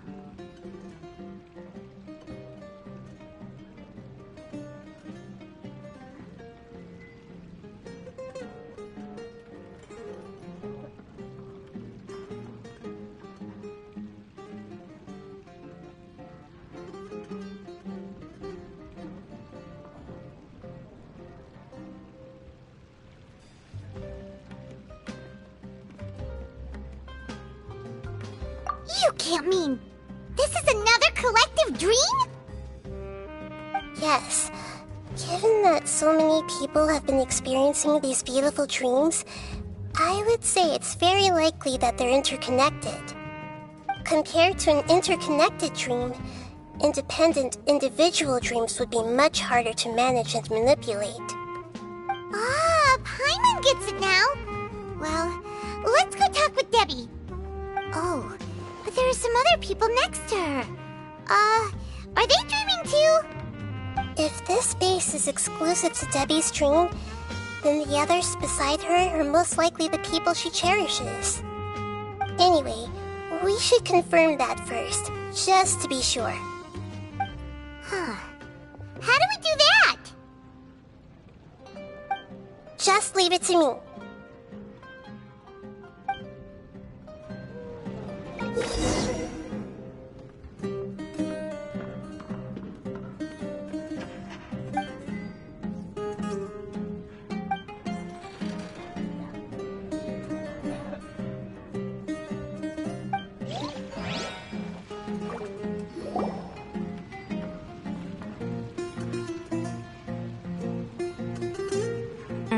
The coffee here still tastes the same as ever.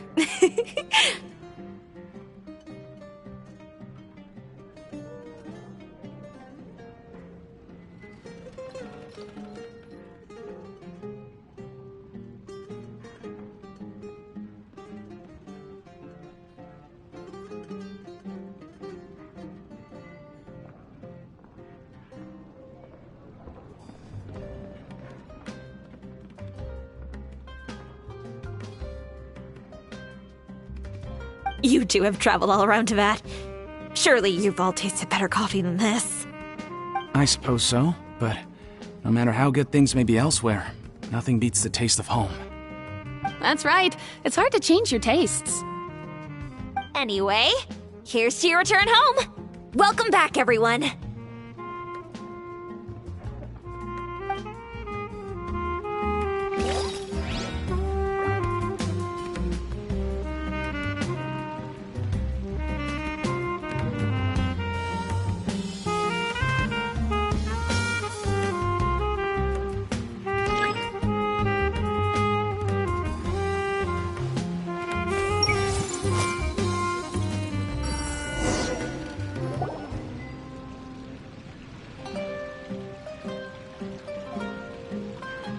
Huh. How could they be? Well, I guess it doesn't matter. Huh? She sounds a little hesitant. I've confirmed that this dream belongs only to Debbie, because I'm unable to hear the thoughts of the other two people with her. So, this is the power of the Dendro Archon? Paimon had better watch her thoughts from now on. Don't worry. I don't often use my powers like this. It's rather impolite. Alright, I need to get myself ready. It won't be easy to break it to her, but there's no avoiding it now. The Great Dendro Archon! What brings you here? I'm sorry to interrupt your celebration, but have you noticed that what's happening here doesn't quite match up with your memories? I don't quite understand, Great Dendro Archon. What do you mean? I get it! The Dendro Archon is trying to say that it's a once-in-a-lifetime opportunity that we're able to gather here. Hey, how about a cup of coffee for all of you? My treat. We just returned from a fruitful adventure. Memories? A once-in-a-lifetime opportunity? Think carefully. You of all people should know what really happened to them. Are you sure that meeting here and chatting the day away like this isn't just a product of your own wishful thinking?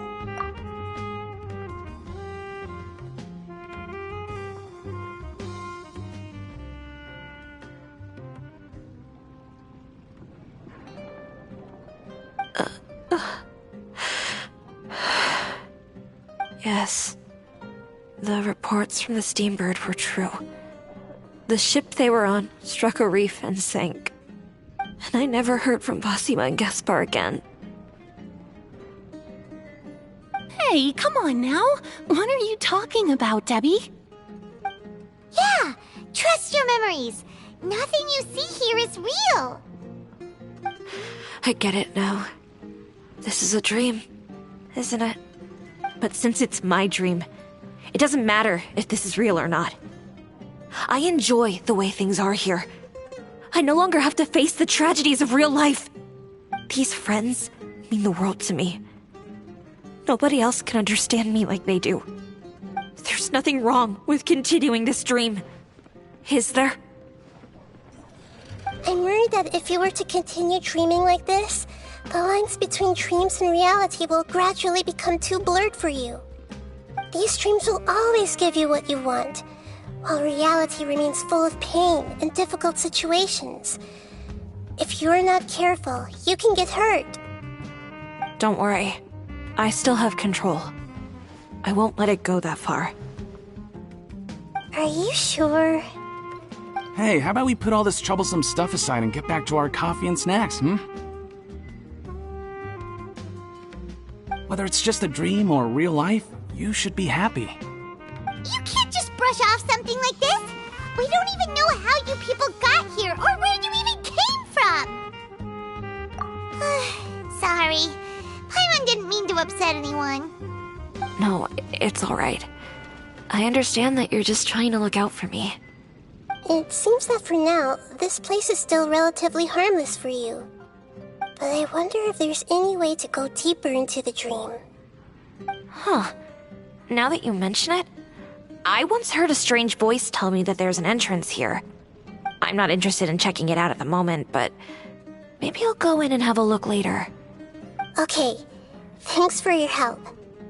Just as I expected, we're only on the surface of this dream. Let's go.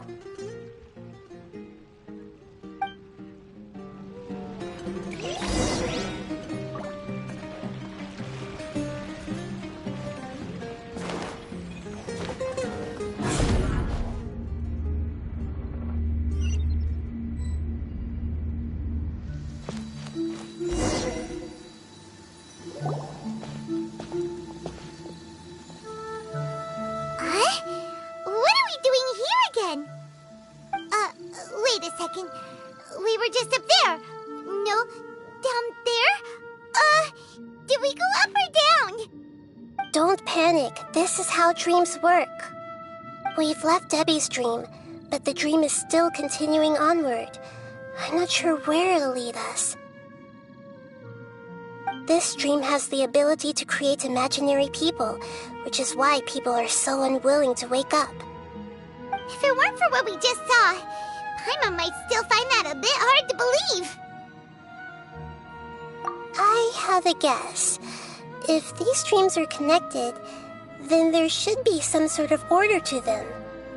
The fact that Debbie was able to realize that she was dreaming means that she is not very deep in the dream yet.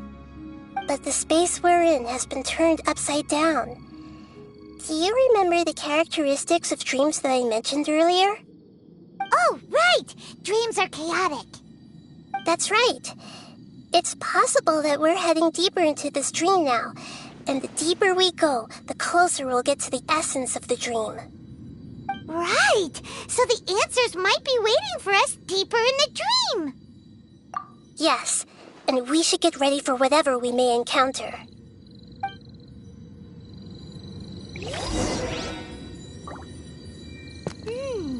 It looks like we may need to put something inside there.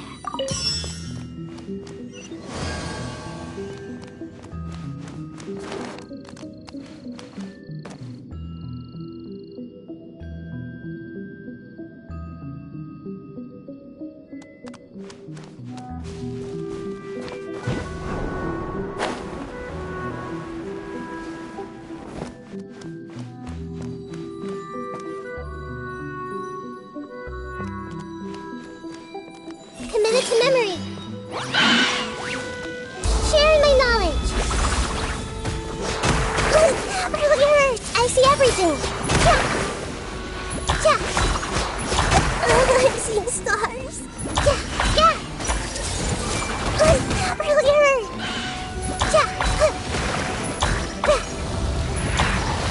This may hurt a little.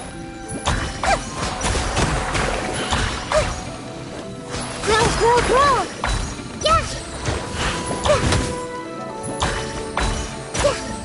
Committed to memory.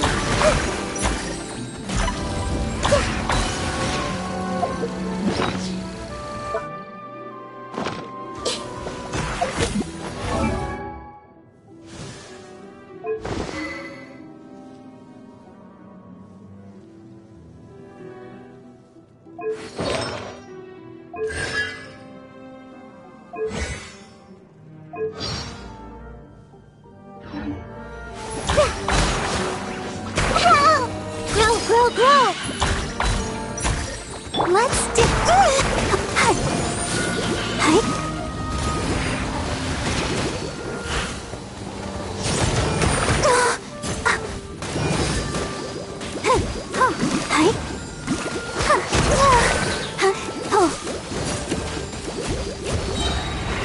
Come on! We can do it! This may hurt a little. Really hurt! Grow!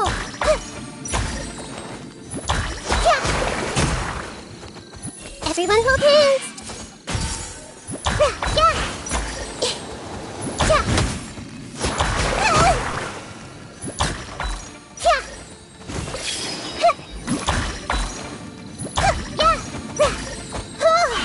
This may hurt a little.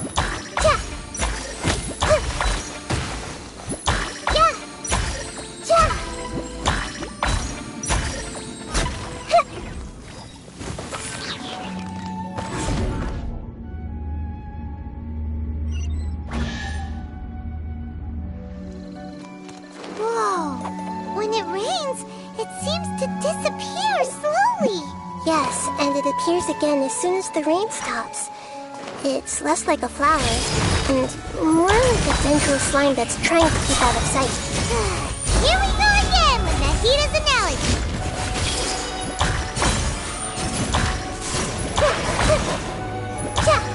This might hurt a little.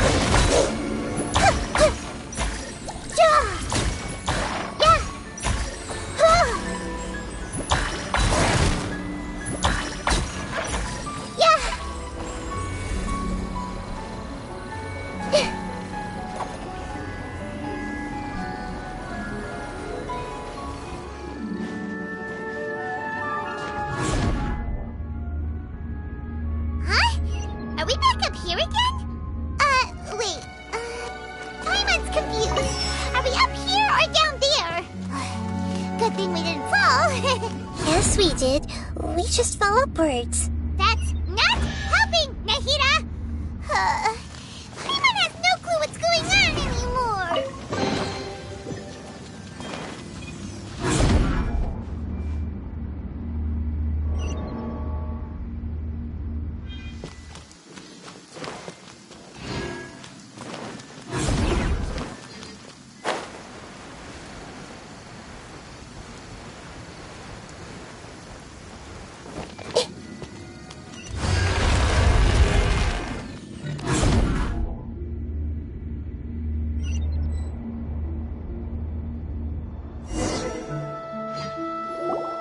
Wait, weren't we already here a little earlier?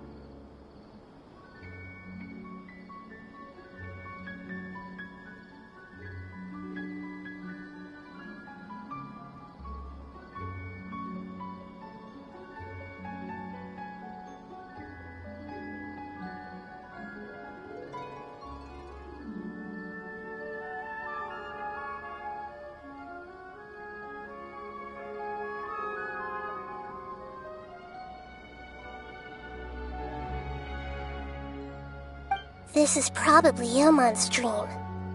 Huh? Why would he start dreaming again?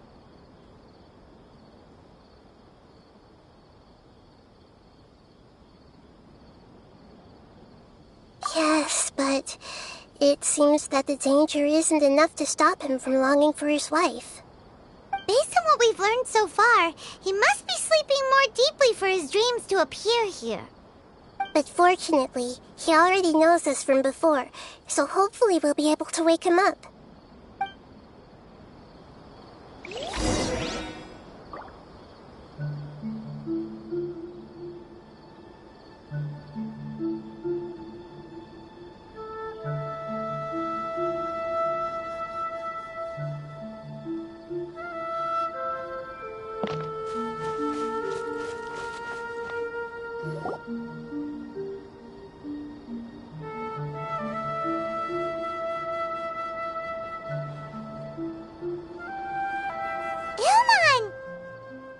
Oh, it's you.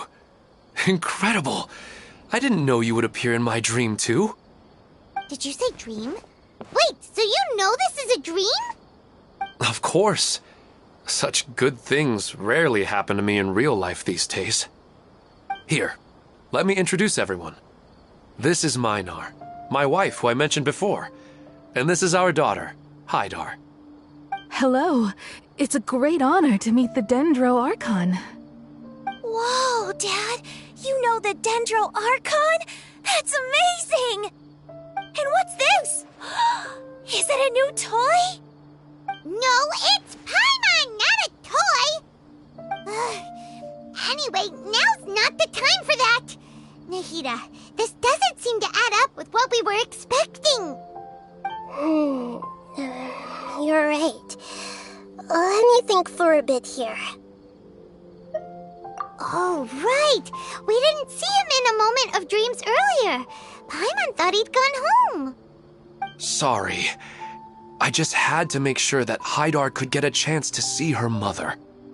I had gotten pretty familiar with the hike, so I brought Hydar with me. I'm just glad we didn't meet any monsters along the way. Yes, I'm glad too. I didn't expect her to grow up so fast. It must have been very hard for him. I regret not being able to fulfill my role as a wife and a mother. No, don't talk like that. Let's leave all that unhappy stuff behind for now. Even if we're in a dream, it's still a blessing that we've been able to reunite in this way. What should we do now? Should we tell him the truth? You can let me break the news. I should be the one to do it. I'm sorry, but I should tell you that your dream did not create us. We are real people with our own consciousness. Like the last time we met, we are still investigating this dream, and we've already learned some things about it. So you mean there's something nefarious with this dream as well? Ilmon, what's going on? It seems the reunion of our family is destined to only be temporary. Huh? Is Mom leaving? Maybe. But in all likelihood, that is indeed how things will end. Oh. No, Mom, you can't leave! I'm afraid I don't quite understand what's going on. Don't worry, Hydar. Mom's not going anywhere. Please, don't cry. Minar doesn't understand any of this. I'm fully aware that this is a dream, so that's why I've never told her the truth, but... Never mind. It's not like I would know what to say. I mean, I don't get any of the complicated stuff. But regardless of whether this dream is good or bad, you're here to resolve it, right? Yes. Then please, let us enjoy this moment for just a while longer. Regardless of whatever caused this dream to come to pass, I feel extremely grateful to have had the chance to reunite with my family. But does this dream really have to disappear? afraid so. Sorry. Okay. I see. Please, come this way. You can go even deeper into the dream by heading in this direction. I have heard that the further down you go, the more pleasant the dreams become. And the more you want to stay. The answer you're looking for may also be found there. Go ahead. Thank you for helping us. And I'm truly sorry. You're welcome. It's not like I have any say in the matter. I'm just an ordinary person, after all. Who am I to interfere with the work of a god? I'll be right behind you. I should at least let Minar and Haidar know what's going on here. Otherwise, my daughter might be mad at her mother after we wake up. We're not doing something bad, are we, Nahida? That depends on how you define good and bad.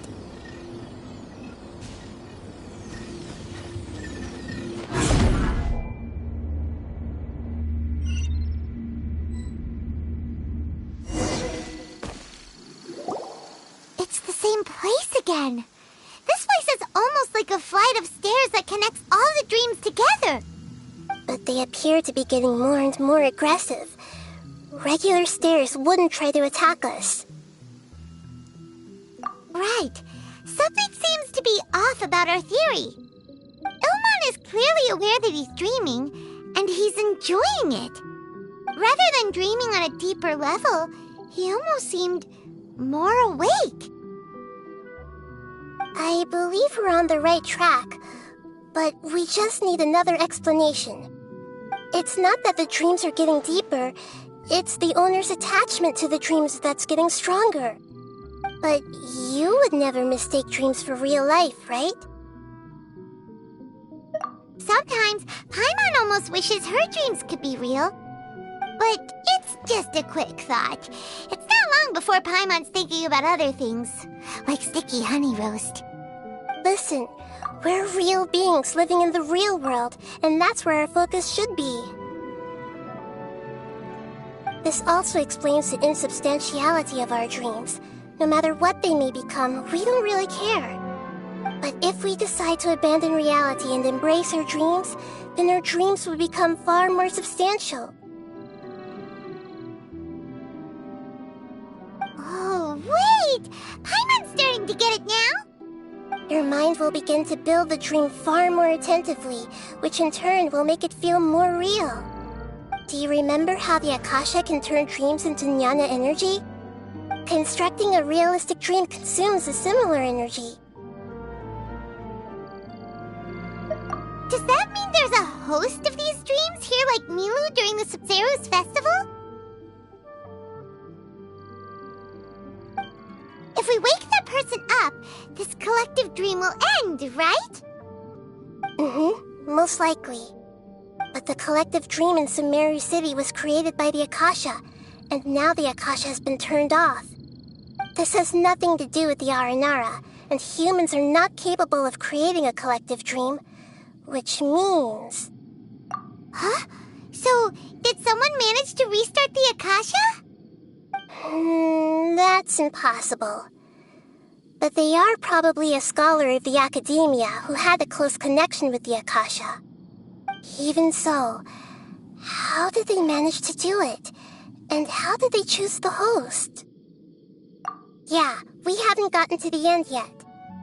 Once we know their motive, all the questions will resolve themselves.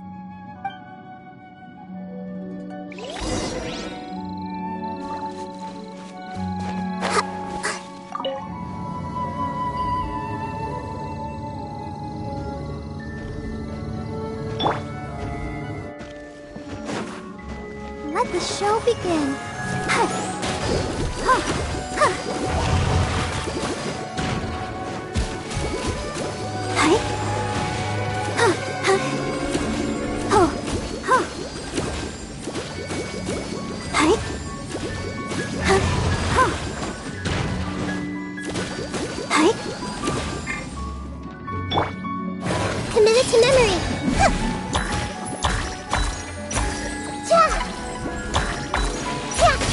turn a little.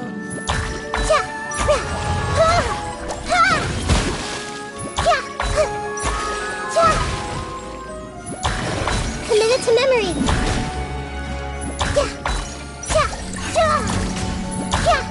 This might hurt a little.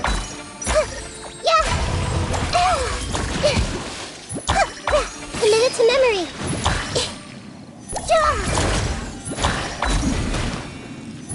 This might hurt a little.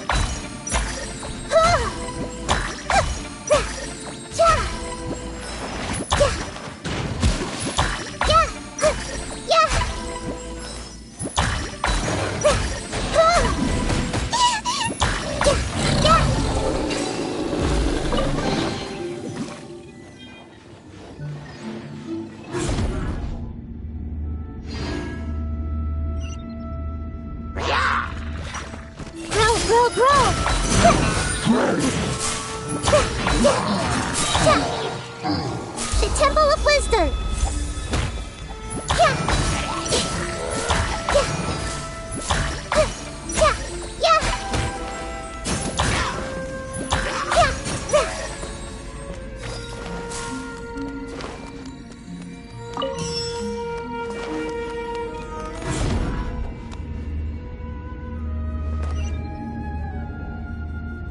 All the water that used to be here has turned into rain. Then let's get through here before the water level rises.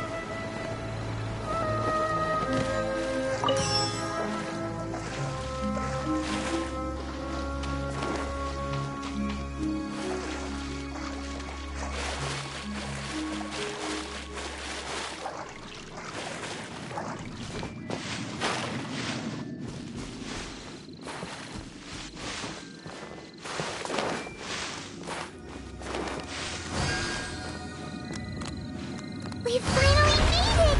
The destination is right ahead!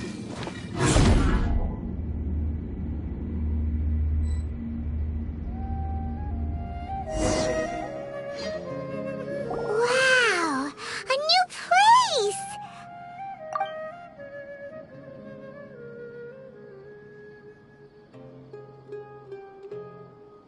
Well, it's just new to Paimon in this dream.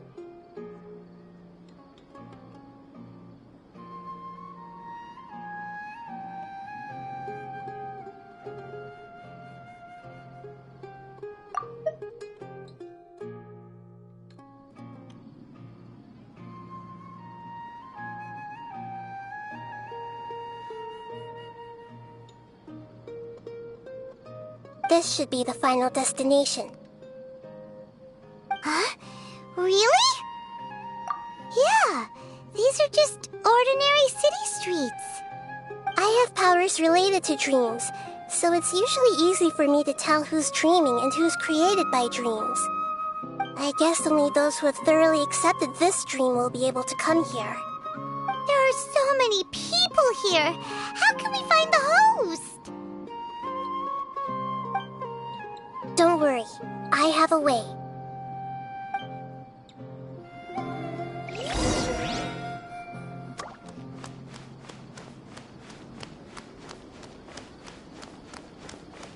I see everything!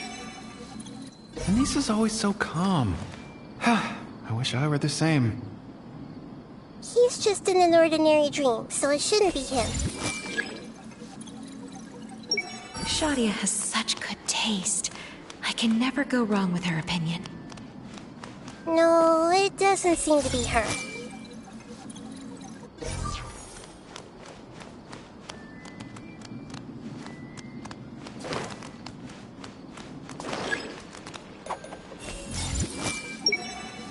Who doesn't want a dream to last forever?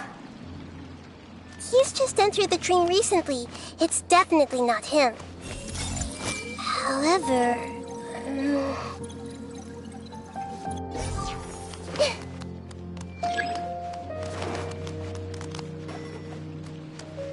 I see everything! Sometimes I wish Rakesh could be more assertive, but I guess I'm also happy enough with the way things are. No, it's not her, unfortunately.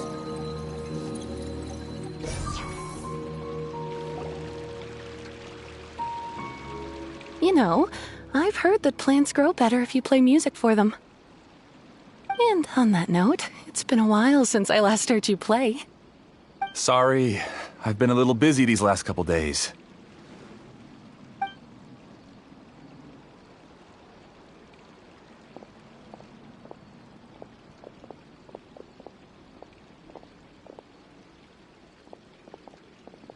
Oh, the Dendro Archon. What a pleasant surprise. Oh, welcome, great Dendro Archon. And your companions, too. Welcome. I'm Amira. I run the flower shop here. And this is my husband, Moses. Yes, how may we help you? You already know all about me. There's no need for all the pleasantries. Perhaps I should call you the dream's owner? As expected of the Dendro Archon. I'm sorry, Amira. It seems my research has attracted the Dendro Archon's attention. Why don't you go back to the flower shop? I'll come help you a little later. Okay, of course, dear. I'll see you later.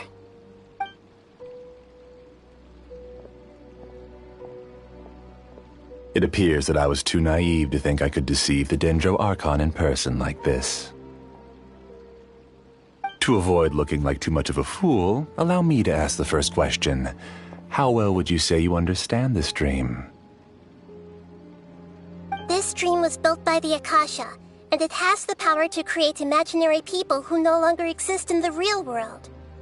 As for you, you found a unique way to become the owner of this dream, going so far as to have even given up the ability to wake up again.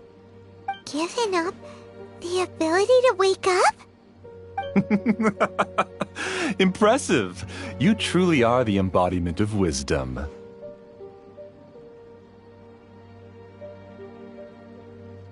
Please, tell me how you were able to arrive at such a conclusion. In return, I'll answer the question you're most curious about. It's simple. Apart from you, this space only consists of real people who are dreaming and imaginary people who are created here.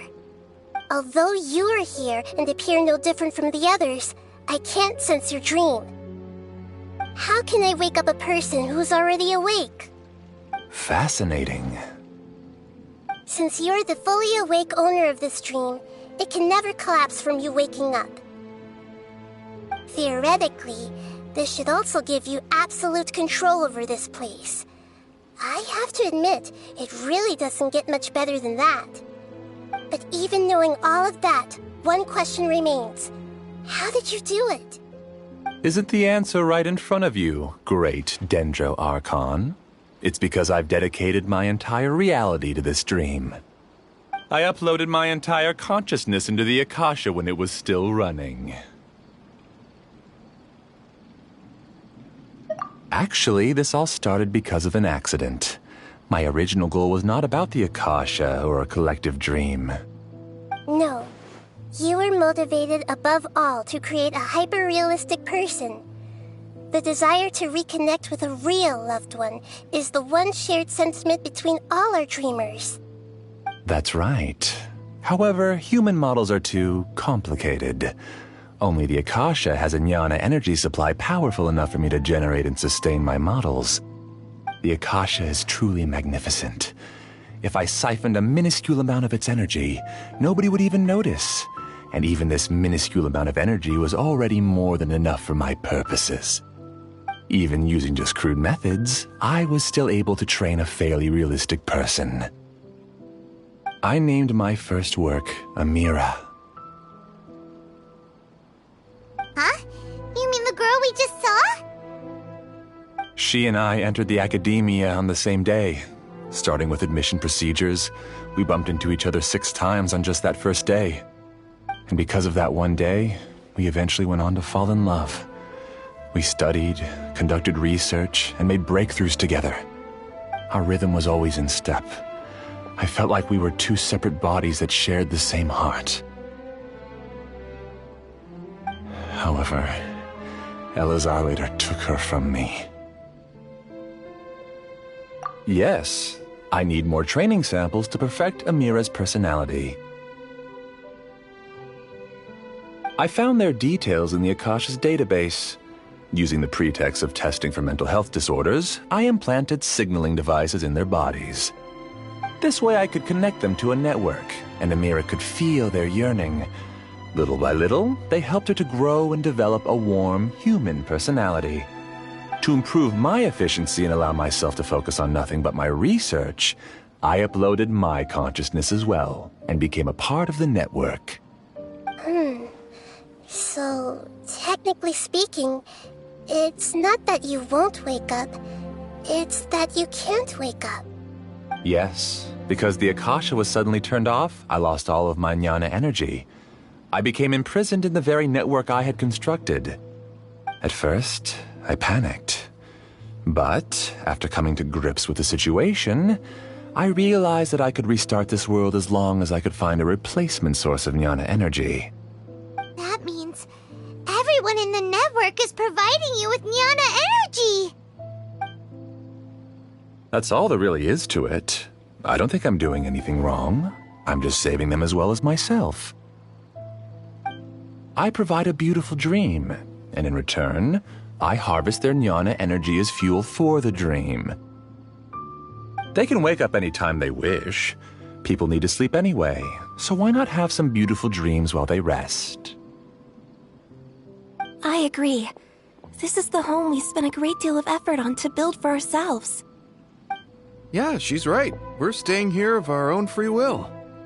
I don't understand this at all, but I just want to spend some more time with my family. I don't want them to be sad. Thank you, dear. Great Dendro Archon, I hope you can understand. You don't need to gather around here. It's all right. The Great Dendro Archon is nothing if not kind and considerate towards her people. She won't interfere with what we're doing here. Uh-oh, now he's playing dirty! It seems like I won't need you to answer my last question. You're willing to tell me all your secrets because you have nothing to fear. If you use real people as your weapon and turn them against their Archon, then there's nothing the Archon can do. They just want to be with the people they cherish. I don't think there's anything wrong with me providing them with that opportunity. They don't wish to eternally part with their spouses and friends. What's so wrong about that? If you understood humans a little better, or had also experienced firsthand the absolute devastation of loss, then perhaps you wouldn't be so cold towards us.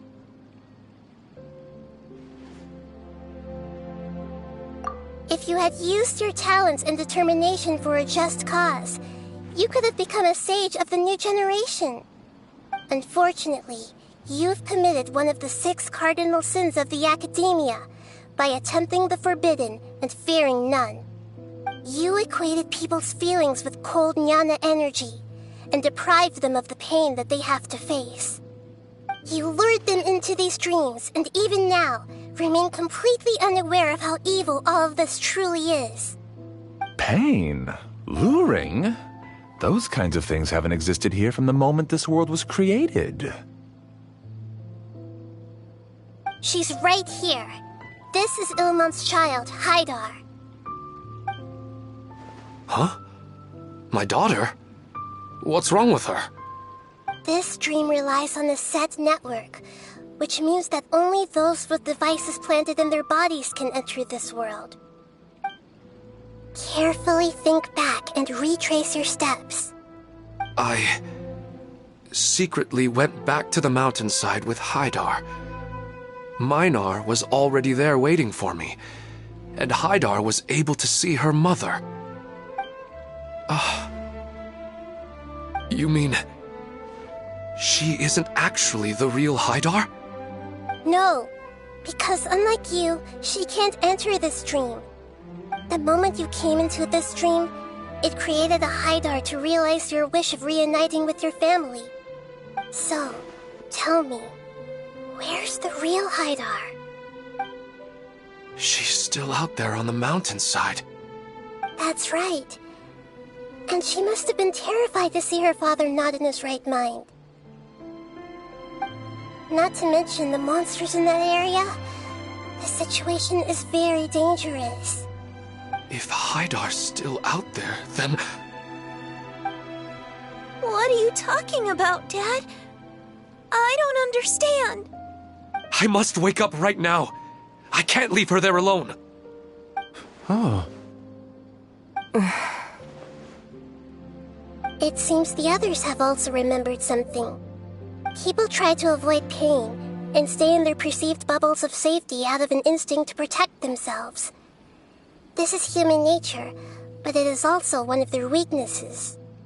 However, why are there still so many people striving to move forward even when they know the path ahead is dangerous and painful? It's because people don't only live for themselves. They have families, loved ones, friends, and communities. They have dreams that they are still trying to achieve. But in this dream, you showed them only the most comfortable and soothing things. This entire world has been built on the foundation of buried and unseen pain. It's all just a well-devised scam. It seems like I've stayed in the dream for too long. I still have so many things I haven't done. Huh. I thought gods didn't understand humans. That would have explained why they created such a flawed world where countless tragedies took place. I didn't expect you to arrive at the answer through sheer power of observation. But unfortunately, it means nothing now. If you wanted to spend a little time in the waking world, go right ahead. In any case, I wanted to spend some time alone with Amira. As long as this dream continues to exist, you'll come back. Humans aren't as strong as you think, and even if you're a god, they won't always listen to you. It's time to purge all the extraneous data and noise.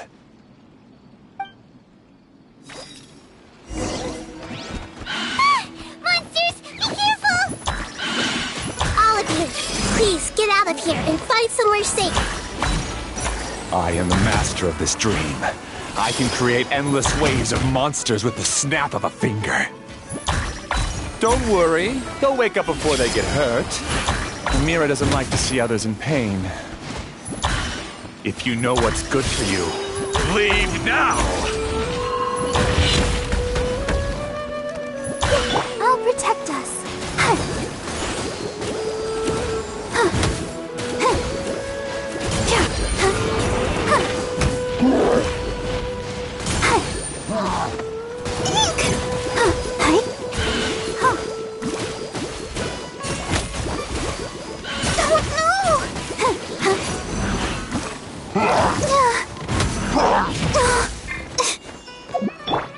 Committed to memory.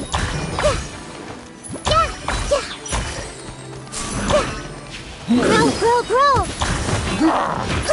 Really hurt. This might hurt a little.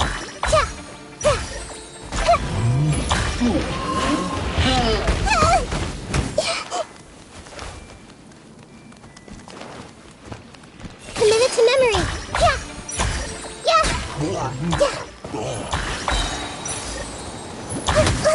Really hurt.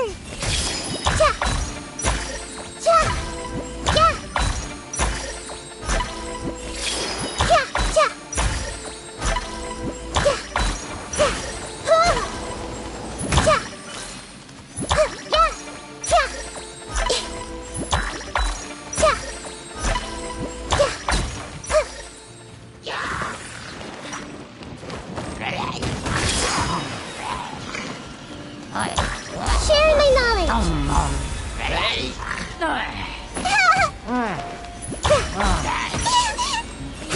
Grow.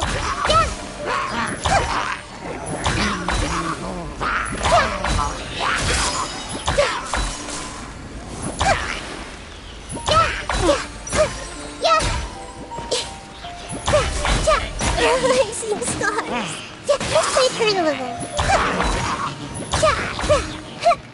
Let the show begin. Ready, steady, go! Ouchie!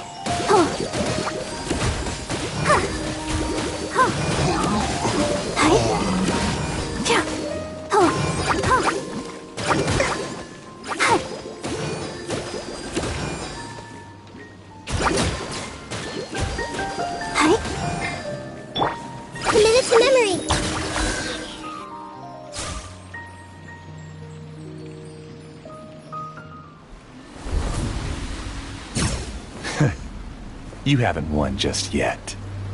This dream is mine! If I go into hiding here, not even an Archon can ever find me. And as long as people yearn for happiness, they will return here and rebuild this paradise! Hey, stop! What's that? The stream is spiraling out of control and is collapsing now.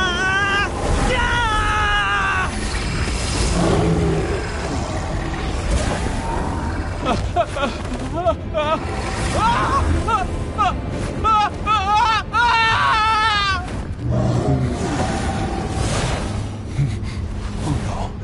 Amira! Amira! Amira!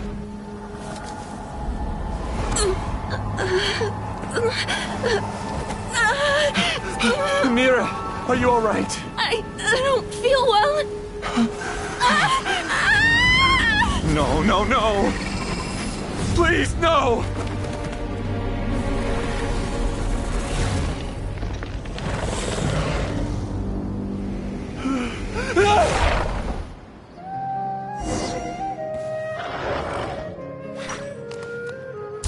Get away from there! Don't ruin my flowers! What should I do? Where did he go? Left because he doesn't want you anymore.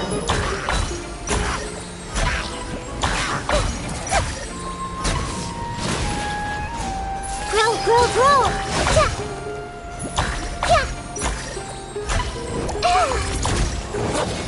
Hey!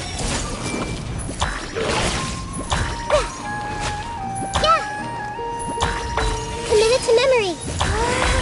Just shut up! Just decide for yourself.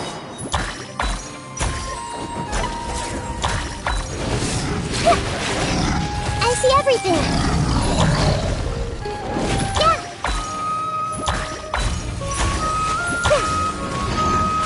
Grow, grow!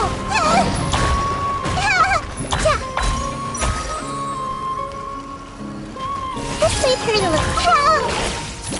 Stop bossing me around.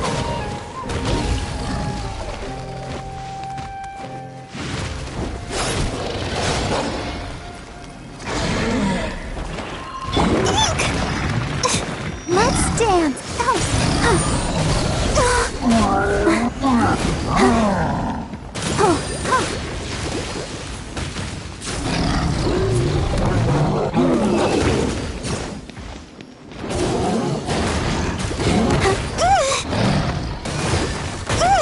I'll protect us.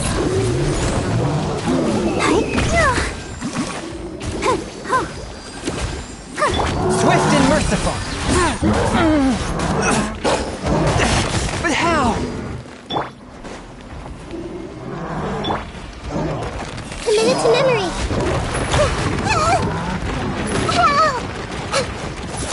Grow, grow, grow.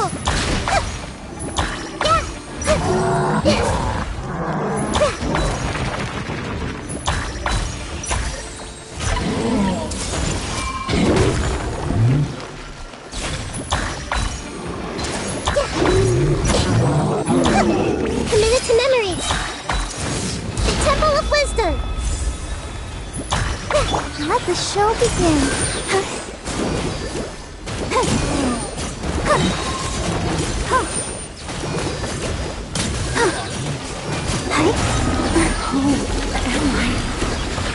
I'm not Amira.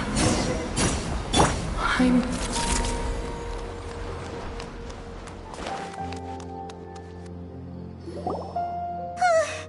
Glad that's over. But what happened just now? He's not very proficient in using the Akasha's technology, and he spent a lot of Jnana energy creating monsters.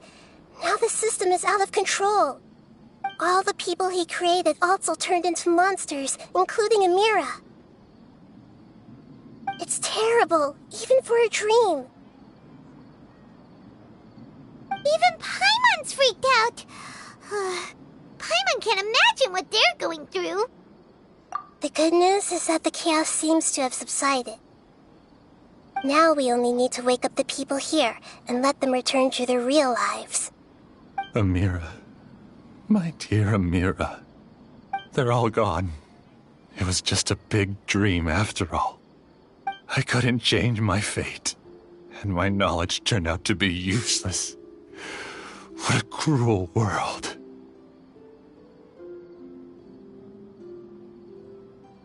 Do you still think this is our fault? I don't care about that anymore. The jnana energy used to sustain this dream has all been transformed into monsters. This dream will soon collapse and my consciousness along with it. Let me disappear with Amira. I'd rather turn into dust than to ever wake up again. It seems that everything that's happened is too much for him. He's lost all hope. I think seeing Amira turn into a monster was punishment enough for him. After comprehending the hollowness of the unreal, it's time to revisit the meaning of existence. Existence? I'm different from the others. I've long given up everything outside of my consciousness. Using my knowledge of the Akasha, I have a way to extract your consciousness from here and put it inside a knowledge capsule. The Academia has probably kept your body, so you should be able to wake up soon. No need.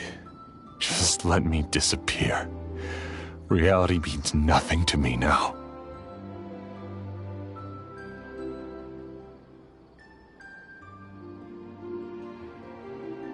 This isn't compassion. I won't let you escape your punishment by simply disappearing. As for your life after that, it'll be up to you how you want to exist. Alright, Traveler in Paimon, we should go back. We can finally wrap up this whole thing.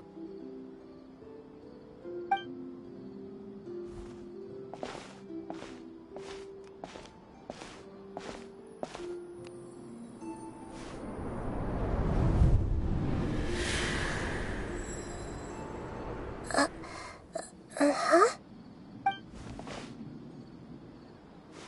What's wrong, Nahida? Oh, nothing. Let's tell the people here to gather at the Moment of Dreams after they wake up.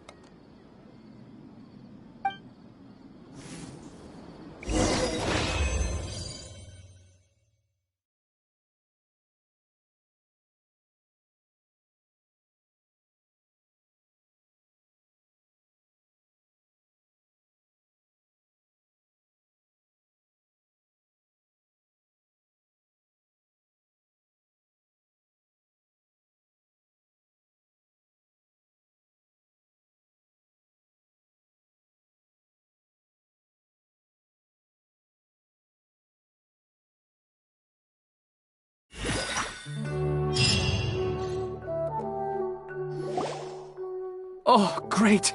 You're awake! Everybody has started to wake up, and we've heard similar reports from around the city as well. From the looks of it, you were able to successfully resolve the issue. Yes, though it took us a good deal of effort.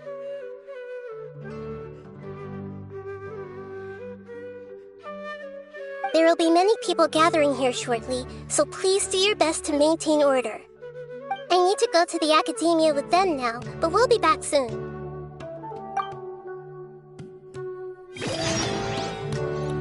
Are we going to ask about that scholar?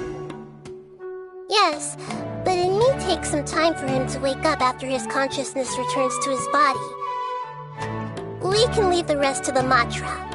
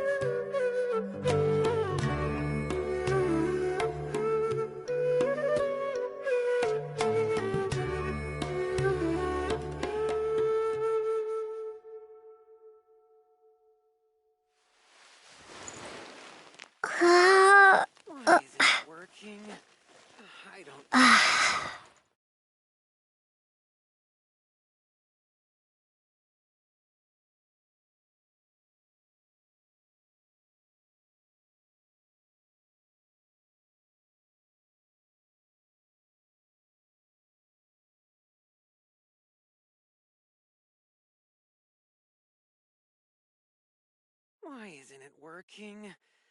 I don't get it. I don't get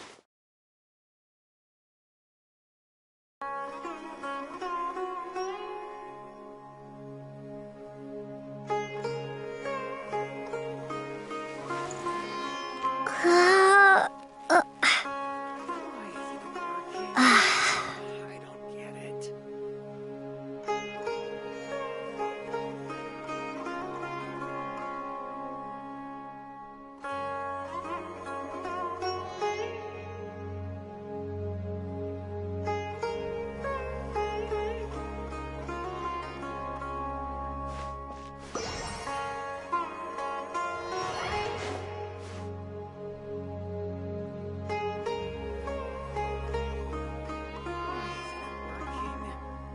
don't get it.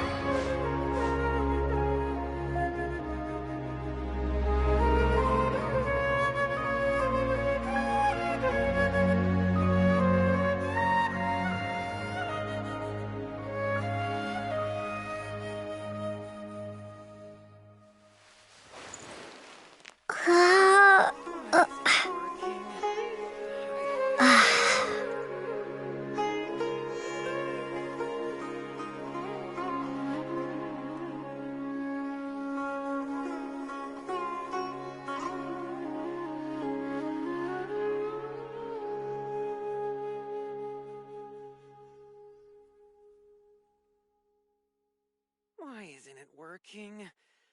I don't get it.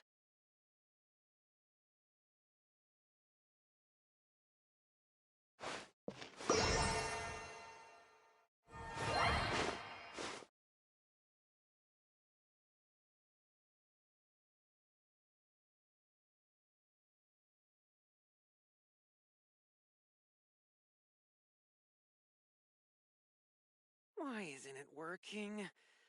I don't get it.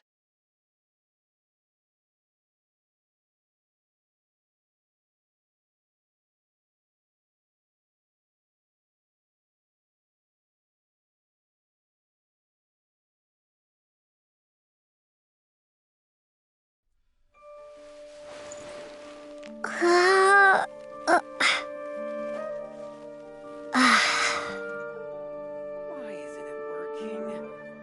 I don't get it.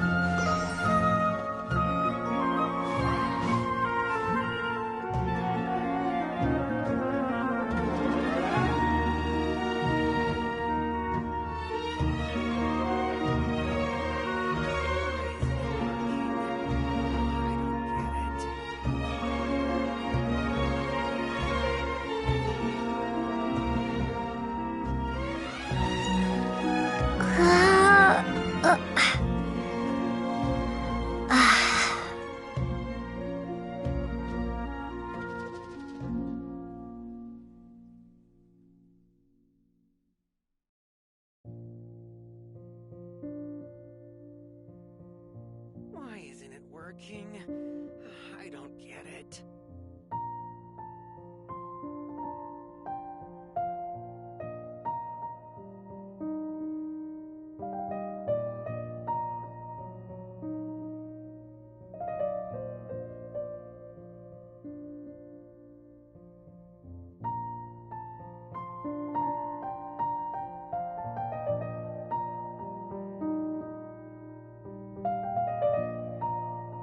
Why isn't it working?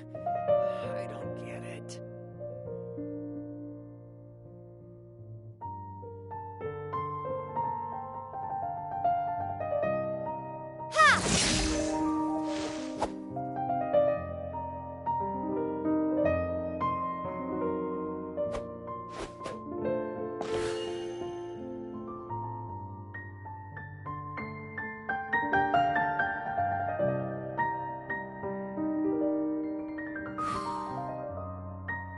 Why isn't it working?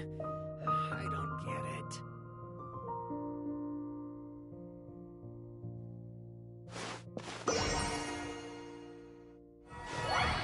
isn't it working?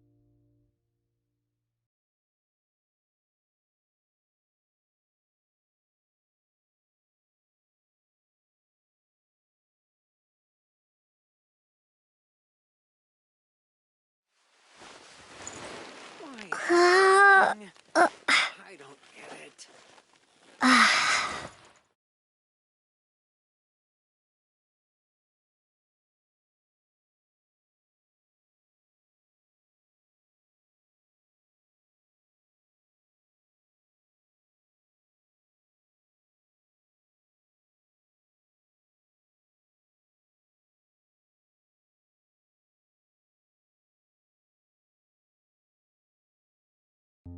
Why isn't it working? I don't get it.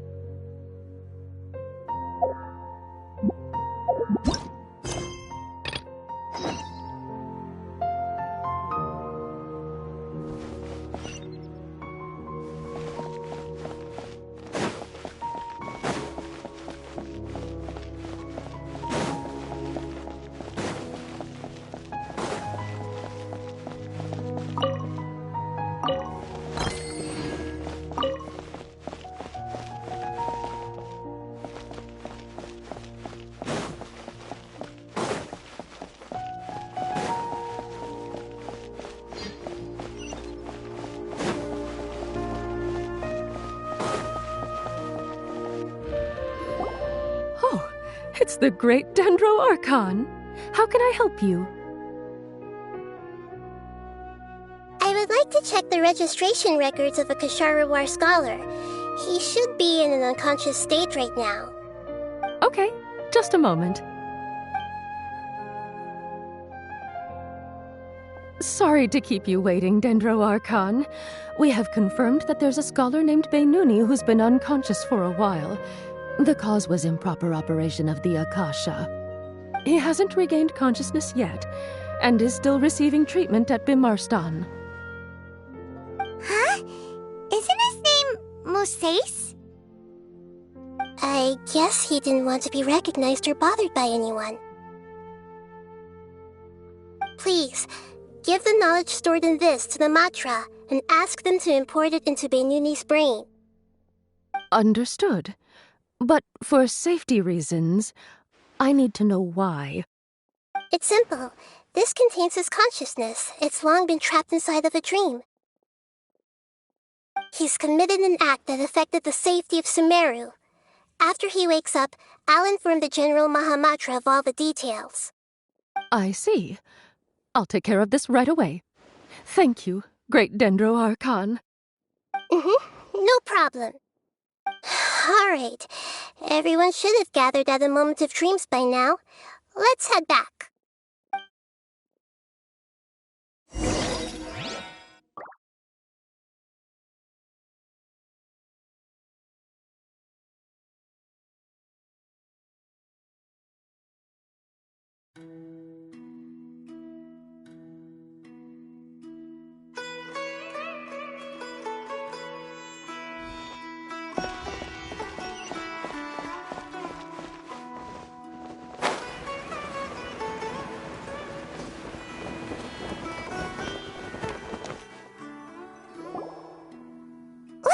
quiet and just listen in. I wonder what she's going to say. Hello, all of you who have just woken up. I'm sorry for interrupting your beautiful dreams. I may have acted a little cold when handling things in the dream. I sincerely apologize for that. Dreams have amazing power. They inspire us to remain resolute in the face of adversity and help those with aspirations achieve their desires. But dreams also have the potential to exploit people, confuse the senses, and distort the truth. Unfortunately, you were all chosen as prey for an elaborate scheme. As I've said before, I am still learning and cannot fully empathize with the pain of all the loss you've experienced.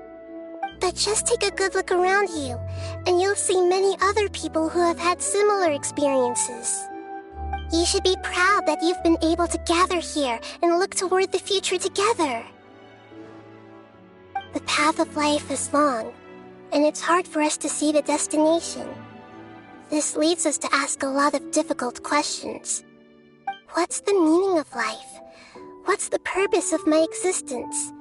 Why do I keep experiencing pain and loss? Of course, the most comfortable choice is to stop progressing, give up thinking, and just keep repeating whatever you're already familiar with. Whenever you have such thoughts, just look at the people and things around you. Some people work hard all day so that their families can have a hot meal on the table at night. Some people travel all over the world in order to create art that resonates with all of Teyvat. Some venture in search of the world's secrets to prevent rapidly approaching, yet still unknown, world-shattering catastrophes. Life is not just about yourself. Each and every one of your actions shapes you and the world around you. Look, friends and family will remember what you've done, and even some people you've never met may benefit from your actions. Therefore, many people will strive forward to forge new paths, even if they have to endure great pain to do so. Once you begin your journey on that same difficult yet rewarding path, you'll come to know the answers to those big existential questions, yet they will no longer feel as life-defining as they did before. But if you were to believe that life is nothing but an empty, ephemeral dream, then that's also the only thing it'll ever become. You are free to choose how you want to live your lives, but as your Archon, I should first make this information known to everyone. In the end, it's up to you whether you want to embrace a beautiful dream at the cost of your real life. Nahida said she wanted to speak with us alone. It seems like she went to the plaza in front of the academia.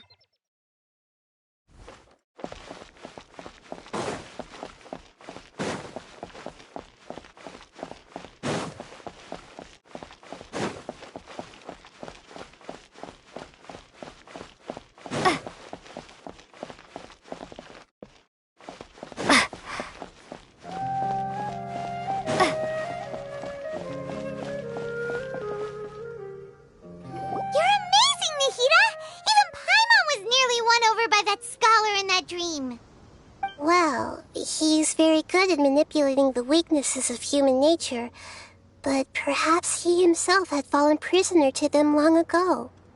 That dream was incredibly beautiful and enticing. Ordinary people couldn't see through it and easily lost themselves within it. But as long as you can still wake up, you can still move forward with your life.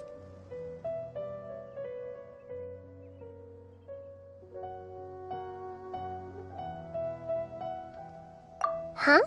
What makes you say that? Right!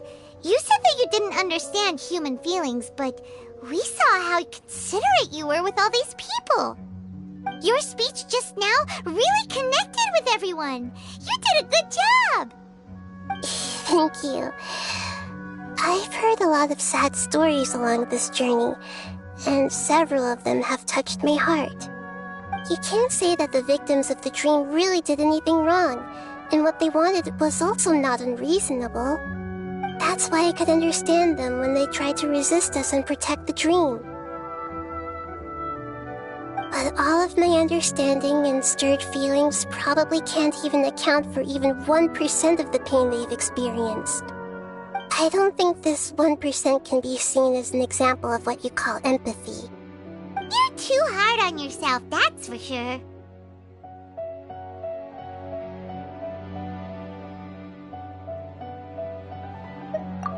Alright. I suppose going out into the world will help my confidence grow. I've learned that emotions are nothing like knowledge, and that's why it's hard for me to put them into words sometimes. Benyuni, or Moses, said that I had never personally felt the pain of loss, but I have a vague feeling that this isn't true. The moment I entered the dream, I felt like I was wrapped in a blanket of warm feelings. It was so warm that it felt like I had returned to the start of my life, and I didn't want to wake up anymore.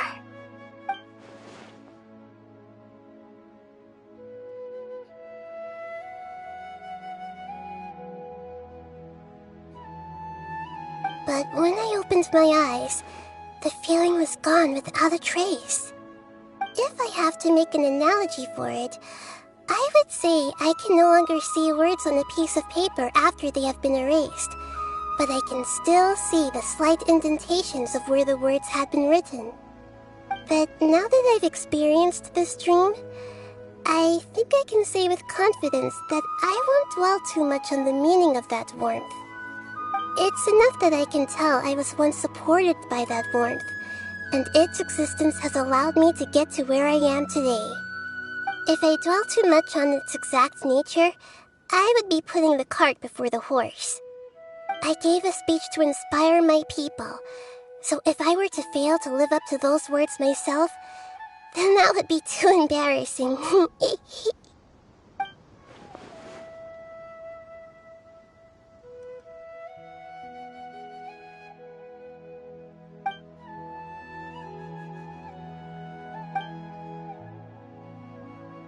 Hey, what's with that serious look? You keep looking like there's something you want to say. Is there anything you want to tell me?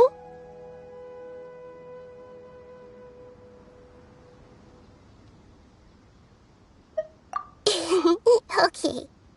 Since we just woke up, let's stretch a little bit. A new day is about to begin.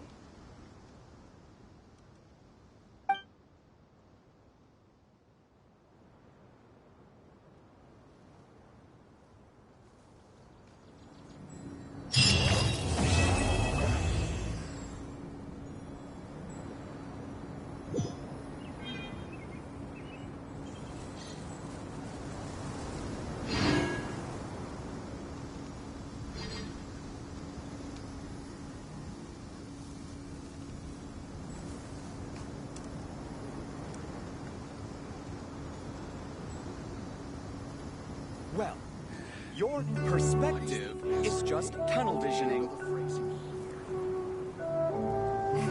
Your theory is just putting the cart before the horse.